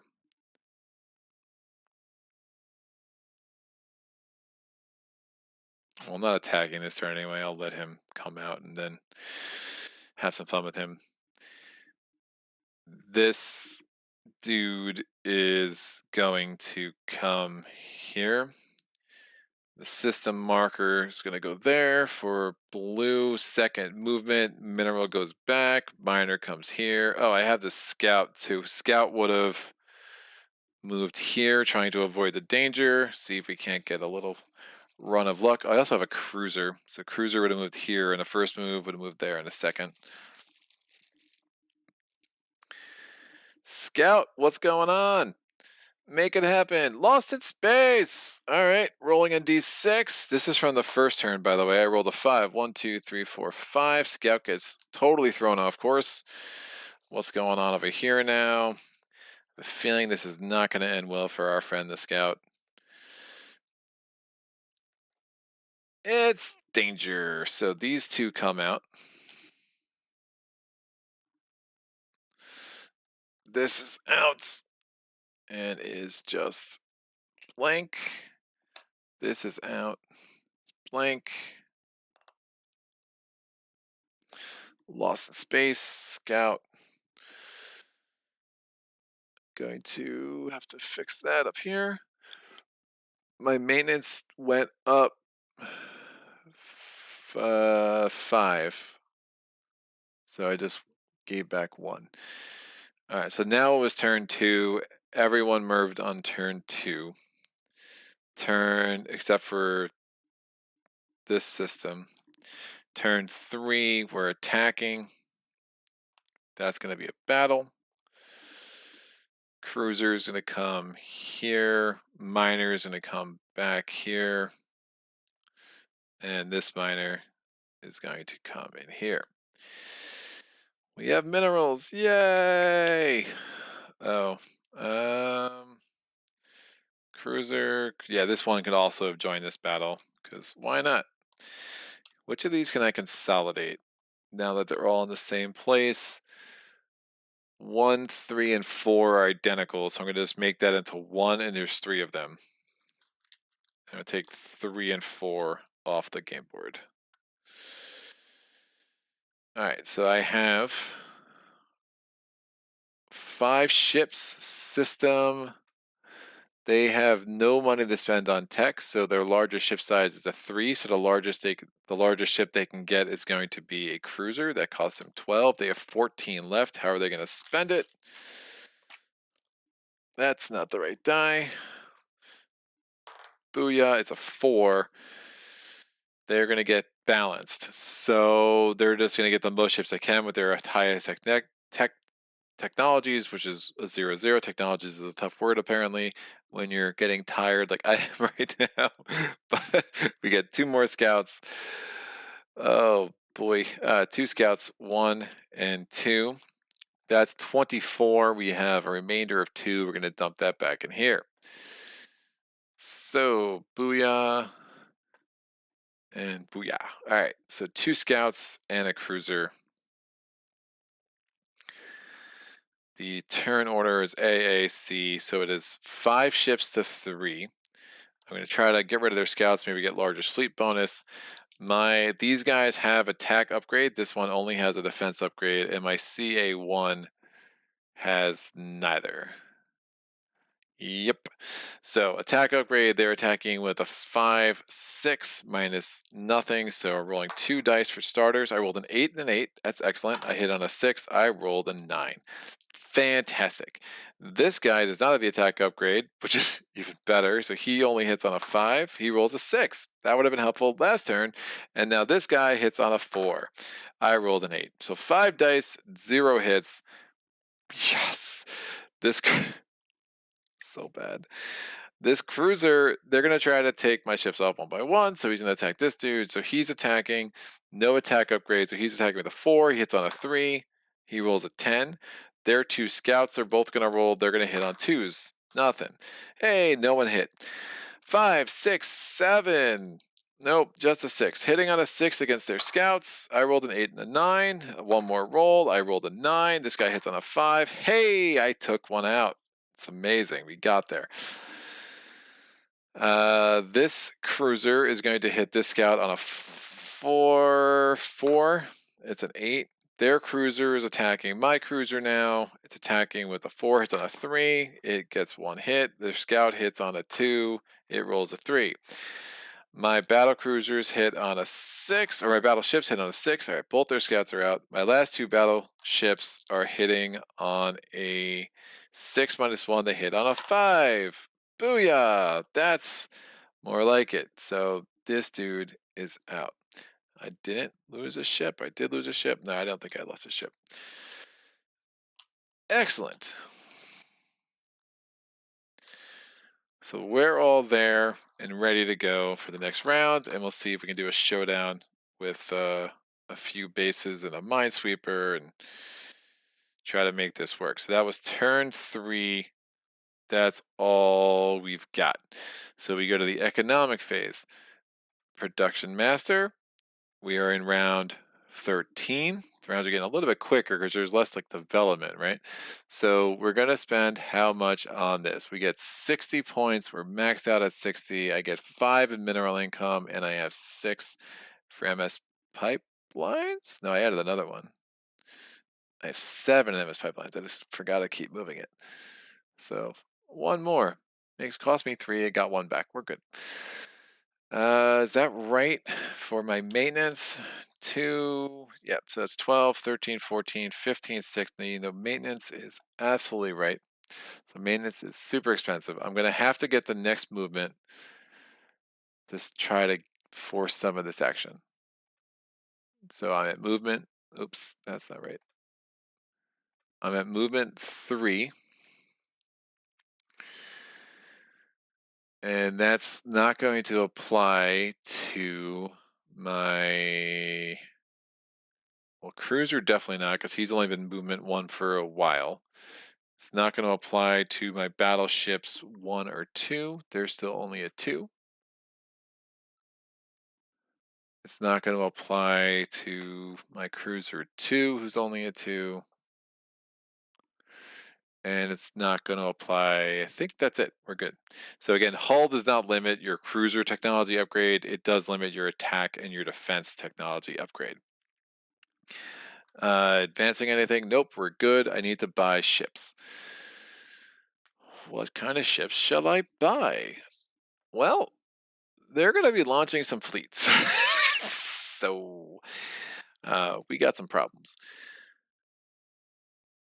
I'm just going to get wiped. I mean, absolutely wiped with these fleets, dude. And I'm going to have to buy a sweeper. That's the whole point of that. That's going to go there. And he'll be able to get to Terra by the end of the round, which is my entire goal. So that sweeper cost me 6. That's going to add... What? So I have 26 left. Going to get a battle cruiser and a scout. So battleship here. I said battle cruiser, I meant that. And then scout will go here. And that's going to add, and then a sweeper also goes here. I virtually have 6 there. Yep, I already put the sweeper there. It's great. All right, that's going to increase my thing by 5. And we'll go from there. So we're going to go to do the alien rolls. I got to check it over here. All right, so we're in round 13. Yes, we are. We're not necessarily launching this round, but we are definitely launching next round. So red is rolling 5 dice. We do not get defense anymore, which is good. The 1 and the 4 rolled, and the 6. That's going to make our fleet size over here a 50. The 6 is going to make... Nope, the 2 10s are going to make the tech a 20. And we're launching on a 1, 2, or a 3. I rolled a 9. Yellow's rolling 9 dice. So 9, 4, 4, 2, 7. The 2, 4, and 4 make this fleet size an 85. The 7 and the 9 make our tech a 30. We're launching on a 1, 2, or a 3. It rolled an 8. Oh, I have 4 more dice, by the way. Did I forget to do the extra dice last time? 1, 2, 3, 4, 5. I did. I absolutely did. 1, 2, 3, 4, 5, 6, 7, 8, 9.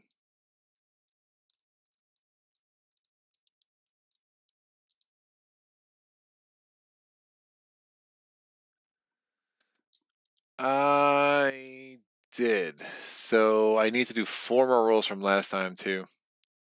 1, 2, 3, 4, 5. No.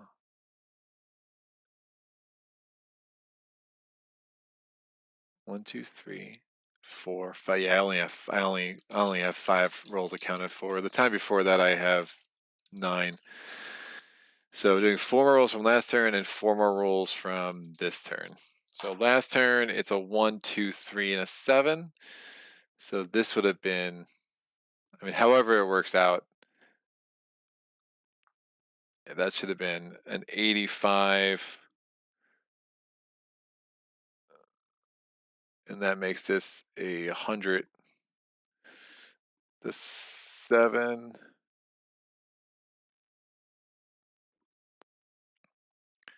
The 7 would have made this a 20. And that makes this, oh no. The 7 makes this a 25. And this makes it a 35. Because I had 2 more. Yeah, so that's 6, 7, 8, 9. So 4 more rolls for this round. Yeah, the 9 rolls is just absolute bananas. You roll this mountain of dice and it's like, oh, it feels done, but it's not. So 2, 2, 5, 7. I already rolled, I'm not launching, but 2, 2, 5, 7. So we are at 115 with this fleet. It's going to be epically massive. So 40. Yeah, so that's 6, 7, 8, 9. Yep, that's correct. And now we're doing 4 rolls for blue. 2, 0, 0, 8. The 2 is great. It's just 1. It's only a, yeah, they're basically launching nothing. And the 0, 0, 8 is going to get us 20 points in tech. Are they launching? Yes, they are. So it's going to be a measly scout. So that goes to 0. And are they going to get movement? They are. So we finally had our first successful roll for movement. So blue is now at movement 2. All right, so we're going to put that sucker here. We're going to go first.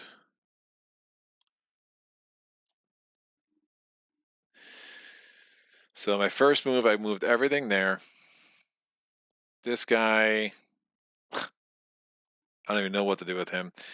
The sweeper is going to move 1. The miner is going to move here. This miner is going to use the MS pipeline and go there. This scout is going to use the MS pipeline to go here. Our cruiser is going to do explore before he decides to move.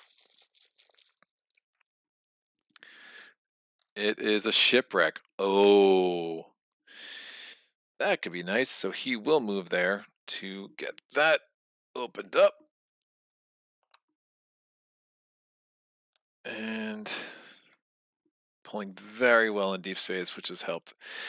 So turn 1 for blue, who's going to move there. Turn 2, these guys are going here. My sweeper now has 2 movement on its second and third move, so it's going to go there. This dude I just kind of left because, whatever, I'll bring him with the sweeper. I mean, it is what it is. He's got the extra movement too. My scout, my miner is now going to go toward that shipwreck.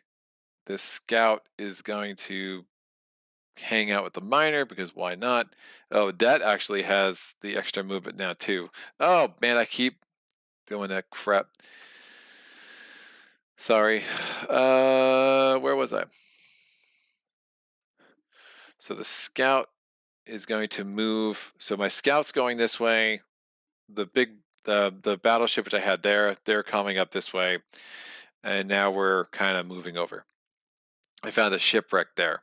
So this miner ship stopped there, and now it's like coming back. The scout's here. Well, it has double movement, so he might as well just use that. The cruiser's now going to do its movement thing again. Remember, this is a danger thing that we explored before. We just didn't go there. We just like saw what it was and like avoided it because we've already lost enough men to space. That's a barren planet. Cruiser is like, thank you very much. We'll go to Ada. We're just gonna run out of rounds. I think that's the problem, man. I don't see how we pull this off. 20 Ada. This goes here. This goes here. And out. So we found another barren planet. And that shipwreck is there. And now we're going to go to turn 3. Turn 3, these guys are all coming in with the minesweeper. And I have 3 battleships. I have a 4th battleship who's got different tech levels in movement. So he's got the same attack and defense. So all my battleships are here. We have a sweeper and we have this cruiser who just won't quit. I'm going to move everything else. This guy should have moved again. No, he dropped off. That guy dropped off. So he could have moved again. He'll move here to try to get to these 10s. I guess I didn't even need to use an amass pipeline. I could have just moved him straight up. This miner comes here, going for that shipwreck. This scout's gonna come join up with the cruiser. And the cruiser is gonna try to establish a path to yellow. We'll go here. It's warp point 2, which is this is warp point 1, so the cruiser will go ahead and enter there. Warp point 2 is going to open up and out. So warp point 2 was not connected to warp point 1, but maybe we'll find one of the other warp points at some point. But at least now we have a path to all 3 of these suckers. So battling in the home world of I meant to, on the second turn, who wasn't there yet? This wasn't there, and this wasn't there. These guys would have battled. This would have had a reveal. It would have just been a scout, because it's only a 7. So we'll dump 1 back in.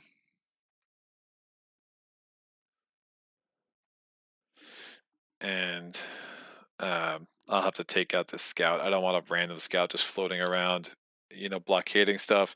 So to take out the scout, again, I have largest fleet bonus. I have an attack technology, so I would hit on a 7 or lower. I have 3 battleships. Yeah, I rolled a 6, 6, 8. So he would have been eliminated last turn. And then finally on the 3rd turn, we're battling in Terra. So we had the 3 bases so far. There's no more tech left to spend. There's nothing left to spend. Again, they spent the tech on movement. They spent their last fleet points on the scout I just defeated, which was supposed to be in turn 2. And now here we are. We have to spend our defense points because remember, they went from 1 to 21 right before I wanted to try to attack them last turn. So how are they spending their defense points? They are spending them 5, so it balanced again. So with 21, they're going to get a 4th base. Then they're going to get a mine. That's going to be 8. That's going to be 17. They're going to have 4 left that they cannot spend on anything. So we're going to get 1 mine. My sweeper takes care of the mine. So here we are. This is the battle. I have 1, 2, 3, 4, 5, 6, 7 ships to their 4 bases. Their bases attack at a value of an A. I have the tactical advantage.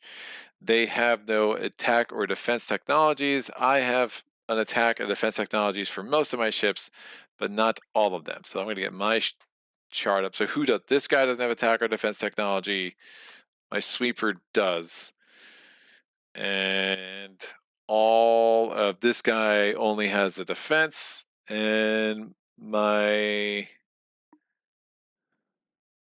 this guy only has the defense. Everyone else has the attack. But they all have the tactics. They're all going to fire first. So, and he's only separated out because he has an extra movement, BB3. Yep. That makes sense. So these guys are attacking, no large fleet bonus. The base has a natural defense of a 2, which is bananas. So I'm attacking with a 5. 6 because my attack tech, I only hit on a 4. And that's going to be true with 3 of, I have 5 battleships there. 4 of them are going to hit on a 4.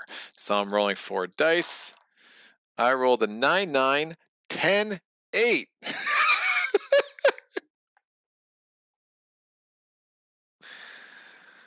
Oh, man. In games where I want to roll high, I can't.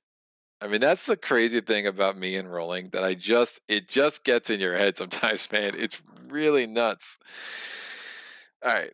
This dude does not have the attack upgrade. He's rolling. He hits on a 6 -1. He hits on a 5. Woof. Yeah. So he hits on a -2. So he hits on I'm sorry, 5 -2. He hits on a 3. A 1. There you go. We got one hit there on the one of the 4 bases. The bases hit on a 7. They're going to try to just take out things one at a time, right? And just prevent large fleet bonus. So it is what it is. So they're going to hit on a 7 -1 because I do have a defense tech on this sweeper. So they hit on a 6. They rolled a 4. My sweeper's out. Good job, sweeper. You tried hard. I'm going to roll for the next 2 of the 3 bases that are left. They're going to try to take out this cruiser. They attack on a 7 -1. There is no defense tech there, so they're going to hit on a 6. So 7 -1, hit on a 6, 2 dice, a 7 and a 7. They miss. Last one, they rolled a 5, so 1 hit on the cruiser. The cruiser's attacking with a 4, no attack upgrade, -2. It hits on a 2, misses. All right, here we go again. All 4 of these battleships hit on a 4. 1 hit. Yeehaw. Oof. This battleship hits on a 3. Hey, 1 base down, 3 to go. All right, so they only have 3 attacks now. They're going to hit on a 6 against the cruiser. My cruiser's dead. There's 2 left. They'll attack the next easiest thing to kill, which 3, they're all the same. They're going to want to leave this guy around because he doesn't have the attack upgrade. They'll just attack this dude. So they're attacking with a 7 -2. They hit on a 5. Oh, plus the defense technology. So they hit on a 4. And there's 2 left. A 6 and a 4. 1 damage to battleship 3. All right, next round. Same math. We hit a 5 to a 3. Don't have the large fleet bonus. We hit on a 4. 1, 2 hits. The next guy hits on a 3. He's been hot. Oh, not anymore. All right, 3 rolls. They're hitting on a 7 -2, so they hit on a 4 against the elite. No hits. There we go. That's what I'm talking about. 4 dice hit on a 4. 2 hits. Down to 2 battleships. And this one has 1 damage on it. This one hits on a 3. Missed. Hit rolls a 4. The 2 battleships that are left, they hit on a 7 -3. They hit on a 4. 2 10s. That's what I'm talking about. I hit on a 4. 1 hit. I hit on a 3. Hey, this guy is super hot. Down to 1 base. So, and I actually should have large sleep bonus too. I don't think I've been doing that. So 7 -3 hits on a 4, misses. I hit on a 5 now because I have large fleet. I got 1 damage. The next guy hits on a 4. He's super hot, 2 damage. Base hits on a 3, 2 damage. It hits on a 4. Yeah, it hits either way. Now I'm rolling. I hit on a 5, 4 dice. And 2, 8, 8, 9, 1 hit. That's all I needed. The last base is out. Excellent. Now, what happens? So I can try to take out Terra. So I have this guy heals. This goes away. I have these 5 battleships. They all are going to attack once. And if I can get 4 hits on this sucker, it's just going to not be around. So attack upgrade is a 5. Large fleet bonus doesn't matter. So it becomes a 6. -1, I hit on a no, minus nothing. I'm sorry. So I just hit on a 6. All these 4 are going to hit on a 6, and this one's going to hit on 5. So I'm rolling 4 dice. I hit on 6s. 3, 6, and 5. So this is down to, it goes from 20 down to 15 with the first hit, down to 10 with the second hit, down to 5 with the third hit. And now the last one's going to roll. It hits on a 5. It does not have an attack upgrade. I rolled an 8. Woof. And now they get another round of rolls, and I can't start getting these guys back in position because I have to finish wiping out Terra. Interesting. So we go to the end of the round. All right, let's go. You did it. We got one. We got one. It's almost the same. All right, so we're going to go to the economic phase. What's going to happen? We got 60. This is bananas. So 60. Now remember, this is going to heal at the end of the round, so it's now back up to 10, but it's going to launch some stuff, and I should have just take it out. Mineral CPs is a 10 and a 5. Oh, maybe that's why. Did I take the 5 off last time? Wait, 1, 2, 3, 4, 5, 6, 7, 8, 9, 10, 11, 12, 13. I must have just forgot to take the 5 off last time. Yeah, I don't think that I would have had that again. I just forgot to take it off. Maybe? There's only 11. 1, 2, 3, 4. How many tenors do I have up here? I have 2. So 1, 2, 3, 4, 5, 6, 7, 8, 9, 10, 11, 12, 13, 14, 15. I must have forgotten to take it off there because that math doesn't work out. Doesn't work out otherwise. So I just have the 10.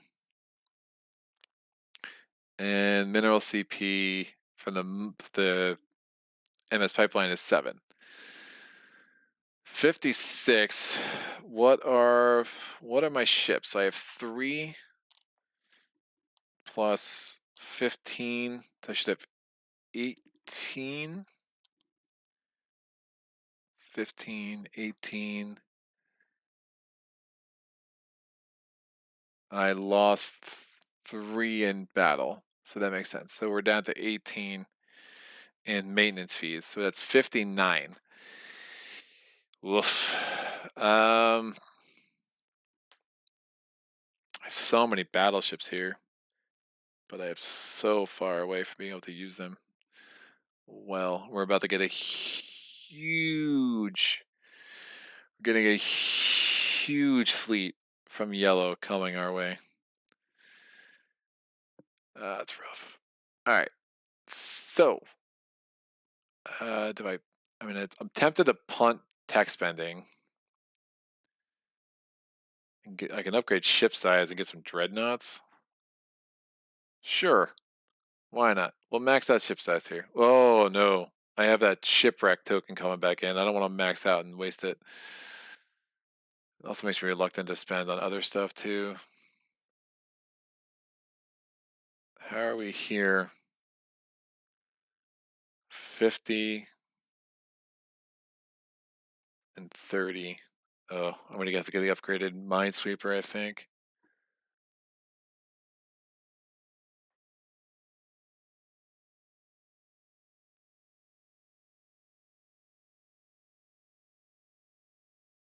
Fighters are tempting.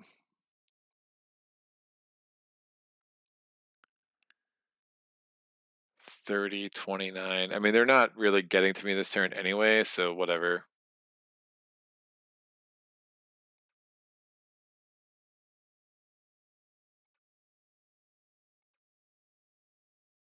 I'll get it on defense. That's not going to affect BB1 through BB4 or BB3. It's also not going to affect Scout 1. Well, anything, once you have a 2, Scouts only have a hull of 1, so they can't get more than a 1. Destroyers only have a hull of 1. They can't get more than a 1. Sweepers only have a hull of 1. Raiders have a hull of 2, so that's good. Fighters only have a hull of 1. I keep talking about raiders. One of these days I just need to do it. And the carriers only have a hull of 1. So we're basically just talking about the carrier 2 is already on the board, so it's just going to be a 1. All right. I will spend 30 on defense then. And then for ships, I have 29 to spend. We'll get this dude, who I will put. Oh, man. It's going to be bad. It's going to be bad. I'm going to put him here. Now I'll put him here. We'll see what's launched. Well, yeah, we know what's launching. Everything's launching. So that's 20. And then I'll just get a scout or a minesweeper.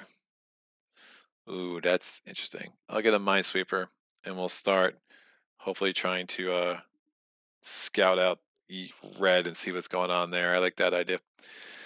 So that's going to increase my hull size by 4 of ships on the board. So my maintenance is now 22. We're now going to go to the Alien Empire's rolls. We are on round 14. What is going on? Are you awake yet? I feel like I'm doing some marathon thing. It's like a punishment. I mean, I'm having a ridiculously good time because otherwise I would have stopped this a long time ago. All right. 12999. 1-2 means 45. And apparently I only roll 9s in combos. Oops, that's not right. 1-2. We're around 14. That gets up to 60. And 999 gets up to 35. And I just messed that up. So 35. 35. Oh, what is wrong with me? 35. And we are definitely launching. So Fleet 1 for red is up to 60. The fact that they have been very cooperative in not launching the last few rounds has been very helpful. They're going to see if they get movement because they have enough tech. So on a 1 through a 4, they do. They did not roll a 1 through a 4, so they do not. But we're going to get Shipyard 1 in here. And now we go to yellow. Yellow has 9 rolls. So I'm going to not forget to do the second batch of rolls this time. So they have a 77900. So everything dumps into tech. So that's 65. 4 more rolls. It's a 3999. Wow. So 120. Their tech is going to be nuts. That gets up to 80. That's a lot of tech. They're definitely launching. Their fleet size is going to be 120. I don't know how you play this on hard. It's unbelievable. Are they going to upgrade their move on a 1 through a 4? Yes, they rolled a 3. That was the die I rolled. So we have a, nope, that's move 22. That's a lot. So their movement now goes from a 1 to a 2. So that is 20 of their tech. They have 60 tech left. So that means they're going to be able to move 1 2 1 2, which is going to change the math. We're now going down here. We're rolling 4 dice for blue, a 1 6 7 7. So fleet of 11, and the tech is just going to have a 10. They can't do anything with the tech. With a fleet of 11, they're just going to put a destroyer out, and that will leave them with 2.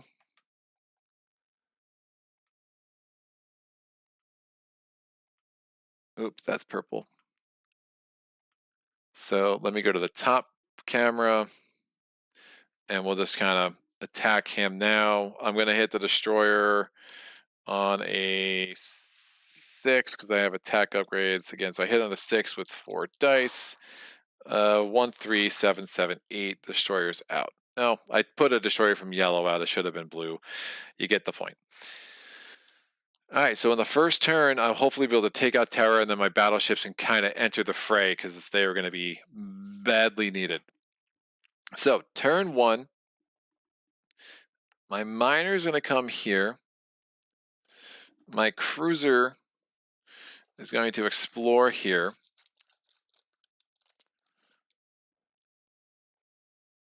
It's a danger. So now we know, and then my cruiser's going to come back and hang out with my scout, and let's kind of keep him alive. The more ships I have, the better, because this is about to get super ugly. How ugly? Very ugly. Red, I'm not that scared about, but I probably should can keep some suckers around to fortify up green, and we'll hope for the best there, or have fortify against yellow. Is what I meant to say. These guys are all chilling here. They're gonna hit on a 6. Yeah, 4 of them are hitting on a 6. Oh man, I gotta. The BB2 is separate. Yeah, so BB1. There's 3 of them. 4 hitting on a 6. One's hitting on a 5. 2, 4. All right. So Terra is destroyed, which is fairly excellent. Let's put a white marker on it. I think I can kind of terraform that if I wanted to. It's not in a good location, so I don't see why I would. But super interesting. So now all my battleships are kind of freed up to get back into the fray. Excellent. Red's going to move. Shipyard 1 goes here. He's going for Pleiades. Oh, Sweeper is going to... Oh, it has... Move. It's not going to be able to do it this turn, but it's on the board. It's going to move it here and kind of keep it around.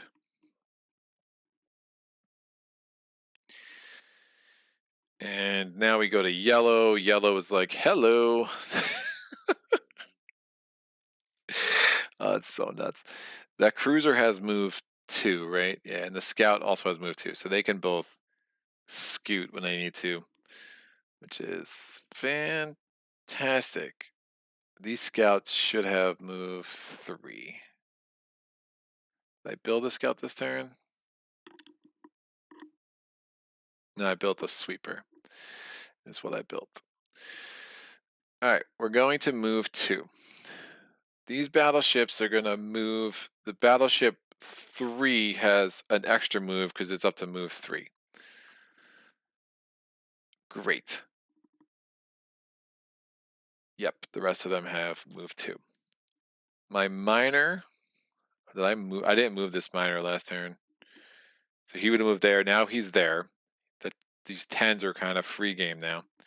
This miner is going to take this shipwreck here. Is it going to be able to get it back? It's not getting it back the next turn, unfortunately. And then these guys are going to move here and here. This sweeper can't get close to him. It's going to get just wiped out. So the sweeper's still just going to chill here. And that's it. Shipyard 1 for red. Again, Shipyard 1 is just a it's a proxy for whatever the fleet is. This guy is moving here, again going towards Sirius. We go to turn 3.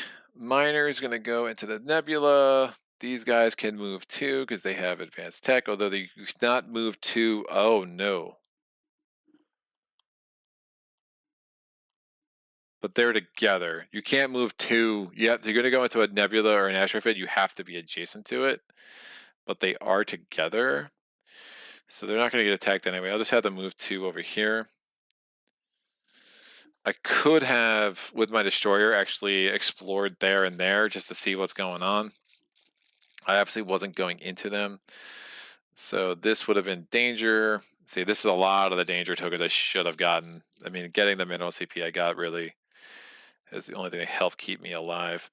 And this is an asteroid field. All right, so I basically could have explored those before I moved, taking advantage of all my skills. My many skills. The red does not have movement technology, I believe, but yellow does. So red's going to move here. Yellow's going to move 1 and 2. That's that. That's the end of the round. Oh, I did not move these guys a third time. And this minor ship could have moved a third time. So they all have moved 2 at minimum. So my battleship's going to move 1, 2, and all these guys are going to move 1, 2. He goes in the asteroid field. That's not a huge problem.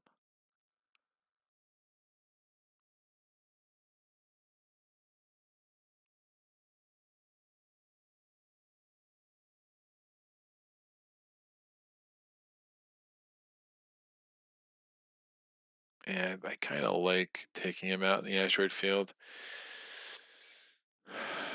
All right, that's the end of the round. So we go to economic phase 15. Yo. How are we still playing this game? All right, I get 60. I had a leftover of 3. Ooh, did I want to get an MS pipeline? I would have gotten an MS pipeline because I had the area. I forgot I had 3 more, or I just didn't appreciate that. So yeah, we would have spent that on an MS pipeline, and we put that in place. So I had 0. So we get 60. MS pipelines are going to give me a total of 8. We have no minerals. I have minerals here, which I'm trying. I still get to get back, and it's going to take me a couple more rounds. So we only have 68 to spend. My fleet size is absurd. That's 12, 15.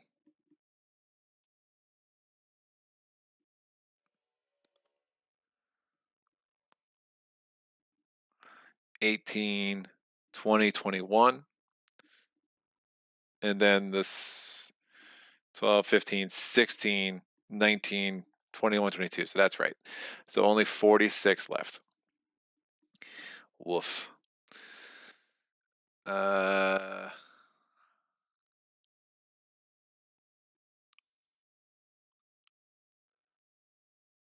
think I get... Just won't have the income to really make a raider fleet worth it. Could get another move. I mean, ship size, attack, defense are all freaking good. I'll spend the 30 for attack, and then we'll see what the shipwreck is. So that gives me up to attack 2. That's not going to affect my scouts. They are limited at 1. It's not going to affect my destroyers. They're limited at 1. Sweepers are limited at 1. Fighters are limited at 1. A raider fleet would be amazing. These guys are all on the board, so they're limited at 1. But if I get a dreadnought in now, woof, that would be really nice. So we only have 16 left to spend on ships. I'll just get a cruiser because that's a pretty... No, I'll just get a battle cruiser. I'll get a battle cruiser because he'll be fully souped up.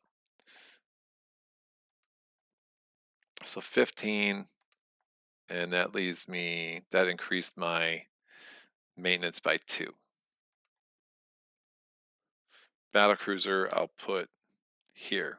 I mean, that fleet is just going to be so grotesque. Wow.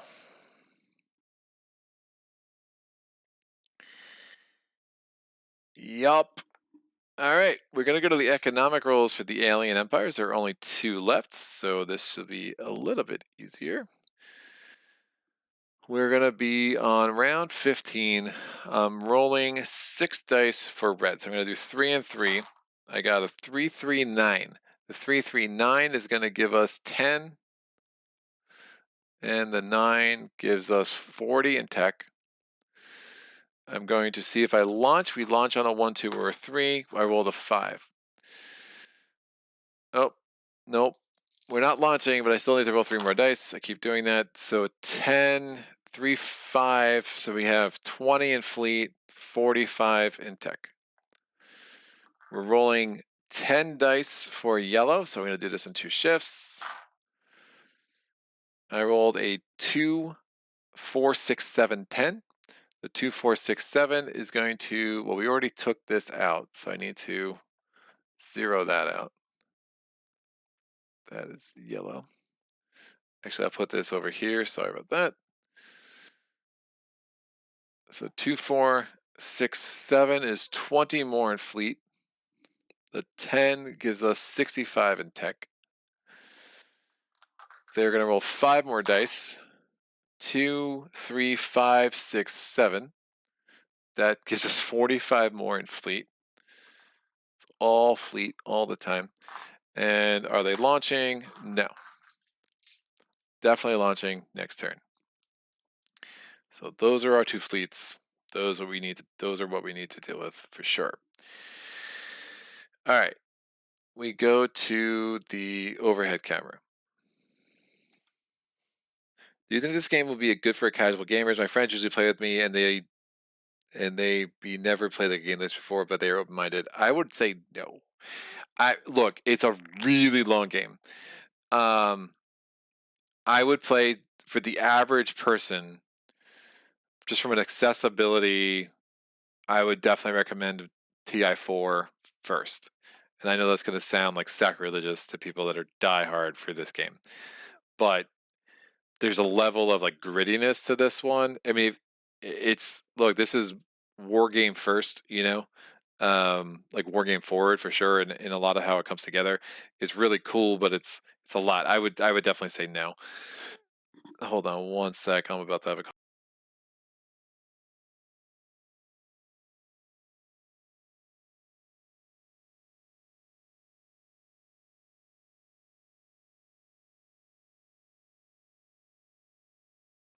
And we're back. Eclipse is a good shout. Yeah, Eclipse is cool. I have never played, but for everything I know about it, that's a nice tweener between TF4. TF4 is like big, epic, space opera, wacky, not as balanced. I mean, like there's a lot of craziness going on. This is like just a smarter, like grittier, deeper experience. I mean, there are things about TI4 that, I mean, this gives me a little bit of a TI4 vibe in a way, which again, I'm sure is not what some people would want to hear, but I'm trying to think about like just long, epic space battlers, where you're building up ships and you're getting tech and you're kind of doing some things. It's basically a Euro, says Michael Evans. Yeah. No, I'd love to play Eclipse at some point for sure. On the list, so it is. All right, turn 1. Oof. I changed my mind. This guy last round, he went 1, 1, 2, 1. He's trying to save the day over there because he's got the extra movement and he can actually get there in time. And I'm going to need all the help I can get. So turn 1. This miner is going here, but not dropping off because I don't think that's going to end well for my peoples. These guys are going here. There's 2 ships. They're not going to get attacked by the fleet. The fleet's going to go around them. This battleship's going there. This battle cruiser's moving in here. Oh, wait. Oh, interesting. Wait, 1, 1, 2. It can actually get there. Oh, no. It can get there undefended in the same number of economic turns. So I think I kind of let it come here.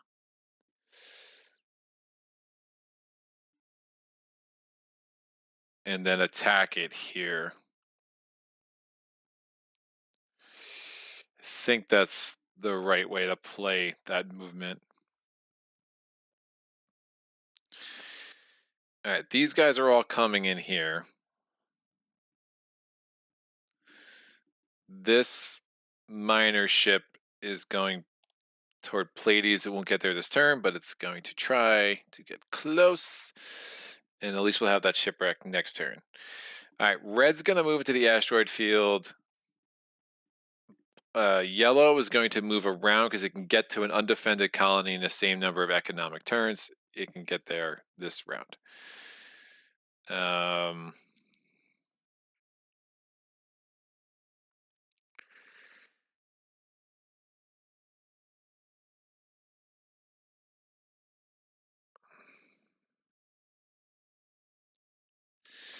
Does yellow have...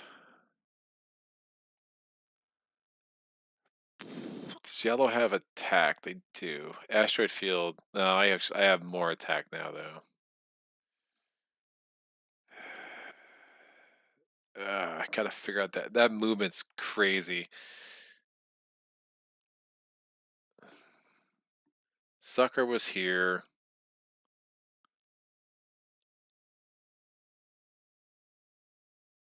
I couldn't move into both of those because my cruiser 2 only has movement 2 instead of movement 3. Oh no. And my scout 1 has movement 2. The expansions just make it deeper and longer and grittier. You can get unique empire traits and stuff coming in. And if you're really nutty, you can combine this with Talon, which I have no idea if anyone has ever tried to do seriously. I saw threads about that. That look nuts. You know what? I'm gonna leave this undefended. I'm gonna just move these out. I want to get that tour. I want him to battle there, and he's not gonna be able to move through it. Oh, he could. I guess he could. Oh man, all this. I guess I battle in the asteroid field. His extra movement just totally messed everything up. What was this again? That was a black hole. Yeah, I couldn't move into there anyway because it was unexplored.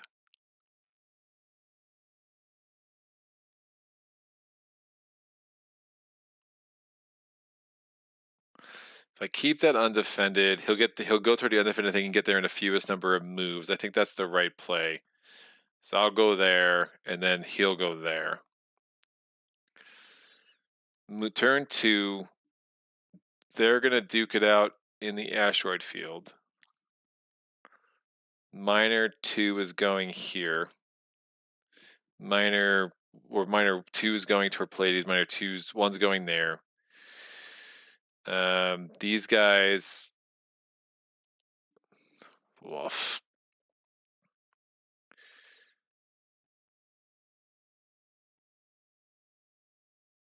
BB2's go. Yeah, they're all just gonna pile up here. Then I'll figure out where the heck this guy's gonna move.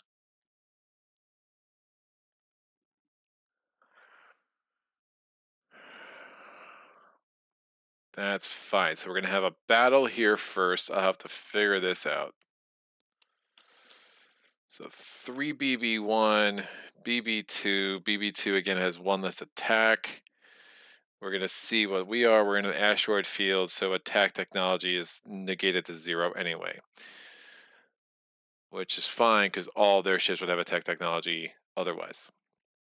So we are going to spend our, what do we have? 45 tech. And the fleet size is a 60. So with the 45 tech, let me go over here. We're going to see if they're going to go a larger ship size. So they're already a ship size 4. They can make it a 5 if they roll a 1 through a 5. They did. We're now at ship size 5 with red. Amazing. So that's going to cost them 20 of their tech. They're down to 25. I spent tech here. Now, what are they spending the rest of their tech on? So 25, we're going to roll. 3, they're going to get defense, 1. That cost them 20. They're down to 5. They can't spend any more. Ship, the largest ship they can get at a ship size of a 5 is the same ship I have. They're going to have a battle ship, which is bananas.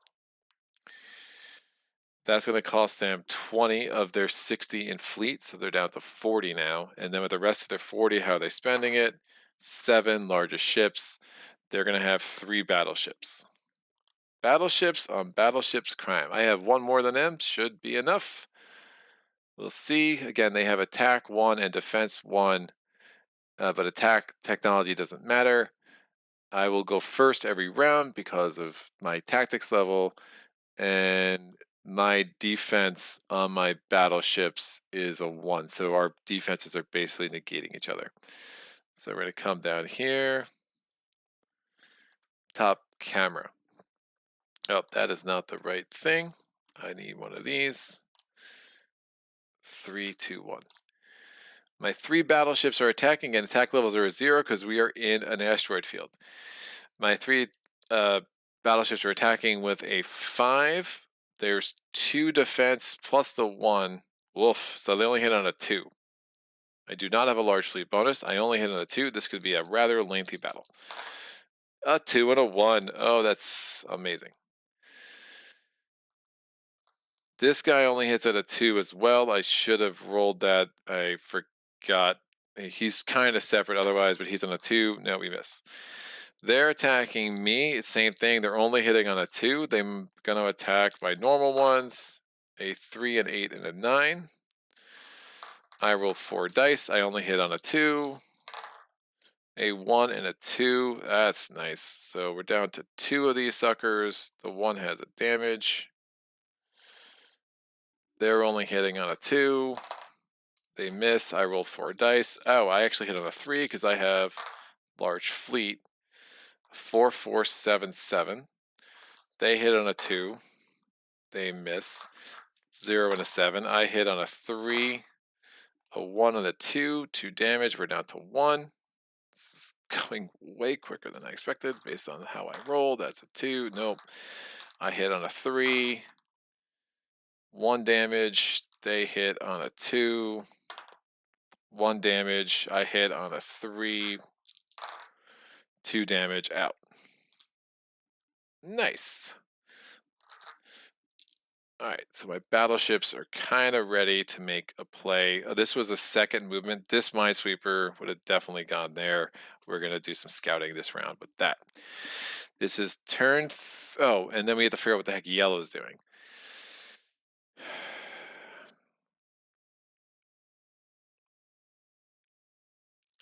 Yellow wants to avoid that. It can get there in the same economic phases. I think it's going to stop. Actually, then I wanted to drop the shipwreck off there. I would have dropped the shipwreck off. I could have moved 2 when I was on the amass pipeline. I would have dropped it off there. Yellow is going to avoid that going to the asteroid field. Is trying to get around to Pollux. It's because the same number of economic turns. I think we're fighting that dude in the asteroid field as well, which they also have attack technology, so fine, whatever. This miner is going there. This miner is going to take the amass pipeline here. This battle goes away. But I'm going to battle in the asteroid field with Yellow's ridiculously large fleet. All right, what do I have? I don't remember what I have here. I have a battleship, a scout, a cruiser, another... I think I have one of everything. Yeah, I have a scout, a cruiser, a battle cruiser, and 2 battleships. Are my battleships the same? Battleship. No. Battleship 4 has 2 defense. Battleship 3 does not. They both have 3 move. Battle Cruiser 2 has... Battle Cruiser 1 has 1 defense. What's the other battle cruiser I just bought? Wasn't the one I just bought? No, I did just buy him. So yeah, he should have 2 defense. That was the first battle cruiser I bought in a while. Yeah, he should have 2 attack and 2 defense. Excellent. All right, so 2 attack, 2 defense. Again, attack's not going to matter. We're in the asteroid field, and it's all by tactics level, which at this point I'm in the lead. They might get that with their tech, which should be super interesting.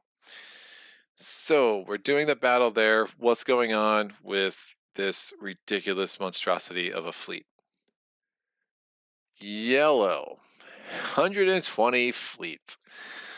Woof. All right, first thing it's going to do, I haven't done raiders, I haven't done points, I haven't done anything. So all their tech's going to go to the good stuff, or more likely to go to the good stuff this way.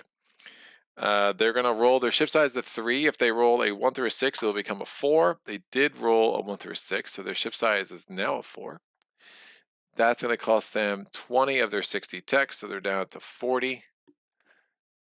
Oh, hold on. Change that. It's going to cost them 20 of their 65 tech, so they're down to 45. Tech. All right. This is my third turn, by the way. Yellow now has 45 more attack. What the heck is it spending it on? It rolls a 2. It's spending it on attack. I don't mind that because guess what? They ain't going to be able to use it because we're in a nebula. So they are of attack level 3. That attack level 2.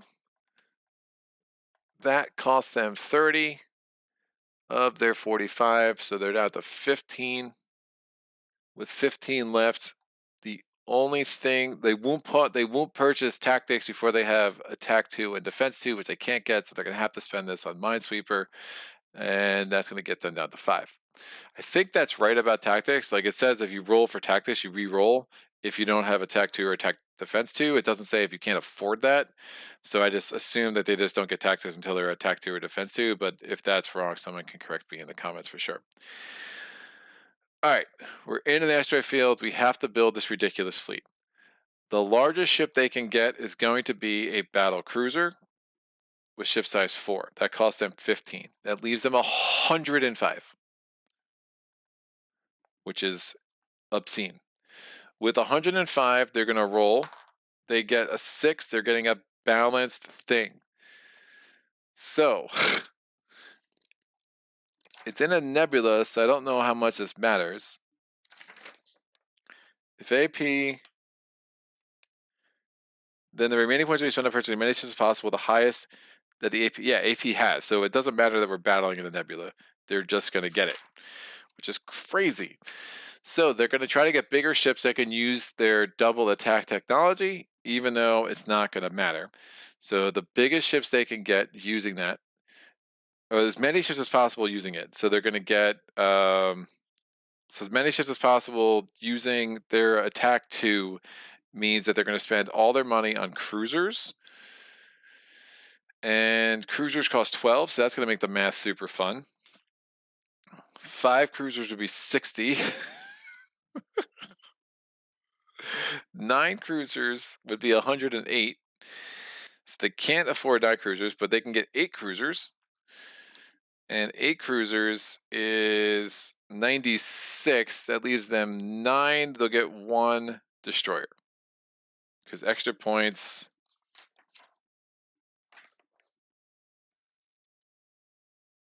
They're supposed to be used to build larger ships. Oh, no. Then they'll get another battle cruiser. Because it was at 96. They have 9 left. They would spend 3 each. So they'll actually get 3 more battle cruisers. So we'll be at the 4 battle cruisers. That makes sense. So that'd be 60 points for the battle cruisers plus 60 points for the cruisers. And that is a total of 120. So they have 9 ships to my 5, so they did not have the advantage. I have the higher tactics. It does mean that I'm going to fire with all my ships before they fire with any of theirs, which is super nice. So attack levels mean squad douche. Defense levels mean anything. They don't have defense. And we'll go on. And now we have some stuff. Wow, still going, says Philip. I've never played the alien scenario. The biggest was a 4-player competitive. Played it a little over 12 hours. Good weekend game. Yep. Oh, yeah. It's nuts. So, both cameras. Let's go top down. What's up, Philip, man? It was good to see you, man.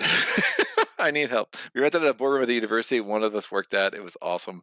Yeah, that's the way to do those all-day games, man. When people complain about space, like TI4 or whatever, get a meal, like plan it. Like oh, dude, last time like my kiddo like cooked us some amazing empanadas she makes, and like we friggin' had a blast. We just made a full day of it, and 8-9 hours, man. It flies by, just like time with friends, dude.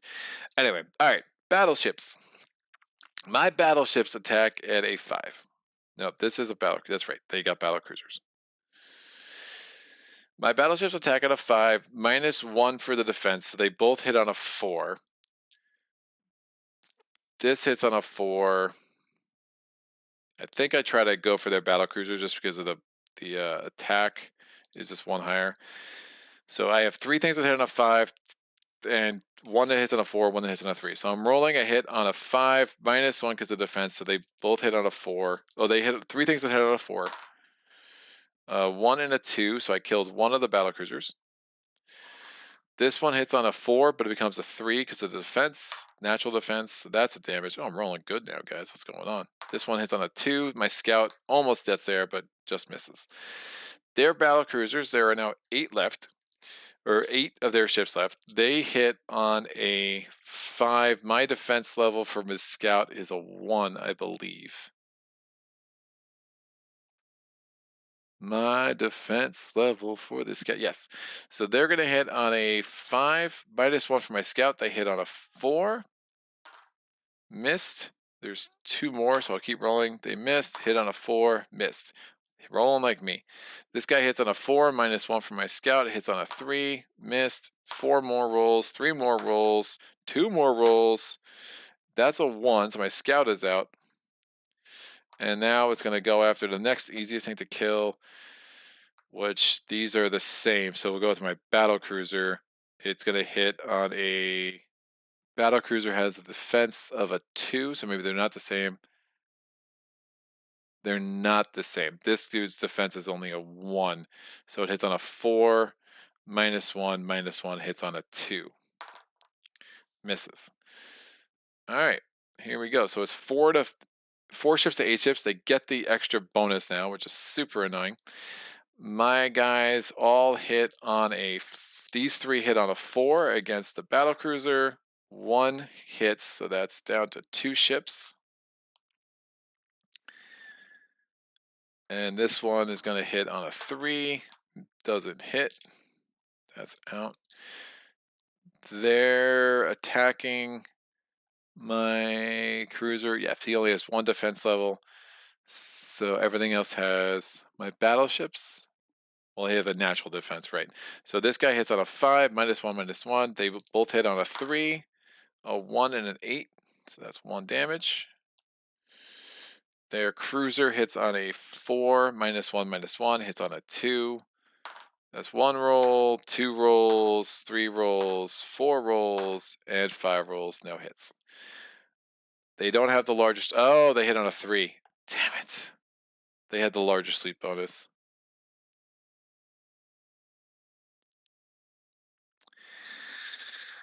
All the rolls change. I have to do. This didn't matter. I forget. I did this fast. I don't know. They hit on a 3. I'm just going to have to redo it because it's 4 plus 1. I'm just going to re-roll their 3s. I don't think they already got 1 hit, so I think 1 was high, 1 was low. But they hit on a 3. 1 roll, it's a 7. 2 rolls, 3 rolls, 4 rolls, and 5 rolls. They missed. Sorry about that. Just there's no really easy way to figure it. I thought 1 was a 3, but then the next rolls would be different. I really just couldn't remember for sure. So someone can play back the tape and tell me if I cheated. Again, it's like you're gonna get rolls wrong, and it's just like this part of the game. Everything's the randomness of dice. It's like hard to be so exacting. All right, battleships are going. The battleships are gonna roll. They lose the extra fleet bonus. So now it's 4 to 7. They're gonna roll. My battleships are gonna hit on a. These 3 battleships are gonna. Well, the 2 battleships and a battle cruiser are gonna hit on a 4 against their battle cruisers. A 1, a 1, and a 3. That's some clean living. So 1's dead. There's 1 left. This guy hits on a 3, misses. Their battle cruiser's attacking my cruiser. It hits on a 5. minus 1, minus 1. It hits on a 4. Misses. And these guys hit on a 4, minus 1, minus 1. They hit on a 2. 1, 2, 3, 4. There's a 2. So cruiser's out. And the last roll, they're going to go after this guy because he only has 2 health. It hits on a defense of a 2, so it's a 4 minus 3. It hits on a 1 only. Next round is 3 to 6. They get the extra bonus. I'm going to hit on a 4 with 3 dice. Nice. 1, 4. This is out.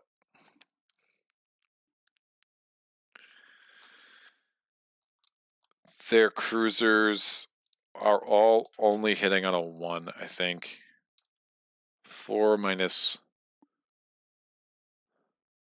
So it's 4, 5.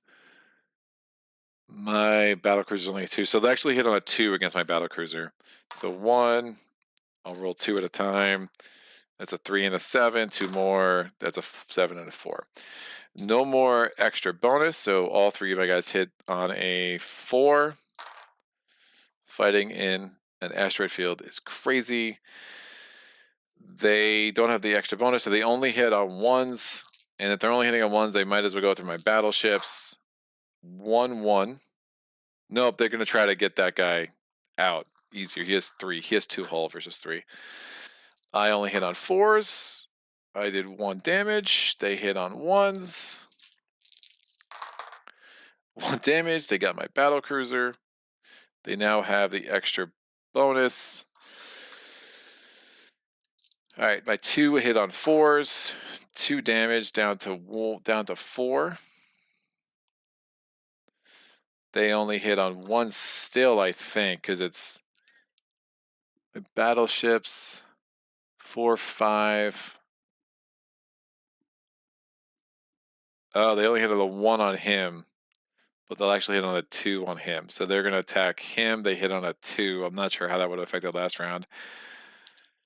So it's 4 plus 1 because they have the larger ship, minus 3. So they hit on a 2 against my battleship. 3 freaking 2s. You've got to be kidding me. 2, 2, 2, 5. That's so awesome. All right. Well, here we go. My battleship hits on a 4. I rolled a 10. They only hit on 1s. There you go. 1, 1. I hit on a 4. That's an 8. They only hit on 1s. No, I hit on a 4. Hey, now we're down to 3. There's 3 of them. They only hit on 1s. I would love to know the math of this. That's another one. Whoa. Woof. I hit on 4s. Nope. There's 3 of them. They only hit on 1s. 880. I hit on 4s. Nope. I am unbelievably bad at dice rolling, guys. 3, 4, 5. I hit on 4s. Hey, that's a damage. They only hit on 1s. Nope. I hit on 4s. Wow. They hit on 1s. Nope. I hit on 4s. Holy cow, dude. They hit on 1s. Nope. I hit on 4s. It's uncanny. That's a 1. That's unbelievable. That is absolutely unbelievable. How I cannot have. I mean, 4% of the time since I roll a 4, right? It was like unbelievable. I'm gonna keep saying unbelievable. So this dude comes here. They're still alive. So they're gonna go here now because it's undefended and it's the closest movement. And I guess they have options. Would they go to the closest to home? Oh, that really messes up my MS pipeline too. Yeah, I think that strategically makes the most sense. So they're going to go there because they can move too. Woof. Okay. All 3 of them are rolling. They only hit, they have attack technology of a 1. They're going to do damage to my colony on a 4 or less. No, on a 5 or less. So they're going to damage it. It's going to heal back up even though it's still blockaded. Wow. All right. That was 3. Oh, this dude is definitely going here with 3.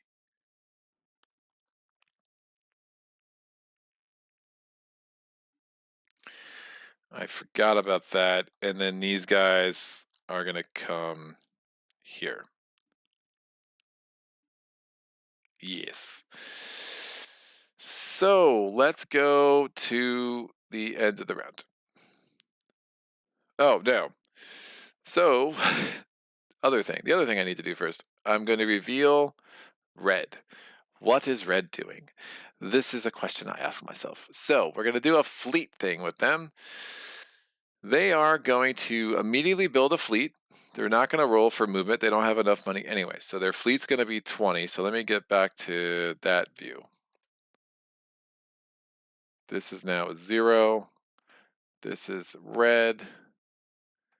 And that's what we get. Oh man, this is nuts. Their largest ship size is a 5, so they're gonna build a battleship. And now we're gonna spend their defense points, which are 30 defense points. How are they gonna spend them? I'm gonna roll this die. They're gonna spend them on balanced. So I keep rolling balanced. So we're doing balancing things. So with 30 to spend, they're gonna get another base, which is their second base. That gets them down to 18. They're going to get a mine. So just the one mine, and they're going to, so it's a deja vu of what happened over here in Terra. They're going to have 3 bases, and they're going to have 1 mine. Their battleship is going to absolutely wipe out my sweeper. So is their bases. I'm not even going to roll for those, but the sweeper takes care of the mine, so we're fine. And that was 24 on 2 bases plus the 1 mine. So they're going to have 1 left to spend in defense, but again, they're never spending it ever, ever, ever, ever. This goes down to 0 or down to 1, and it is what it is. All right, so 3 bases. That's all we got there. I kind of have the ships in place that could make that a viable thing. Now on their turn, they would have moved out there, and that guy's not going to attack. They already did the attack, so everything's where it needs to be at the end of the round. We go to the economic production phase. Going top down again, so you see what's going on. This guy moved here, and now we're going to go to production in round 16. Things blockaded, and my amass pipeline is a mess. So I only have 7 there, and that's going to give me 55. I have mineral CPs of 0. I do have a shipwreck that I can turn in and get a tech upgrade. I'm going to roll a die. I rolled a 1. That gives me free ship size. So I keep getting ship size. So I'm glad I did not spend the points on that before, because if you already are at your max, you just lose it. So that's helpful. So now I can get some dreadnoughts. I like dreadnoughts. I might not spend any more points on tech the rest of the game, because I just don't know if it's worth it. It's not great. Could you not? Yeah. I think I could. I think there's a round of combat beforehand, and I think since I entered, I don't think I can retreat. I don't really know the rules of retreat as well as I probably should. That's a really good question. What Philip said sounds absolutely right. But it is what it is. I mean, there was no real point. The sweeper's not really going to make a difference in the future. The red's actually looking surprisingly easy to take care of, but I'm in trouble, obviously, with yellow and my inability to roll at all. So about that. I mean, yeah, yellow is actually looking surprisingly not awful either. My maintenance cost is way too high. MS pipeline. So 2 got cut, but 1, 2, 3, 4, 5, 6 are still intact. There's 6. Wow, it's really tight for 6 colonies. So 6 are still intact. That gets me up to 62.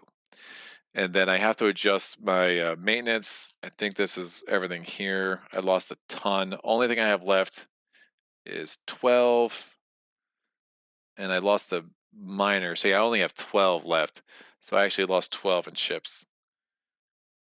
3, 6. That's 11.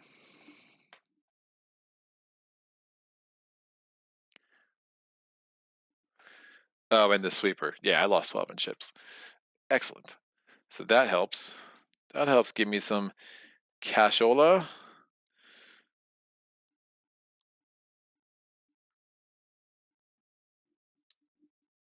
This goes here, scout, and I think we're bringing out the big boys, kids. We're going to go with a dreadnought, because who doesn't love a dreadnought? So he's I'm just gonna get 2 dreadnoughts.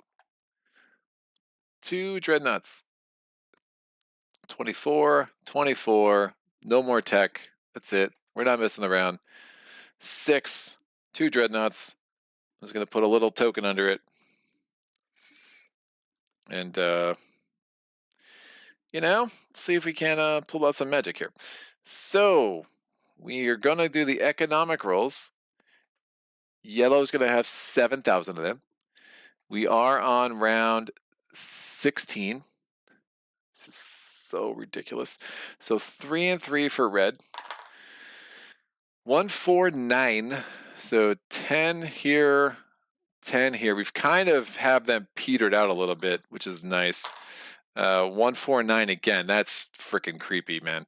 20 and 15. They are definitely launching. They don't have enough tech for movement.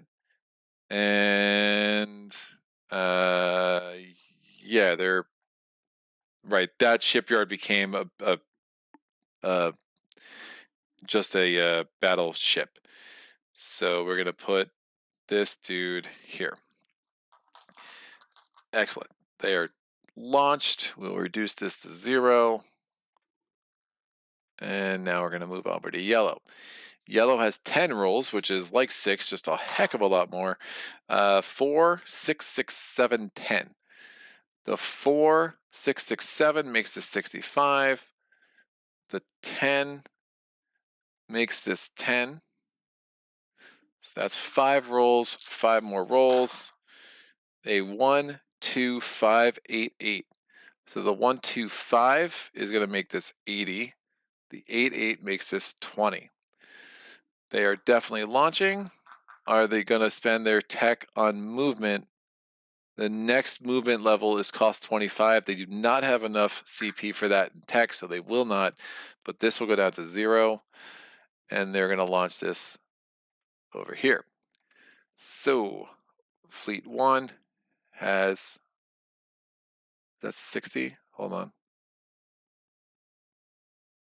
80. I knew something felt wrong.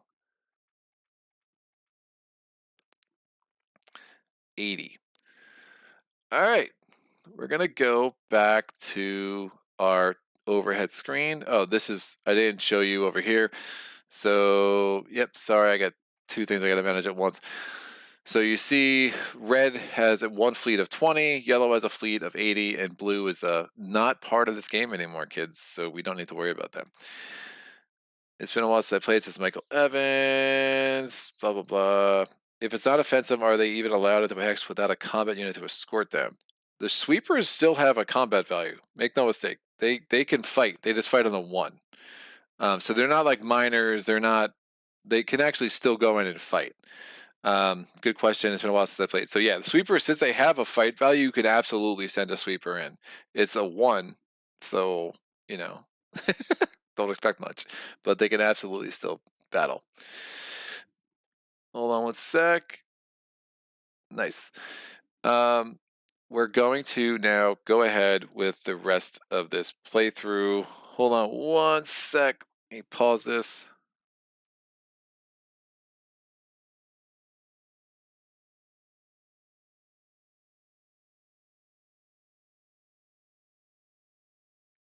All right, we're good.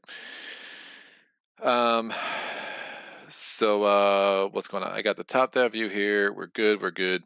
Everything seems good. Dreadnoughts are pretty souped up, so that makes me happy. And we're gonna go to turn 1. Miner's dropping this off. My other miner is going to go the long trek to gotta get those 10 minerals up there, because there are no more minerals on the board. These guys aren't gonna do anything for a second. These guys are gonna come into here. So everything else is good. We are gonna have a battle. 2 dreadnoughts versus 3 cruisers. If I lose this one, I'm very upset. So that's it. No higher fleet bonus. Remember, we're going to go to yellow. Yellow just has one attack. Oh, they have two attack as well. So I am hitting on a 6, 7, 8, -1, no defense. So I'm hitting on a 7. I rolled 2 10s. Whoa! Their 3 cruisers are hitting on a 6, -3, -2. They're hitting on only ones. They got a 1 because that's what they do. All right. I hit I hit on a 6, 7, 8, -1. I hit on a 7. Hallelujah. 2 damage, 1 cruiser down. They're hitting on a 4, 5, 6, -5. They only hit on once. They missed. All right. I'm hitting on a 6, 7, 8, -1, only a 7. I rolled 2 8s. They hit on ones. They rolled a 6 and a 7. I hit on that. Hey, 2 damage. They're down to 1. This last dude only hits on a 1. He misses. I hit on an 8 because I have the high fleet bonus. There we go. 1 of the 2. Woof. And now that we've liberated our friends. Oh, I would have also. Did I have enough money? No, I did not have enough money for an MS pipeline, and that's fine. I would rather the dreadnoughts. Anyway, done. I need to get sweepers and maybe, oh, I have no more technology. Yeah, I'm going to need to get a sweeper in there. We're going to need to do some stuff. This guy goes here. We go to turn 2. Oh, they launched an 80. So this goes here. All right. This guy also goes here. Turn 2. These clowns are coming in here. So it's 4 battleships versus 1 battleship. I have tactical advantage. They're already revealed, so they're not spending any tech. I hit on my battleships are a mess. Battleship 1 has +1 tech, battleship 2 has +0 tech. Right. So my battleship 1 that has the +1 tech, they're going to hit on or 1 attack. Plus, I do have the largest fleet. So I'm 5, 6, 7, -2. Any defense technology for red, 1 defense. So -3. So 5, 6, 7, -3. I hit on a 4, and I have 3 of them there. A 1, 6, and a 7. This battleship hits on a 5. He's got no attack tech. 5, 6 for largest fleet, -3, so hits on a 3, hits on a 2. That's a good roll. Their battleship is attacking. Who's easiest? These guys might as well. They're going to attack because, again, it's same result, same effect, so they might go for the one that has the attack upgrade. So they're attacking with a 5, -3, so they hit on a 3. Missed. All right, same math. We hit on a 5, 6, 7, -4, hit on a 4. 1 hit, battleship's out. And we'll see where this goes. I think I let him go by me. They don't have the movement. So I could just start attacking the homeworld. 4 battleships to 4 bases, 3 bases. Oof. Gonna need to get a little lucky in the rolls. So turn 2 is over. Oh, I didn't move my dreadnoughts. They can definitely move. I'll move this pipeline here just to connect that thing, which that makes sense. Minor 2 is going there. Minor 1's going there. This minor can just chill. Who cares? That was all turn 2. Turn 2 for these guys goes there. Turn 2 for these guys goes there. They might actually head to Kronos, which I don't really care, to be honest. Turn 3, they all have movement value of at least 2, which is amazing. So they're all going to come in here, and we're going to try to severely weaken the red planet. Oh, this is tough.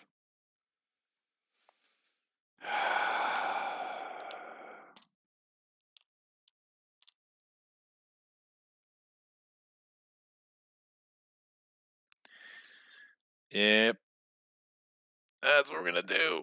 Dreadnoughts are going to come.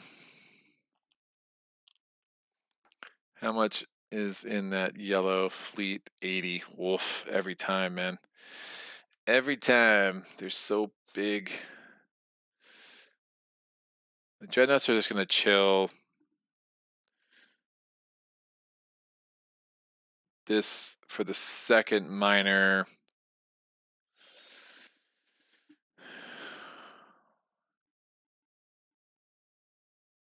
Right, so the miner's going to stay there. It's fine. It's going to be the same difference. So we're trying to take out all the bases in red. So I am rolling with a 5. My attack upgrade for these 3 is just a 1. The defense value, again, the bases do get the defense value, and red does have a defense of 1. So plus the natural defense of 2, so things got a little bit harder. So I'm rolling for the 6 minus 3. I only hit with a 3 with 3 dice. I rolled a 1 and a 2. That's super nice. This guy only hits with a 1 or a 2. Oh, baby. That's what I'm talking about. Give me some extra pump up, because now I have the large fleet bonus too. Their 2 bases are going to attack my better battleships. They're attacking with a 7 plus 1 for attack value, 8 minus 3, because my defense value for both these dudes is a 1. That's right. So they're hitting at a 5, 1 damage. We go to the next round. So I have the largest fleet bonus. I'm attacking with a 5, 6 minus 3 plus 1 because largest fleet. So I hit on a 4 with 3 dice, a 3 and a 3. I hit on a 3 with this guy. Nope. They roll 8 minus 3. They hit on a 5 and an 8. I hit on a 4 with 3 dice, 2 and a 3. So 1's dead. This guy's 1 damage. And this guy hits on a 4. Nope. Hits on an 8, mine hits on a 5, 3. So one of my battleships is out. There's 2 left. Still the largest fleet bonus. I hit on a 4 with 2 dice. That's a 1 hit. This guy hits on a 3. Nope. Hits on a 5. 1 hit. Hit on a 4 with 2 dice. Nope. Hits on a 3. Nope. Hits on a 5. Yes, 1 hit. Hits on a 4 with 2 dice. There we go. Base is out. Cool. This is nutty. So we have 3 battleships here. Battle. It's over. The remaining ships can all fire. These 2 are going to hit on a 5, on a 6. That 1 hits on a 5. So rolling 2 5s, 1 hit. So this 20 goes down to 15. And then the battleship hits on a 4. Nice. 15 goes down to 10. It is going to heal back to 15 in between the rounds. All right. Yellow's 3rd move. 1, 2. It's going somewhere over there. We'll figure it out next turn. We now go to economic turn 17. Wow, used to go. He might actually be able to pull this off. Got a little lucky in the rolls. I know, for once, so late in the playthrough, I've never seen this game other than the box ant art. Not ant. I like ant. Finally, some good rolling. I know. This what happens. I don't know what to do with myself right now. I don't know, man. It's gonna be tight. So I'm no longer blockaded. So that's back to a 5. So we have 60. Booyah. Mineral CPs 10. That's what I'm talking about. MS pipeline income 7. All right.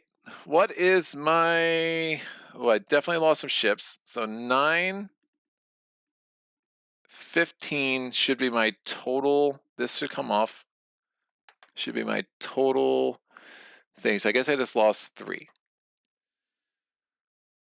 I'm gonna make a mines, maybe a couple of minesweepers. How much defense do they have?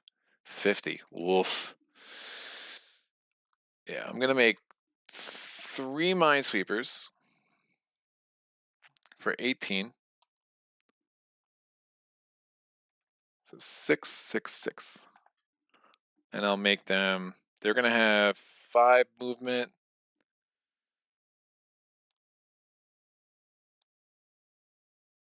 One, 1, 2, 1, 2, 1. They're not gonna get there for a couple of rounds, but it is what it is. And then that's gonna give me 46 left. I'm gonna get another dreadnought.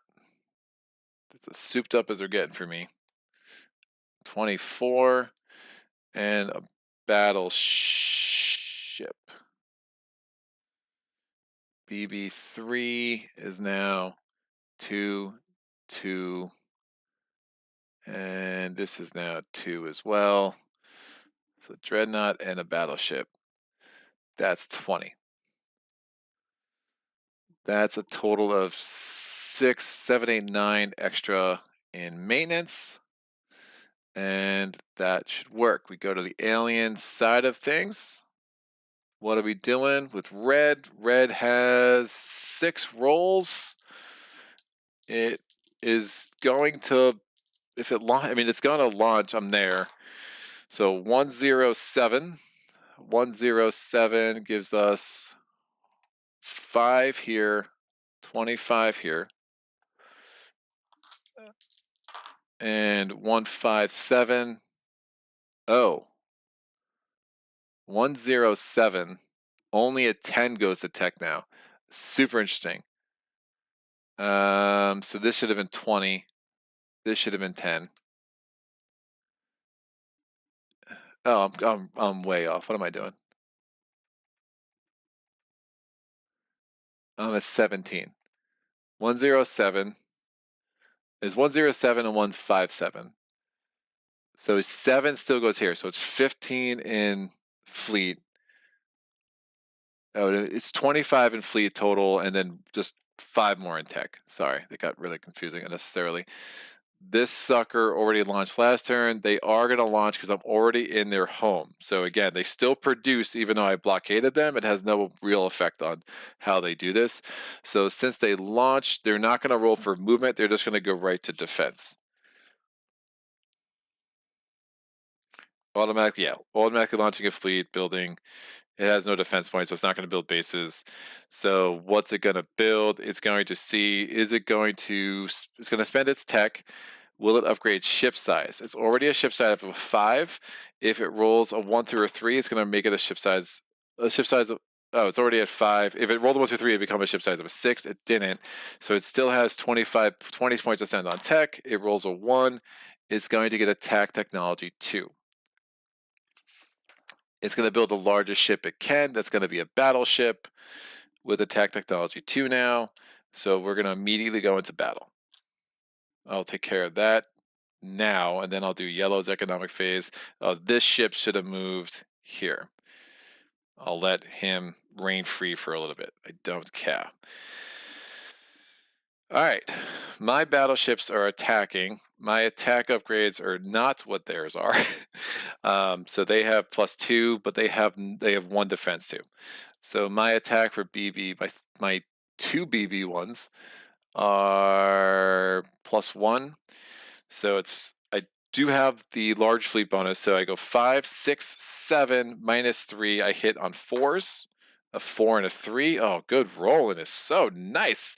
5, 6, -3. I hit on a 3. Nope, I missed. They're attacking 5, 6, 7, -3. They hit on a 4. They got 1 damage. I hit on a 5, 6, 7. I hit on a 4. I rolled a 9 and a 7. I hit on a 3. I missed. They're going to hit on a 5, 6, 7. Hit on a 4. Miss. I hit on a 4. Nice. Battleship is out. Everything heals. We have the Altar is ours for the taking, assuming I don't roll absolutely egregiously. So red is done, and now we can go over to yellow. Yellow is round 17. Yellow is going to, oh, this sucker launched. There's 5 remaining. So I will do that. And they spent this on attack, so that goes down to 0. Oh, they didn't even have the money for attack. Attack 2 would have been 30. Whatever. They spent it on, I'm not redoing those rolls. I mean, attack was obviously super good for it. 8. Fighter? Nope, they couldn't have afforded that. 8. Nope, they couldn't have afforded that. 2, they can't afford attack. 9? Point defense? Yeah, they spent it on point defense. Excellent. So it was nothing but advantage them.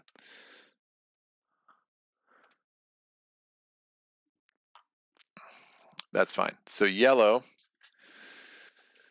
Woo!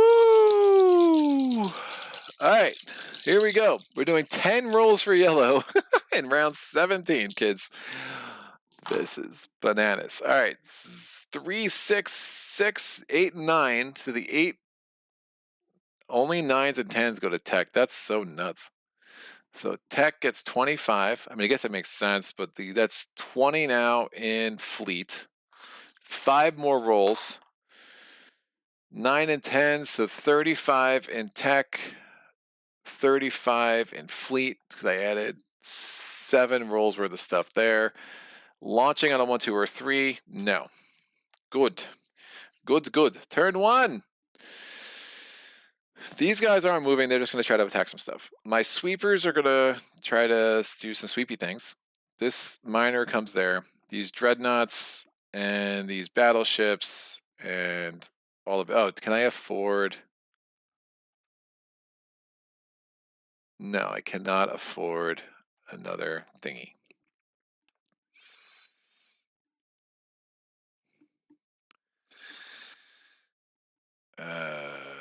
Yeah, fewest number of moves is there. I'm gonna defend that. Ah, man, I could have put a base there. I don't know. This is crazy.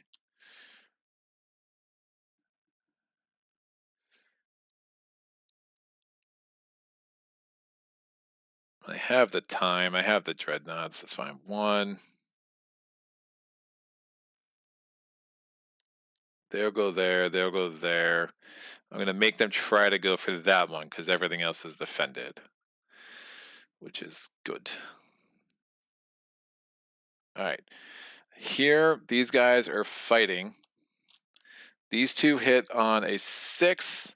So I roll. That's a 6. This goes down to 10.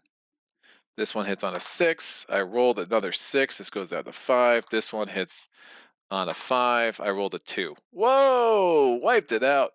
First turn. That's what I'm talking about. So now these battleships can come in and get frisky with it and the rest of the field. This mine, this shipyard's going here. He's going to start messing with one of those 2. I really am not that concerned. Oh, wait. That should have some points associated. There's just 20? I gotta figure this out now. 15. That sucker launched. That just launched this round. So who was it that launched last round? 2. It must have been 20. It must have been 20. Yeah, shipyard 1's 20. It's just gonna be a thing. Because if I do the math, I gotta switch things again. Sorry. But if you look at this, if you go back here, if you look at the math, in round 16, I had 6 rolls. I added 2 rolls worth of stuff to tech, so it must have been 4 rolls worth of there, and then I launched, and then I ignored him. Round 17, they got, yeah, that's fine. So it's going to be 1 battleship, which I'm totally fine with. So cool, both cameras. As long as video stream you've made, yes. Show the map, says Philip. Sorry about that. Maps a reminder of the turn track. I do. It's the worst. I'm getting better. I got like 4 more hours to figure it out. All right. So turn 1 is done here. Yellow is going to move, and I'm going to try to make him try to go around. Excellent. Turn 2. Sweepers are going to move 2 because they can. He's not going to mess with them there. And it's not a single ship anyway. I'm going to make him, again, he's still trying to go around to an undefended colony, so that's perfect. It's going to slow me down a little bit, but the sweepers will get the heads up. Turn 2 here is we're going to pick up these minerals. The other miner is just chilling. And these guys are going to start moving. They only have moved 2, all of them, so they're going to be a little bit slow. Turn 2 for yellow fleet goes there. Turn 2 for this dude is going to go closest. Oh, should I just take him out? Ugh.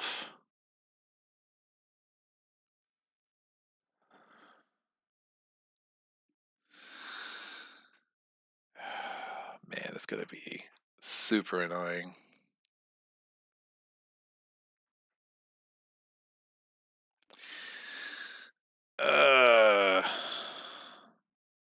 You know, I just sent these guys here with the first turn and then done nothing. Yeah, and then their second turn, that I just gotta take. He's gonna be super. No, I'll let these guys.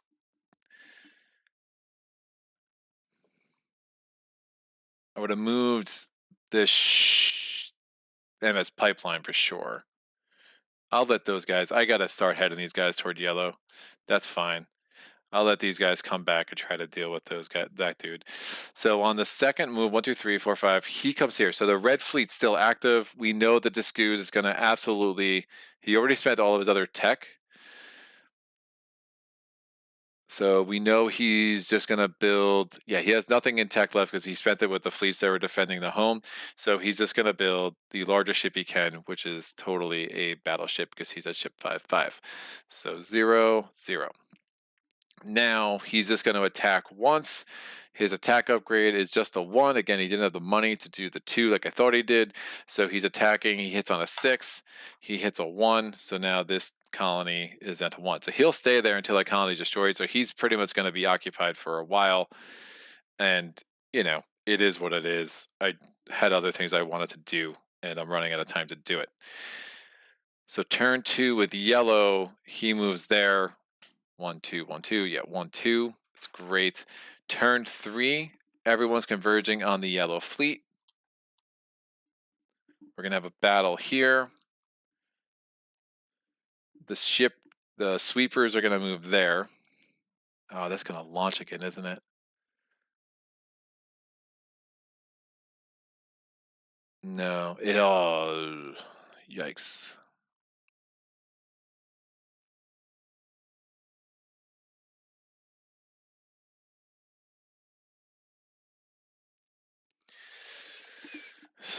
Well, there's 3 of them. They're just gonna have to stay out of the way. Ah. If I can send them into the end of the next round, they'll be fine. So dreadnought, dreadnought. So I got 3 dreadnoughts. All my dreadnoughts are the same, so I'll just make this into a 3.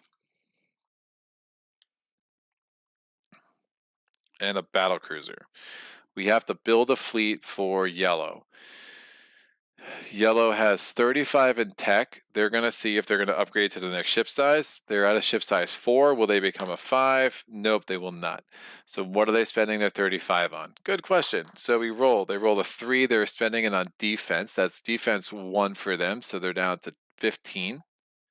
The only other thing they can afford, since they're not at defense 2, is going to be Minesweeper 2. So that takes them down to 0. And we've spent all of their tech. Now, with 80, their ship size 4, the largest ship they can get is going to be a battle cruiser. That's going to cost them 15. They have 65 left to spend. How are they going to spend it? We're going to do a die roll. They're going to get the largest ships.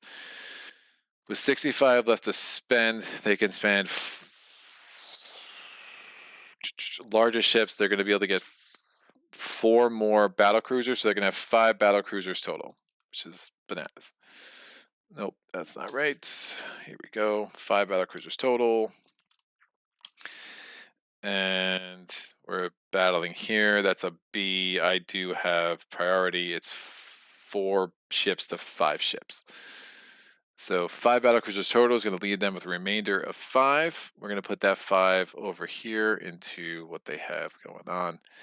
And so they'll have 40 more bundles of joy and surprise coming our way. Not having great access there is going to be a little bit of a problem. So my dreadnoughts are attacking. My dreadnoughts have an attack of a 6 plus 2 attack technology, so that's a 7, 8. The defense technology is a 1. The natural defense is a 1. So I'm going to actually hit on a 6. So my attack technologies and the combined defense is going to neutralize. So 3 dice, I hit on a 6, a 4, 5, and a 3. So we're down to 4 ships left with the damage. My battleship hits on a 5, 6, 7, minus 2 because the same math. They're going to hit on a 5. I rolled a 9. Their 4 battle cruisers are going to try to take on my battleship because the dreadnoughts are going to be very hard for them. So they're attacking with a 5. They have 2 attack. That's going to be a 6, 7, minus 2, minus 2. So they only hit on a 3 against my battleship. I'm going to roll all 4 dice. They got 1 hit. My dreadnoughts, we don't have large fleet bonus or anything, so instead we're still hitting on a 6 with 3 dice. I got 2 hits. We're down to 3. My battleship hits on a 5. That's a hit. We're down to 2. All right. These 2 are attacking. They hit on a 5, 6, 7, minus 4. They hit on a 3. No hits. I do have large ship bonus, so 7, 8, 9. Minus 2, I hit on a 7. 8, 8, 9. 6, 7, 8. Minus 2, I hit on a 6. I rolled an 8. Excellent. These guys hit on a 3. 1 hit. I hit on a 7. 4, 6, 6. 1 left and 1 damage. I hit on a, yeah, whatever it was. 3 is good enough. We have survived. All of these guys are here. That was turn 3. And this can come over here. Now this guy is going to roll again to try to attack. He's just attacking with a 6. He rolls a 1. This is surviving. It's going to heal itself back to a 3, so I'm not even going to change it. All right, economic turn number 18. I'm going to get 1 dude's blockaded, so this is down to 7. I'm going to get 55 in income. Mineral CPs is a 0. Oh, this would have moved back because I know I would have been able to get it back the next round. And MS pipeline CPs are just, oh, you know what? I could have, looking at knowing where he was going, I could have moved this over here. So 1, 1, 2. Oh, could I have? 1, 2. Yeah, that could have just moved over. Nope, it was there. And it's part of the movement. So get a 1, 1, 2. I couldn't have actually gotten it to Sirius, but I'm definitely going to head it over that way. So I only have 6 here because that's not connected and that's blockaded. So I moved that dude. All right. What's my maintenance? That's 12. My maintenance should be 24. That is correct. Oh, my maintenance should be 27. 3, 6, 9. Nope, 3, 9. Oh, yeah, 9, 21, 24. Yeah, that's correct. All right, I didn't lose a ship, so that's good. 39 to go. I get a dreadnought for 24. Gonna launch him here. I could just take that out with a dreadnought. Oh, these guys would have moved too as well. Yeah, I'll just take this guy out with a dreadnought. Oh, I could put a dreadnought here. Even better. We'll wipe him out and just be done with it. Because he's annoying me. Excellent. No, and I have 15 left. I'll get a battle cruiser because ships are fun. And the battle cruiser has just 2 hull. My battle cruisers, yeah, they're all good there. So that's 5 more maintenance. Well, class will start today, and I have to teach in 45 minutes. Got to get ready, have fun, and good luck. Maybe you'll start playing when I get back in a couple hours. maybe still be playing. Yeah, I might be. That's funny. All right, let's make some magic happen. We have an AE Master. We only have one empire left. Unsurprisingly, it is the Yellow Empire, and unsurprisingly, my voice is starting. All right, let's do it. So rolling 10, a 36800. 368, this gets up to 55.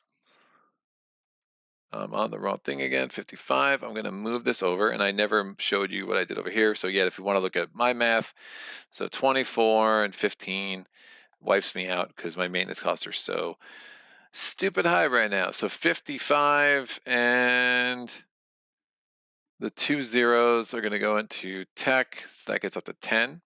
I have 5 more dice to roll. Woof. Everything goes into fleet. So that's up to 80. It is launching, so that's a 0. So fleet 1, 80, 8, 10, yeah. Fleet 1 and 80. So shipyard 1, again, I'm using that as a proxy. This is out, and we're good to go. All right, turn 1. It does not even have enough tech to try to roll for movement, so just not hitting the tech at all with yellow, which is probably better. Keep them a little bit weaker. So my Dreadnought 1's going there. Dreadnought 2, whatever. These are going here. These guys are moving here.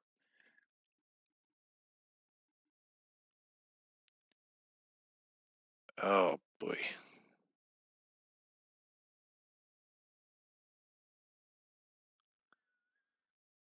I think I sacrifice a shipyard, man. This is nuts.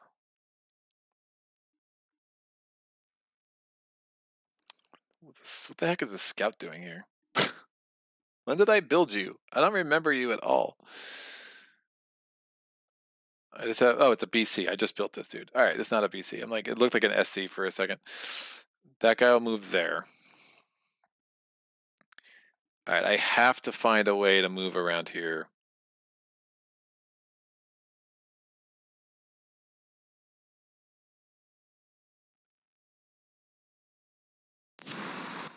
So I want to get my minesweepers in there. I guess I could move them all in at the same time. Like, what's the point?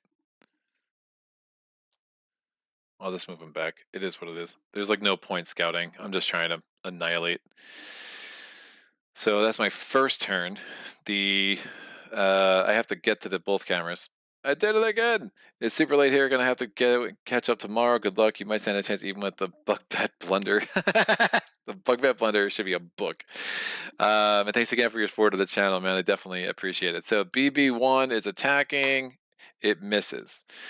Second round, Dreadnought's like, all right, I'm tired of you messing up my life. These guys are going to go into the nebula. This miner, it should have moved last turn. I forgot to move it. The Dreadnought and the sweepers are coming here. Oh, the system should have moved. And this BC can move too.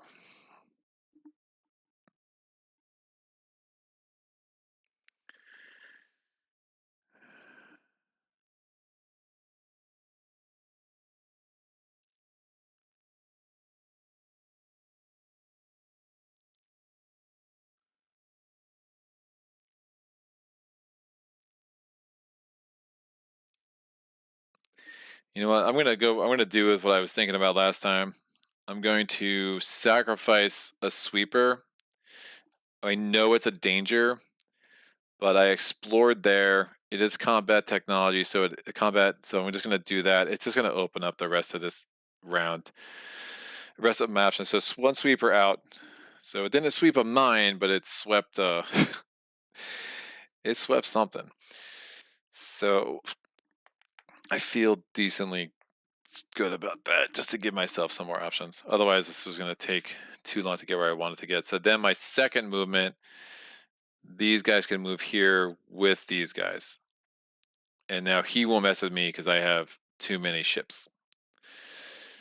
On his, and I have a battle going on over here with red. It's a dreadnought. 1, 2. Yep, that's right. The dreadnought versus a battleship. My dreadnought hits on a 8 -2. Does the red tech? I don't remember what their tech is. It hits on an 8 -3, so I hit on a 5. Miss. They hit on a, what's their tech? Just attack 1. So they hit on a 6 -5. They hit on a 1. I hit on a 5. They hit on a 1. I hit on a 5. They hit on a 1. This is nuts. I get it to these cycles. 5. They hit on a 1. I hit on a 5. They hit on a 1. They got a damage. I hit on a 5. They hit on a 1. I hit on a 5. I got a damage. They hit on a 1. I hit on a 5. That was a 7. Looked like a 1, but it wasn't. That's a damage. They hit on a 1. That's a 7 again. I hit on a 5. Excellent. My dreadnought did its job. We have liberated Hoth. You don't want to make the Hothians mad. You must liberate them as soon as possible. It's a thing. Promise. All right. That was turn 2. Now yellow moves. Turn 3. My dreadnought's going to come. Well, it's going to get, well, if it stayed on the MS pipeline, it would get 1 extra movement, but it's not going to be able to. This MS pipeline would move here. Do I have the 3 left over? I did not. So the dreadnought's going to move 1, 2. These guys are going 1, 2. This guy goes 1, 2.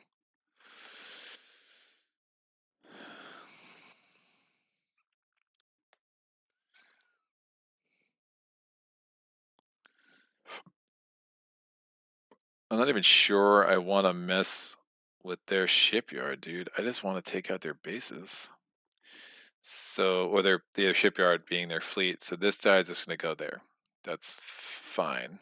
And I could actually head down there with these guys because they're not doing much else. I don't think they're going to be very useful over there. And this dreadnought might as well start heading that way too. So 1, 2, and I'll have like a welcoming committee for that fleet. All right, so that was 3. Did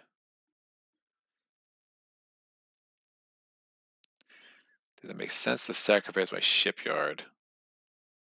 You know, I probably shouldn't. I shouldn't have sacrificed it. My sweeper, there was no need to.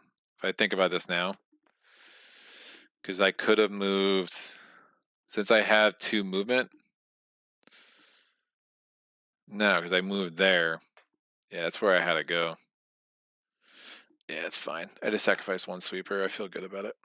Hopefully, we'll see. If it's all mines, I might be in a problem because then they're going to have 12 mines. Yeah, I'm going to regret that.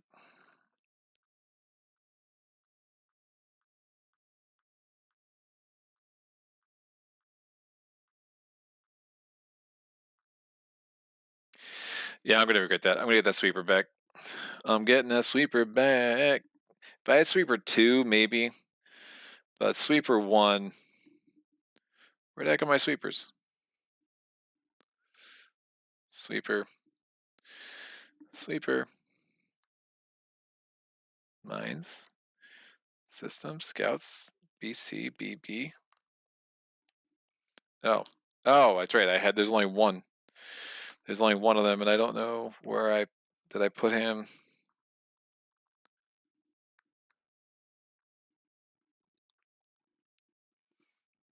Did I throw him up there? CV, mines, raider. I don't know where I put the sweeper thing, so I'm just gonna get, that's fine. I'll just take, where did I put him? BB, BC.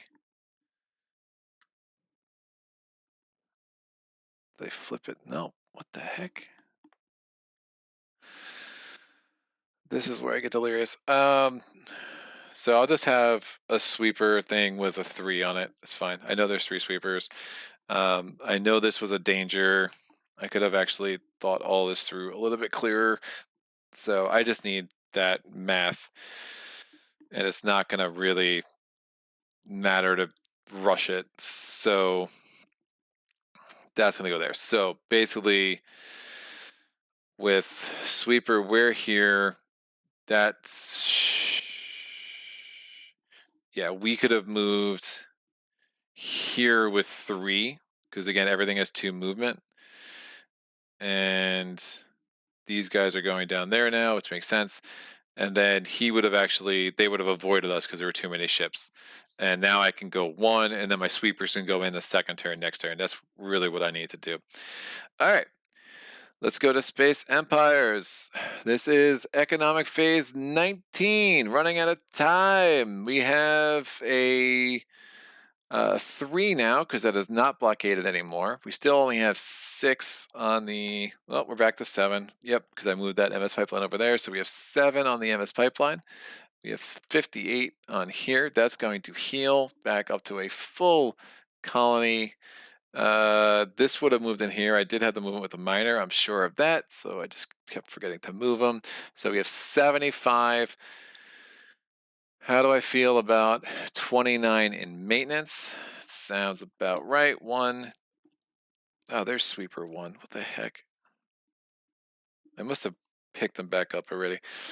So that's 5, 6, 5 plus 9 is 14, 17 plus 9 is 26. And we have a dreadnought somewhere over here. It's 29. Yes, 29 is correct. There's a dreadnought. Excellent. So 46 left to spend. I have no more dreadnought squadrons that I can add to, so we're going to have to go with a couple of battleships. I will get 2 battleships for 20 and a scout for 6, because I can. So 2 battleships for 20. They're fully upgraded. This is battleship 4, and we'll get my scout 1 back. Again, I have 8 worth of hull on my home planet, so that's going to cost me 7 extra maintenance. We go to the AE Master on round 19. We're rolling 10. So 1, 5. Oh, nothing's the 10, so we get 25 more in fleet. I'm rolling 10, 5 more again. That's again no 10s, so 50 more in fleet.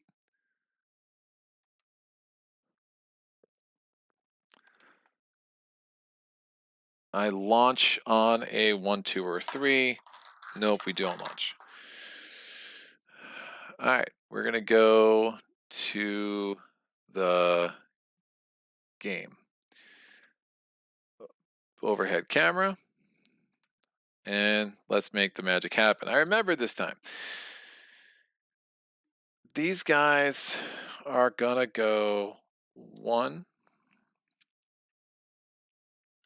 Dreadnought is gonna go 1. These 3 are gonna go 1, 2. And all these are gonna go 1. This fleet is gonna go here. It's gonna try to get there. That will make some sense. All right, turn 2. Everybody's gonna go here except for my sweepers are gonna go in. Boom, all 3 of them. This guy's gonna come back here. Again, we're gonna try to make him battle for that, and we'll just cut him off. And my miners aren't doing anything. So my sweepers are gonna go in. We're gonna finally spend the Alien Empires points for yellow and see what's going on. First and foremost, they have no tech. Remember, all that stuff went into fleet. So there's a fleet of 50 because they had 10 rolls. So we're gonna have a second fleet of a 50. Their ship size is a 4. It cannot get any better. So we're not even going to bother rolling. They just don't have the tech. So what are they going to build? Well, their largest ship they can build, the 50, is going to be a battle cruiser. That's 15. How are they going to build the rest of their fleet? We're going to roll a die. They rolled an 8, largest ships. So they're going to build 3 battle cruisers because they cost 15 each. That's going to be a remainder of 5. And we'll put that down here. So 3 battle cruisers against my sweepers. Now, how are they spending their defense points? So we're going to roll a dive. They have 50 defense points. They're going to do balance. I've just been crushing the balance. It's much better when you have the balance. I'm not going to lie. So every 17 I spend is going to give me a base and a mine. So we're going to spend, out of 50, we're going to spend 34 off the top to get 2 more bases and 2 mines. Here are our 2 mines. And the fact that I rolled balance meant it was a little bit less important that I saved my 3rd minesweeper, but it really helped. It really helped me mentally just kind of make sure I still really had a chance at this. So we have 16 left to spend. We're going to get another base. That's our 4th base. And then we do not have enough money for a mine. So out of 50, we spent 36 on bases, 10 on mines. We have a remainder of 4. That was all spent. And that's all she wrote. We go to both cameras, and now the mines come in. The minesweepers come in, I should say. They're going to clean out 2 of those. They're going to clean out both of those mines, and then we're going to have a little bit of a battle. There's a small chance we can pick off one of these dudes, but not really, because if you look at it this way, they have to roll really bad, right? So my minesweepers, they have an attack of a 2 minus a bunch of defense. They only hit on the 1. You could always hit on the 1, right? You can never not hit on a 1. So their bases, they have attack technology 2, so it's a 9 minus a 1. They're going to hit on an 8. And there's 4 of them. Yep, that is enough of a roll to wipe out all my minesweepers. But that was great. And what are we going to do now? We're going to go back to here, and my maintenance costs are reduced by 3. Excellent. Now, the bases stay. On the next available move, these guys are going to move, and they're going to move like normal, and they're leaving the base, and they are not going to attack me because there's way too many ships there. So they just basically clear the heck out, which is really nice. So now turn 2, this guy is going to move. He's trying to go to that undefended colony. Turn 3, we're going to jump all over this guy and have a battle here. I'll carry that out, and then we're going in and we're trying to mess up the bases as well. So this is turn 3, correct. So Dreadnought, that, Scout, BB. What's going on? So my BB2, my BB4s I just put in play. I bought 2 of them. That's correct. So they're the best. They're the next best. They're the worst. Dreadnought, System, Scout. So we're going to spend the money for fleet number 1. Again, they have no more tech. What are they doing? They're going to get the largest ship they can. There's going to be a battle cruiser that costs 15. They have 65 left to spend. How they're going to spend it? We're rolling a die. They're going to get the largest fleet. So with 65 left to spend, math gets pretty easy. That's going to be 10 scouts, but the extra 5, they're going to actually get 1 destroyer as well. So 9 scouts instead of 10, and 1 destroyer. 6, 3, and I have tactical advantage, so we'll go there. This is going to be our firing order. 1, 2, 3, 4, 5, 6, 7 ships for me, 9, 10, 11 ships for them. No one has largest fleet bonus. My BB4s have attack technology of a 2. My BB1s have attack technology of a 1. My BB2 has attack technology of a 0. So my BB2s hit on a 1. BB4s hit on a 7. I'm going to attack the destroyer, they hit the defense technology for the yellow empire is a 1, so they hit on a 6 against the destroyer. That's one attack. That's the destroyer's out. And now they're going to go against the scout. They hit on a 7, 6 against the scout. That's a 10. We missed. These guys have attack of 1, so 6 minus 1. They hit on a 5. They both miss. This guy hits on a 5 minus 1, hits on a 4. That's a hit. We're down to 8 scouts. My dreadnought. I forgot about my dreadnought. My dreadnought is amazing, but he has an attack of a 2, so he hits on an 8 minus 1. He hits on a 7. I think we just wipe out the scouts. There we go. So there's 7 left. Getting to that extra bonus for larger fleet would be good. Their battle cruiser hits on a 5. They have 2 attack, I believe, if that was correct. Yep. So 5, 6, 7. They're going to go after my scout. 1 defense. They hit on a 6. They rolled a 6. My scout is out. They have 7 scout rolls. So 4. Again, their hull's 1. So again, the attack only goes up +1. So they're going to go 3, 4. But again, if you look at all my defense and things, they're only hitting on 1s. So they're going to go through my dreadnought because that makes the most sense for them. So they're going to roll 7 dice for the scouts. We got 1, 1. I'm going to roll 2 more dice because I just rolled 5 there. Not another 1.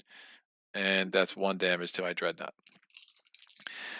All right, I have 1, 2, 3, 4, 5, 6 ships against 8 ships. My battleships hit on a 7 minus 1. I'm going to try to keep going after scouts. So I got 1 damage. There's 6 scouts left. Hits on a 6 minus 1. Hits on a 5. A 6 and a 7 doesn't help. 5 minus 1 hits on a 4. That's 1 damage. There's 5 scouts left. My dreadnought hits on a 8 minus 1. Hits on a 7. That's a 10. Awesome. Their battle cruiser, yeah, they'll keep.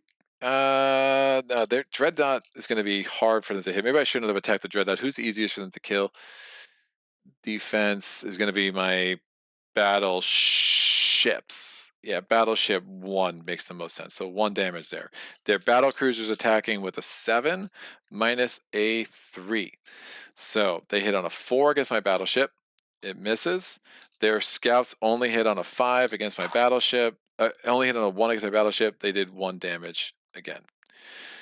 All right, my battleships are attacking again. They hit on a 6, 7. I still don't have larger fleet bonus. So 6, 7 minus 1. They hit on a 6s. 1 damage. We're down to 4 battleships, 4 scouts. This one hits on a 6 minus 1 hits on a 5. That's 1. 3 scouts left. This one hits on a 5 minus 1 hits on a 4. Nope. My dreadnought hits on a 7. 8 minus 1 hits on a 7. Yep. Down to 2. Their battleship hits on a 6, 7 minus 3 hits on a 4. It hits. One of my battleships is out. Their scouts only hit on a 1. Missed. All right. I only have 5 to their 3, so 6, 7 minus 1. I hit on a 6, 1 damage. 6 minus 1, I hit on a 5. Nope. 5 minus 1, I hit on a 4. Nope. 8 minus 1, I hit on a 7. Wow. They're keep going after him. So this squadron. So 5, 6, 7 minus 3 hits on a 4. 1 damage. Hits on a 1. Nope. I have a 5 down to 2 ships, so I do get the bonus now finally. So 6, 7, 8 minus 1, I hit on a 7. All right, all their scouts are out. That largest fleet stuff's crazy. I have 1 more, so I can hit on a 6, 7, 8 minus 1 minus 1. So I hit on a 6. Nope, I missed. 6, 7 minus 2, I hit on a 5. That's 1 damage. 6 minus 2, I hit on a 4. Nope. And then 8 minus 2, I hit on a 6. Nope. Hits on a something, definitely lower than an 8. There we go. That's all I needed. So I just did that really quick. He missed, and then I just did a final attack there.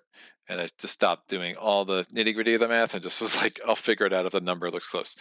All these guys survive, and this battle is done here. So that fleet is out. And now we're going to take on these 4 bases. This should get interesting. All right, my Dreadnought 1s are fully souped up. My Battlecruiser 1 is fully souped up, and my Battleship 3 is fully souped up. The bases are going to be before my battle cruiser, but not before anything else, because I have the tactical advantage. And let's see if we can't make this happen. My dreadnoughts are hitting on, it's a 5 ships to 4 ships. My dreadnoughts, well, this scout is out. I'll deal with that here. So, maintenance decrease of a 4.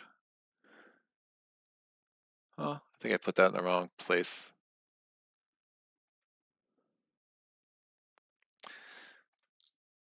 Oh no, I didn't. Right. I was like, why is there a 3? Yeah, the sweepers was also this round. Again, this is the 3rd turn.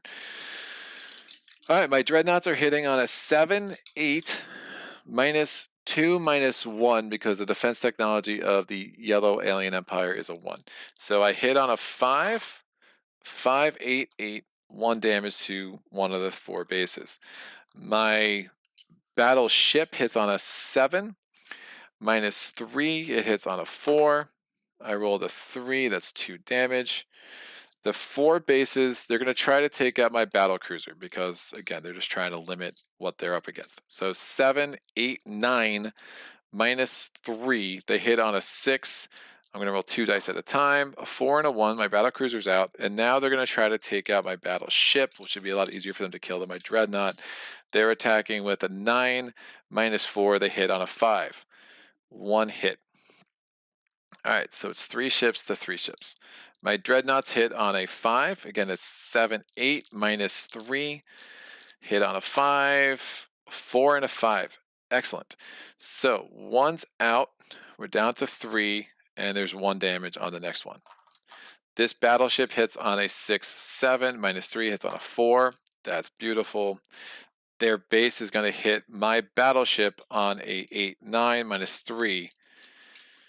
No, 8, 9, 8, 9, -4 hits on a 5. There's 3 bases left. I'm going to roll 2. 1 hit with the first 2 rolls. 1 more roll. It's a 9. It missed. So 4 ships to 3 ships. Again, the bases count as ships. My dreadnoughts are going to hit on a 7, 8, 7, 8 -3. They hit on a 5. 3 dice. A 7, 0, and 8. That's awful. 6, 7. I hit on a 4. Oh, totally waste of a round for us. Woof. Their base is hitting on a 8, 9, -4. They're hitting on a 5. First roll missed. Second roll missed. Third roll hit. So my battleship is out. So 3 dreadnoughts versus 3 bases. So I hit on a 5. 6, 7, 8. Yeah, -5. 1 hit. We're down to 2 bases. Their bases are going to hit on a 7, 8, 9, -5, only hit on a 4. No hits. I hit on a 5. I have 3 rolls. No hits. They hit on a 4. That's unbelievable. No hits. I hit on a 5. 1 hit. They hit on a 4. 1 hit. I hit on a 5. 3 rolls. 2 hits. Down to 1 base. They hit on a 4. No hits. I hit on a 5, 3 rolls, 3 hits, bases out, and I have 3 dreadnoughts left. Excellent. 3 dreadnoughts come here. At the end of the battle, they're all going to roll 1 time. Their attack technology is 2, so they all hit on an 8. I got 2 hits. This sucker is down to 2 health, but it's going to heal back to 15, so I'll have to take it out next round. And this dude would have moved twice because they have the movement technology. That's that. We go to the last economic phase. As soon as that's destroyed, game over, and we can go home. 20 rounds. Just like they drew it up, kids. All right, what is my income? My income is a whopping 60 CP because, again, my I fixed I liberated another of my colonies, which was coming under brutal attack. I have no minerals. I have MS pipeline CPs of 7. Remember, I lost the pipeline somewhere along the line, and I just never replaced it. My maintenance is 6, 9, 15, 24. I lost everything else. So I did have more losses. Just forgot to put them in.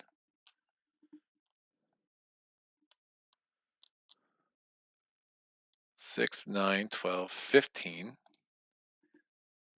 24. I don't have any more ships hiding.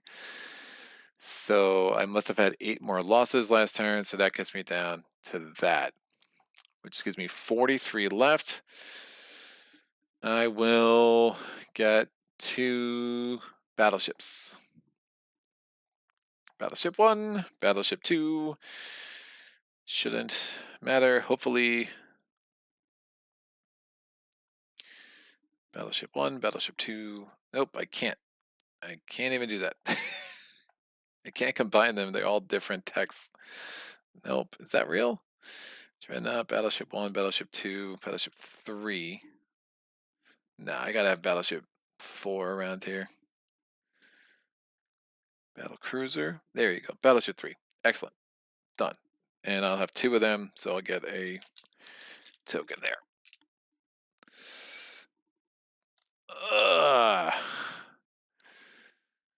AE Master. And you know what? For good measure, I'm getting an MS pipeline, and I'm just going to put it there to end the game. AE Master, we have to do 10 rolls for yellow. And we'll see how much they're dumping into fleet. So 5, that's 25 in fleet, and 5 more. They didn't roll any 10, so 50 more in fleet. That's 55. They're going to build them right away. Their largest, we spent, what did we spend? Oh yeah, I did take that back. No. They had 80.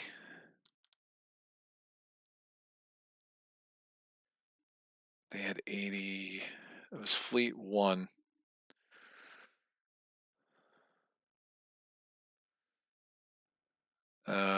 Fleet 1, I tacked them there. They had 65. They had 9 scouts and 1 destroyer. So they 65 minus 54. They should have had 2 left, which I just never added back into here. So they actually had 57. Yeah, because the 80, I'm looking at this. I still had the fleet 1 up there. So the 80 was 65. Then they spent 9. They had 9 scouts. That was at a 54. 11. They had a destroyer. So there was a 2 remainder there. The things that get interesting with destroyers when you have the raider technology, cloaking technology, it could be super, super interesting. All right. So they're going to launch a fleet of 57. They're launching it right away, so there's no point in trying to figure this out otherwise. So they're going to get a ship for 15, which is a battle cruiser. There's 42 left. How are they going to spend the 42? Largest ships. So that means out of the 57, they're going to get 2 more battle cruisers. That costs them 45, and then they'll have 12 left. They'll get just a regular cruiser, and that's exactly 57. So this goes down to 0. We have to do this battle. My dreadnoughts have priority. It's 3 ships to 3 ships. I'm hitting on a 7, 8, a 6, 7, 8 minus 1 minus 1. I'll try to wipe out their battle cruisers first, obviously. So I hit on a 7. A 1 and a 5 gets us down to 1 battle cruiser. Their battle cruiser attacks at a 5, 6, 7 minus 5. That hits on a 2. Miss. Their cruiser hits on a 5. 6 minus 5 only hits on a 1. Misses. My dreadnoughts 8 minus whatever that math is. Minus 2. I hit on a 8 minus 2, I hit on the 6. I don't know if I might have did that math a little bit wrong last time. I don't think it mattered. 1 damage. They hit on a 2, miss, hit on a 1, miss. I hit on a 6. This one's out. 1 damage over here. It's the same math on both of them. Done. The hits on a 1. Nope. I have now I hit on a 7 because I have the large fleet. That's enough to kill that dude. Excellent. These guys are going to stay here. We go to turn 1. I mean, I kind of want to kill those guys, but whatever. At the end of turn 1, well, I'll go here. I'll defend this and I'll defend this. At the end of turn 1, my 3 dreadnoughts are all attacking. They all hit on an 8. That's a 3. That's a 4. And to finish it out, a 7! Woo! And I didn't even have the right camera on. Amazing. I did it. So, yeah, so the battle took place there. And that really was a 7. I wasn't making stuff up. There's 3 and a 4. I left them out. I was like so excited one at a time, and the drama was totally lost because I forgot to move the camera over again. Yeah. So basically, the first hit got it down to 10. The second hit got it down to 5, and the third hit totally wiped it out. My 3 dreadnoughts reign supreme. I mean, this guy would technically still be alive, but as soon as you win, you're good. I mean, this is covered up. I mean, we could force this guy into the same pattern. Well, he would actually have been slower. I guess he was here. He'd move here. He'd move here. I mean, I could take him on the asteroid field. I mean, it's literally just four battle cruisers, and it would be against just an absurd number of things. I mean, yeah, that's like all my battleships, and that would not be a fair fight. So I had the large fleet bonus going in. That was crazy, and that was cool. I think again, being able to just camp there would have made this so much easier. And just had I just had a base there, I would have really prevented the disaster. But being able to come back, you're never coming back on hard. Like on hard, if you're just done. Um, and I still don't fully understand how you win this on hard. I also feel like unless you're almost playing more defense with the extra technologies. Like if you're never going to get mines because they're always going to end up with Minesweeper. You're never going to get like fighters because you're worried they're going to get a point defense. You can force them to spend their tech badly. If you get raiders early, then they're going to start spending money on scanners, so it will reduce their ability to get attack and defense. But just the relentless pressure that is there when you try to play this on hard, when you're doubling the rolls and again you're adding 10. I mean, think about the defense, right? Think about instead of there being 4 bases there and 1 mine or 2 mines, there would have been 8 bases there and 4 mines. I don't know how you build up your engine enough. You would need a setup like this to give you a chance. Like this setup was really, really good.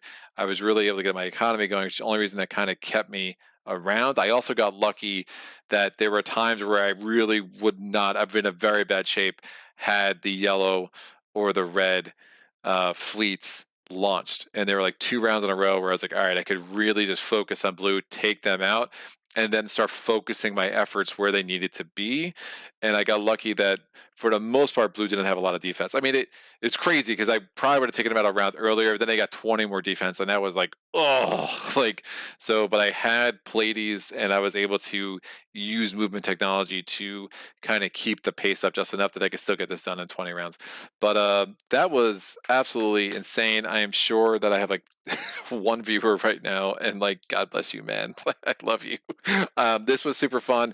Definitely, sometimes I do things more for me than the channel, and I just am glad that people enjoy watching as much or as little as they want. But hopefully, this is a fair representation of this game. I am always curious, are there any rules mistakes? And I'm not talking like, oh, you should have had a +1 there. I mean, that's for sure. This is a solo game. Getting it exacting right, like the time of play is already absurd in this game. Like I think you'd be really doing yourself a disservice to spend all the extra time to make sure every rule is exactly right. Obviously, if you're playing with other people, you're going to want to be more correct. I'm curious about the cooperative scenarios. I'm curious about the extra scenarios that come in close encounters. I kind of feel like this is where I end with the base game Alien Empire scenario, just because I still can't fathom how you beat this on hard. And I don't think it's quick enough to justify trying to slowly go up the ladder. At least for me, I get too many of the games I play to like, oh, do it at 6 CPs per roll, do it at 7, do it at 8. You're like, like no, it's just 6 hours every time. And that's just too much. But I'm done. This has been way too long. I'm gonna go hang out with my wife and let her know I'm still alive. We turn the AC back on because it's really hot. And we are going to be back tomorrow with Imperium Legends. I'm super excited about that. Sagitt, I expect you there. If you ever see this part of this video, which I highly doubt, which would be cool. And then next week we'll be back, obviously, Mage Night. Uprising. Yeah, Nemesis Games is joining me on Wednesday, September 7th. I'm very, very, very, very, very excited about that. That'll be super cool. So come check that out as well. And we'll be having my second playthrough of Uprising on the channel. It'll be shorter than this. Totally promise you. And it'll be super worth it to hang out with Dirk and Pavel. And I believe it's Cornelius. I think of the 3 names of the main brain trust behind Uprising, which is an amazing game. One of my favorite for sure. All right, that's about it. M. Val, thanks for reminding me of my good old days with Avalon Hill Games. I hope that was a good trip down memory lane then. Thank you for the kind words. It's great. No, this is great. Avalon Hill just came up the other day. I forget who. Someone was asking me if I knew about Avalon Hill.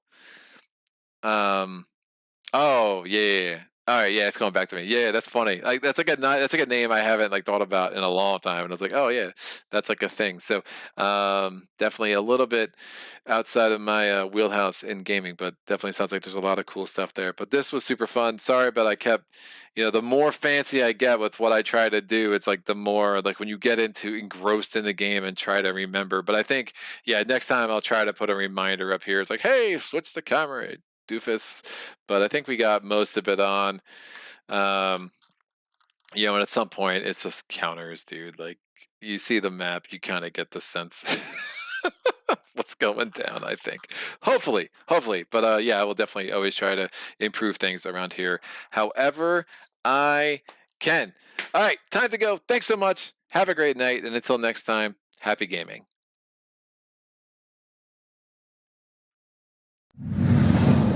Solo.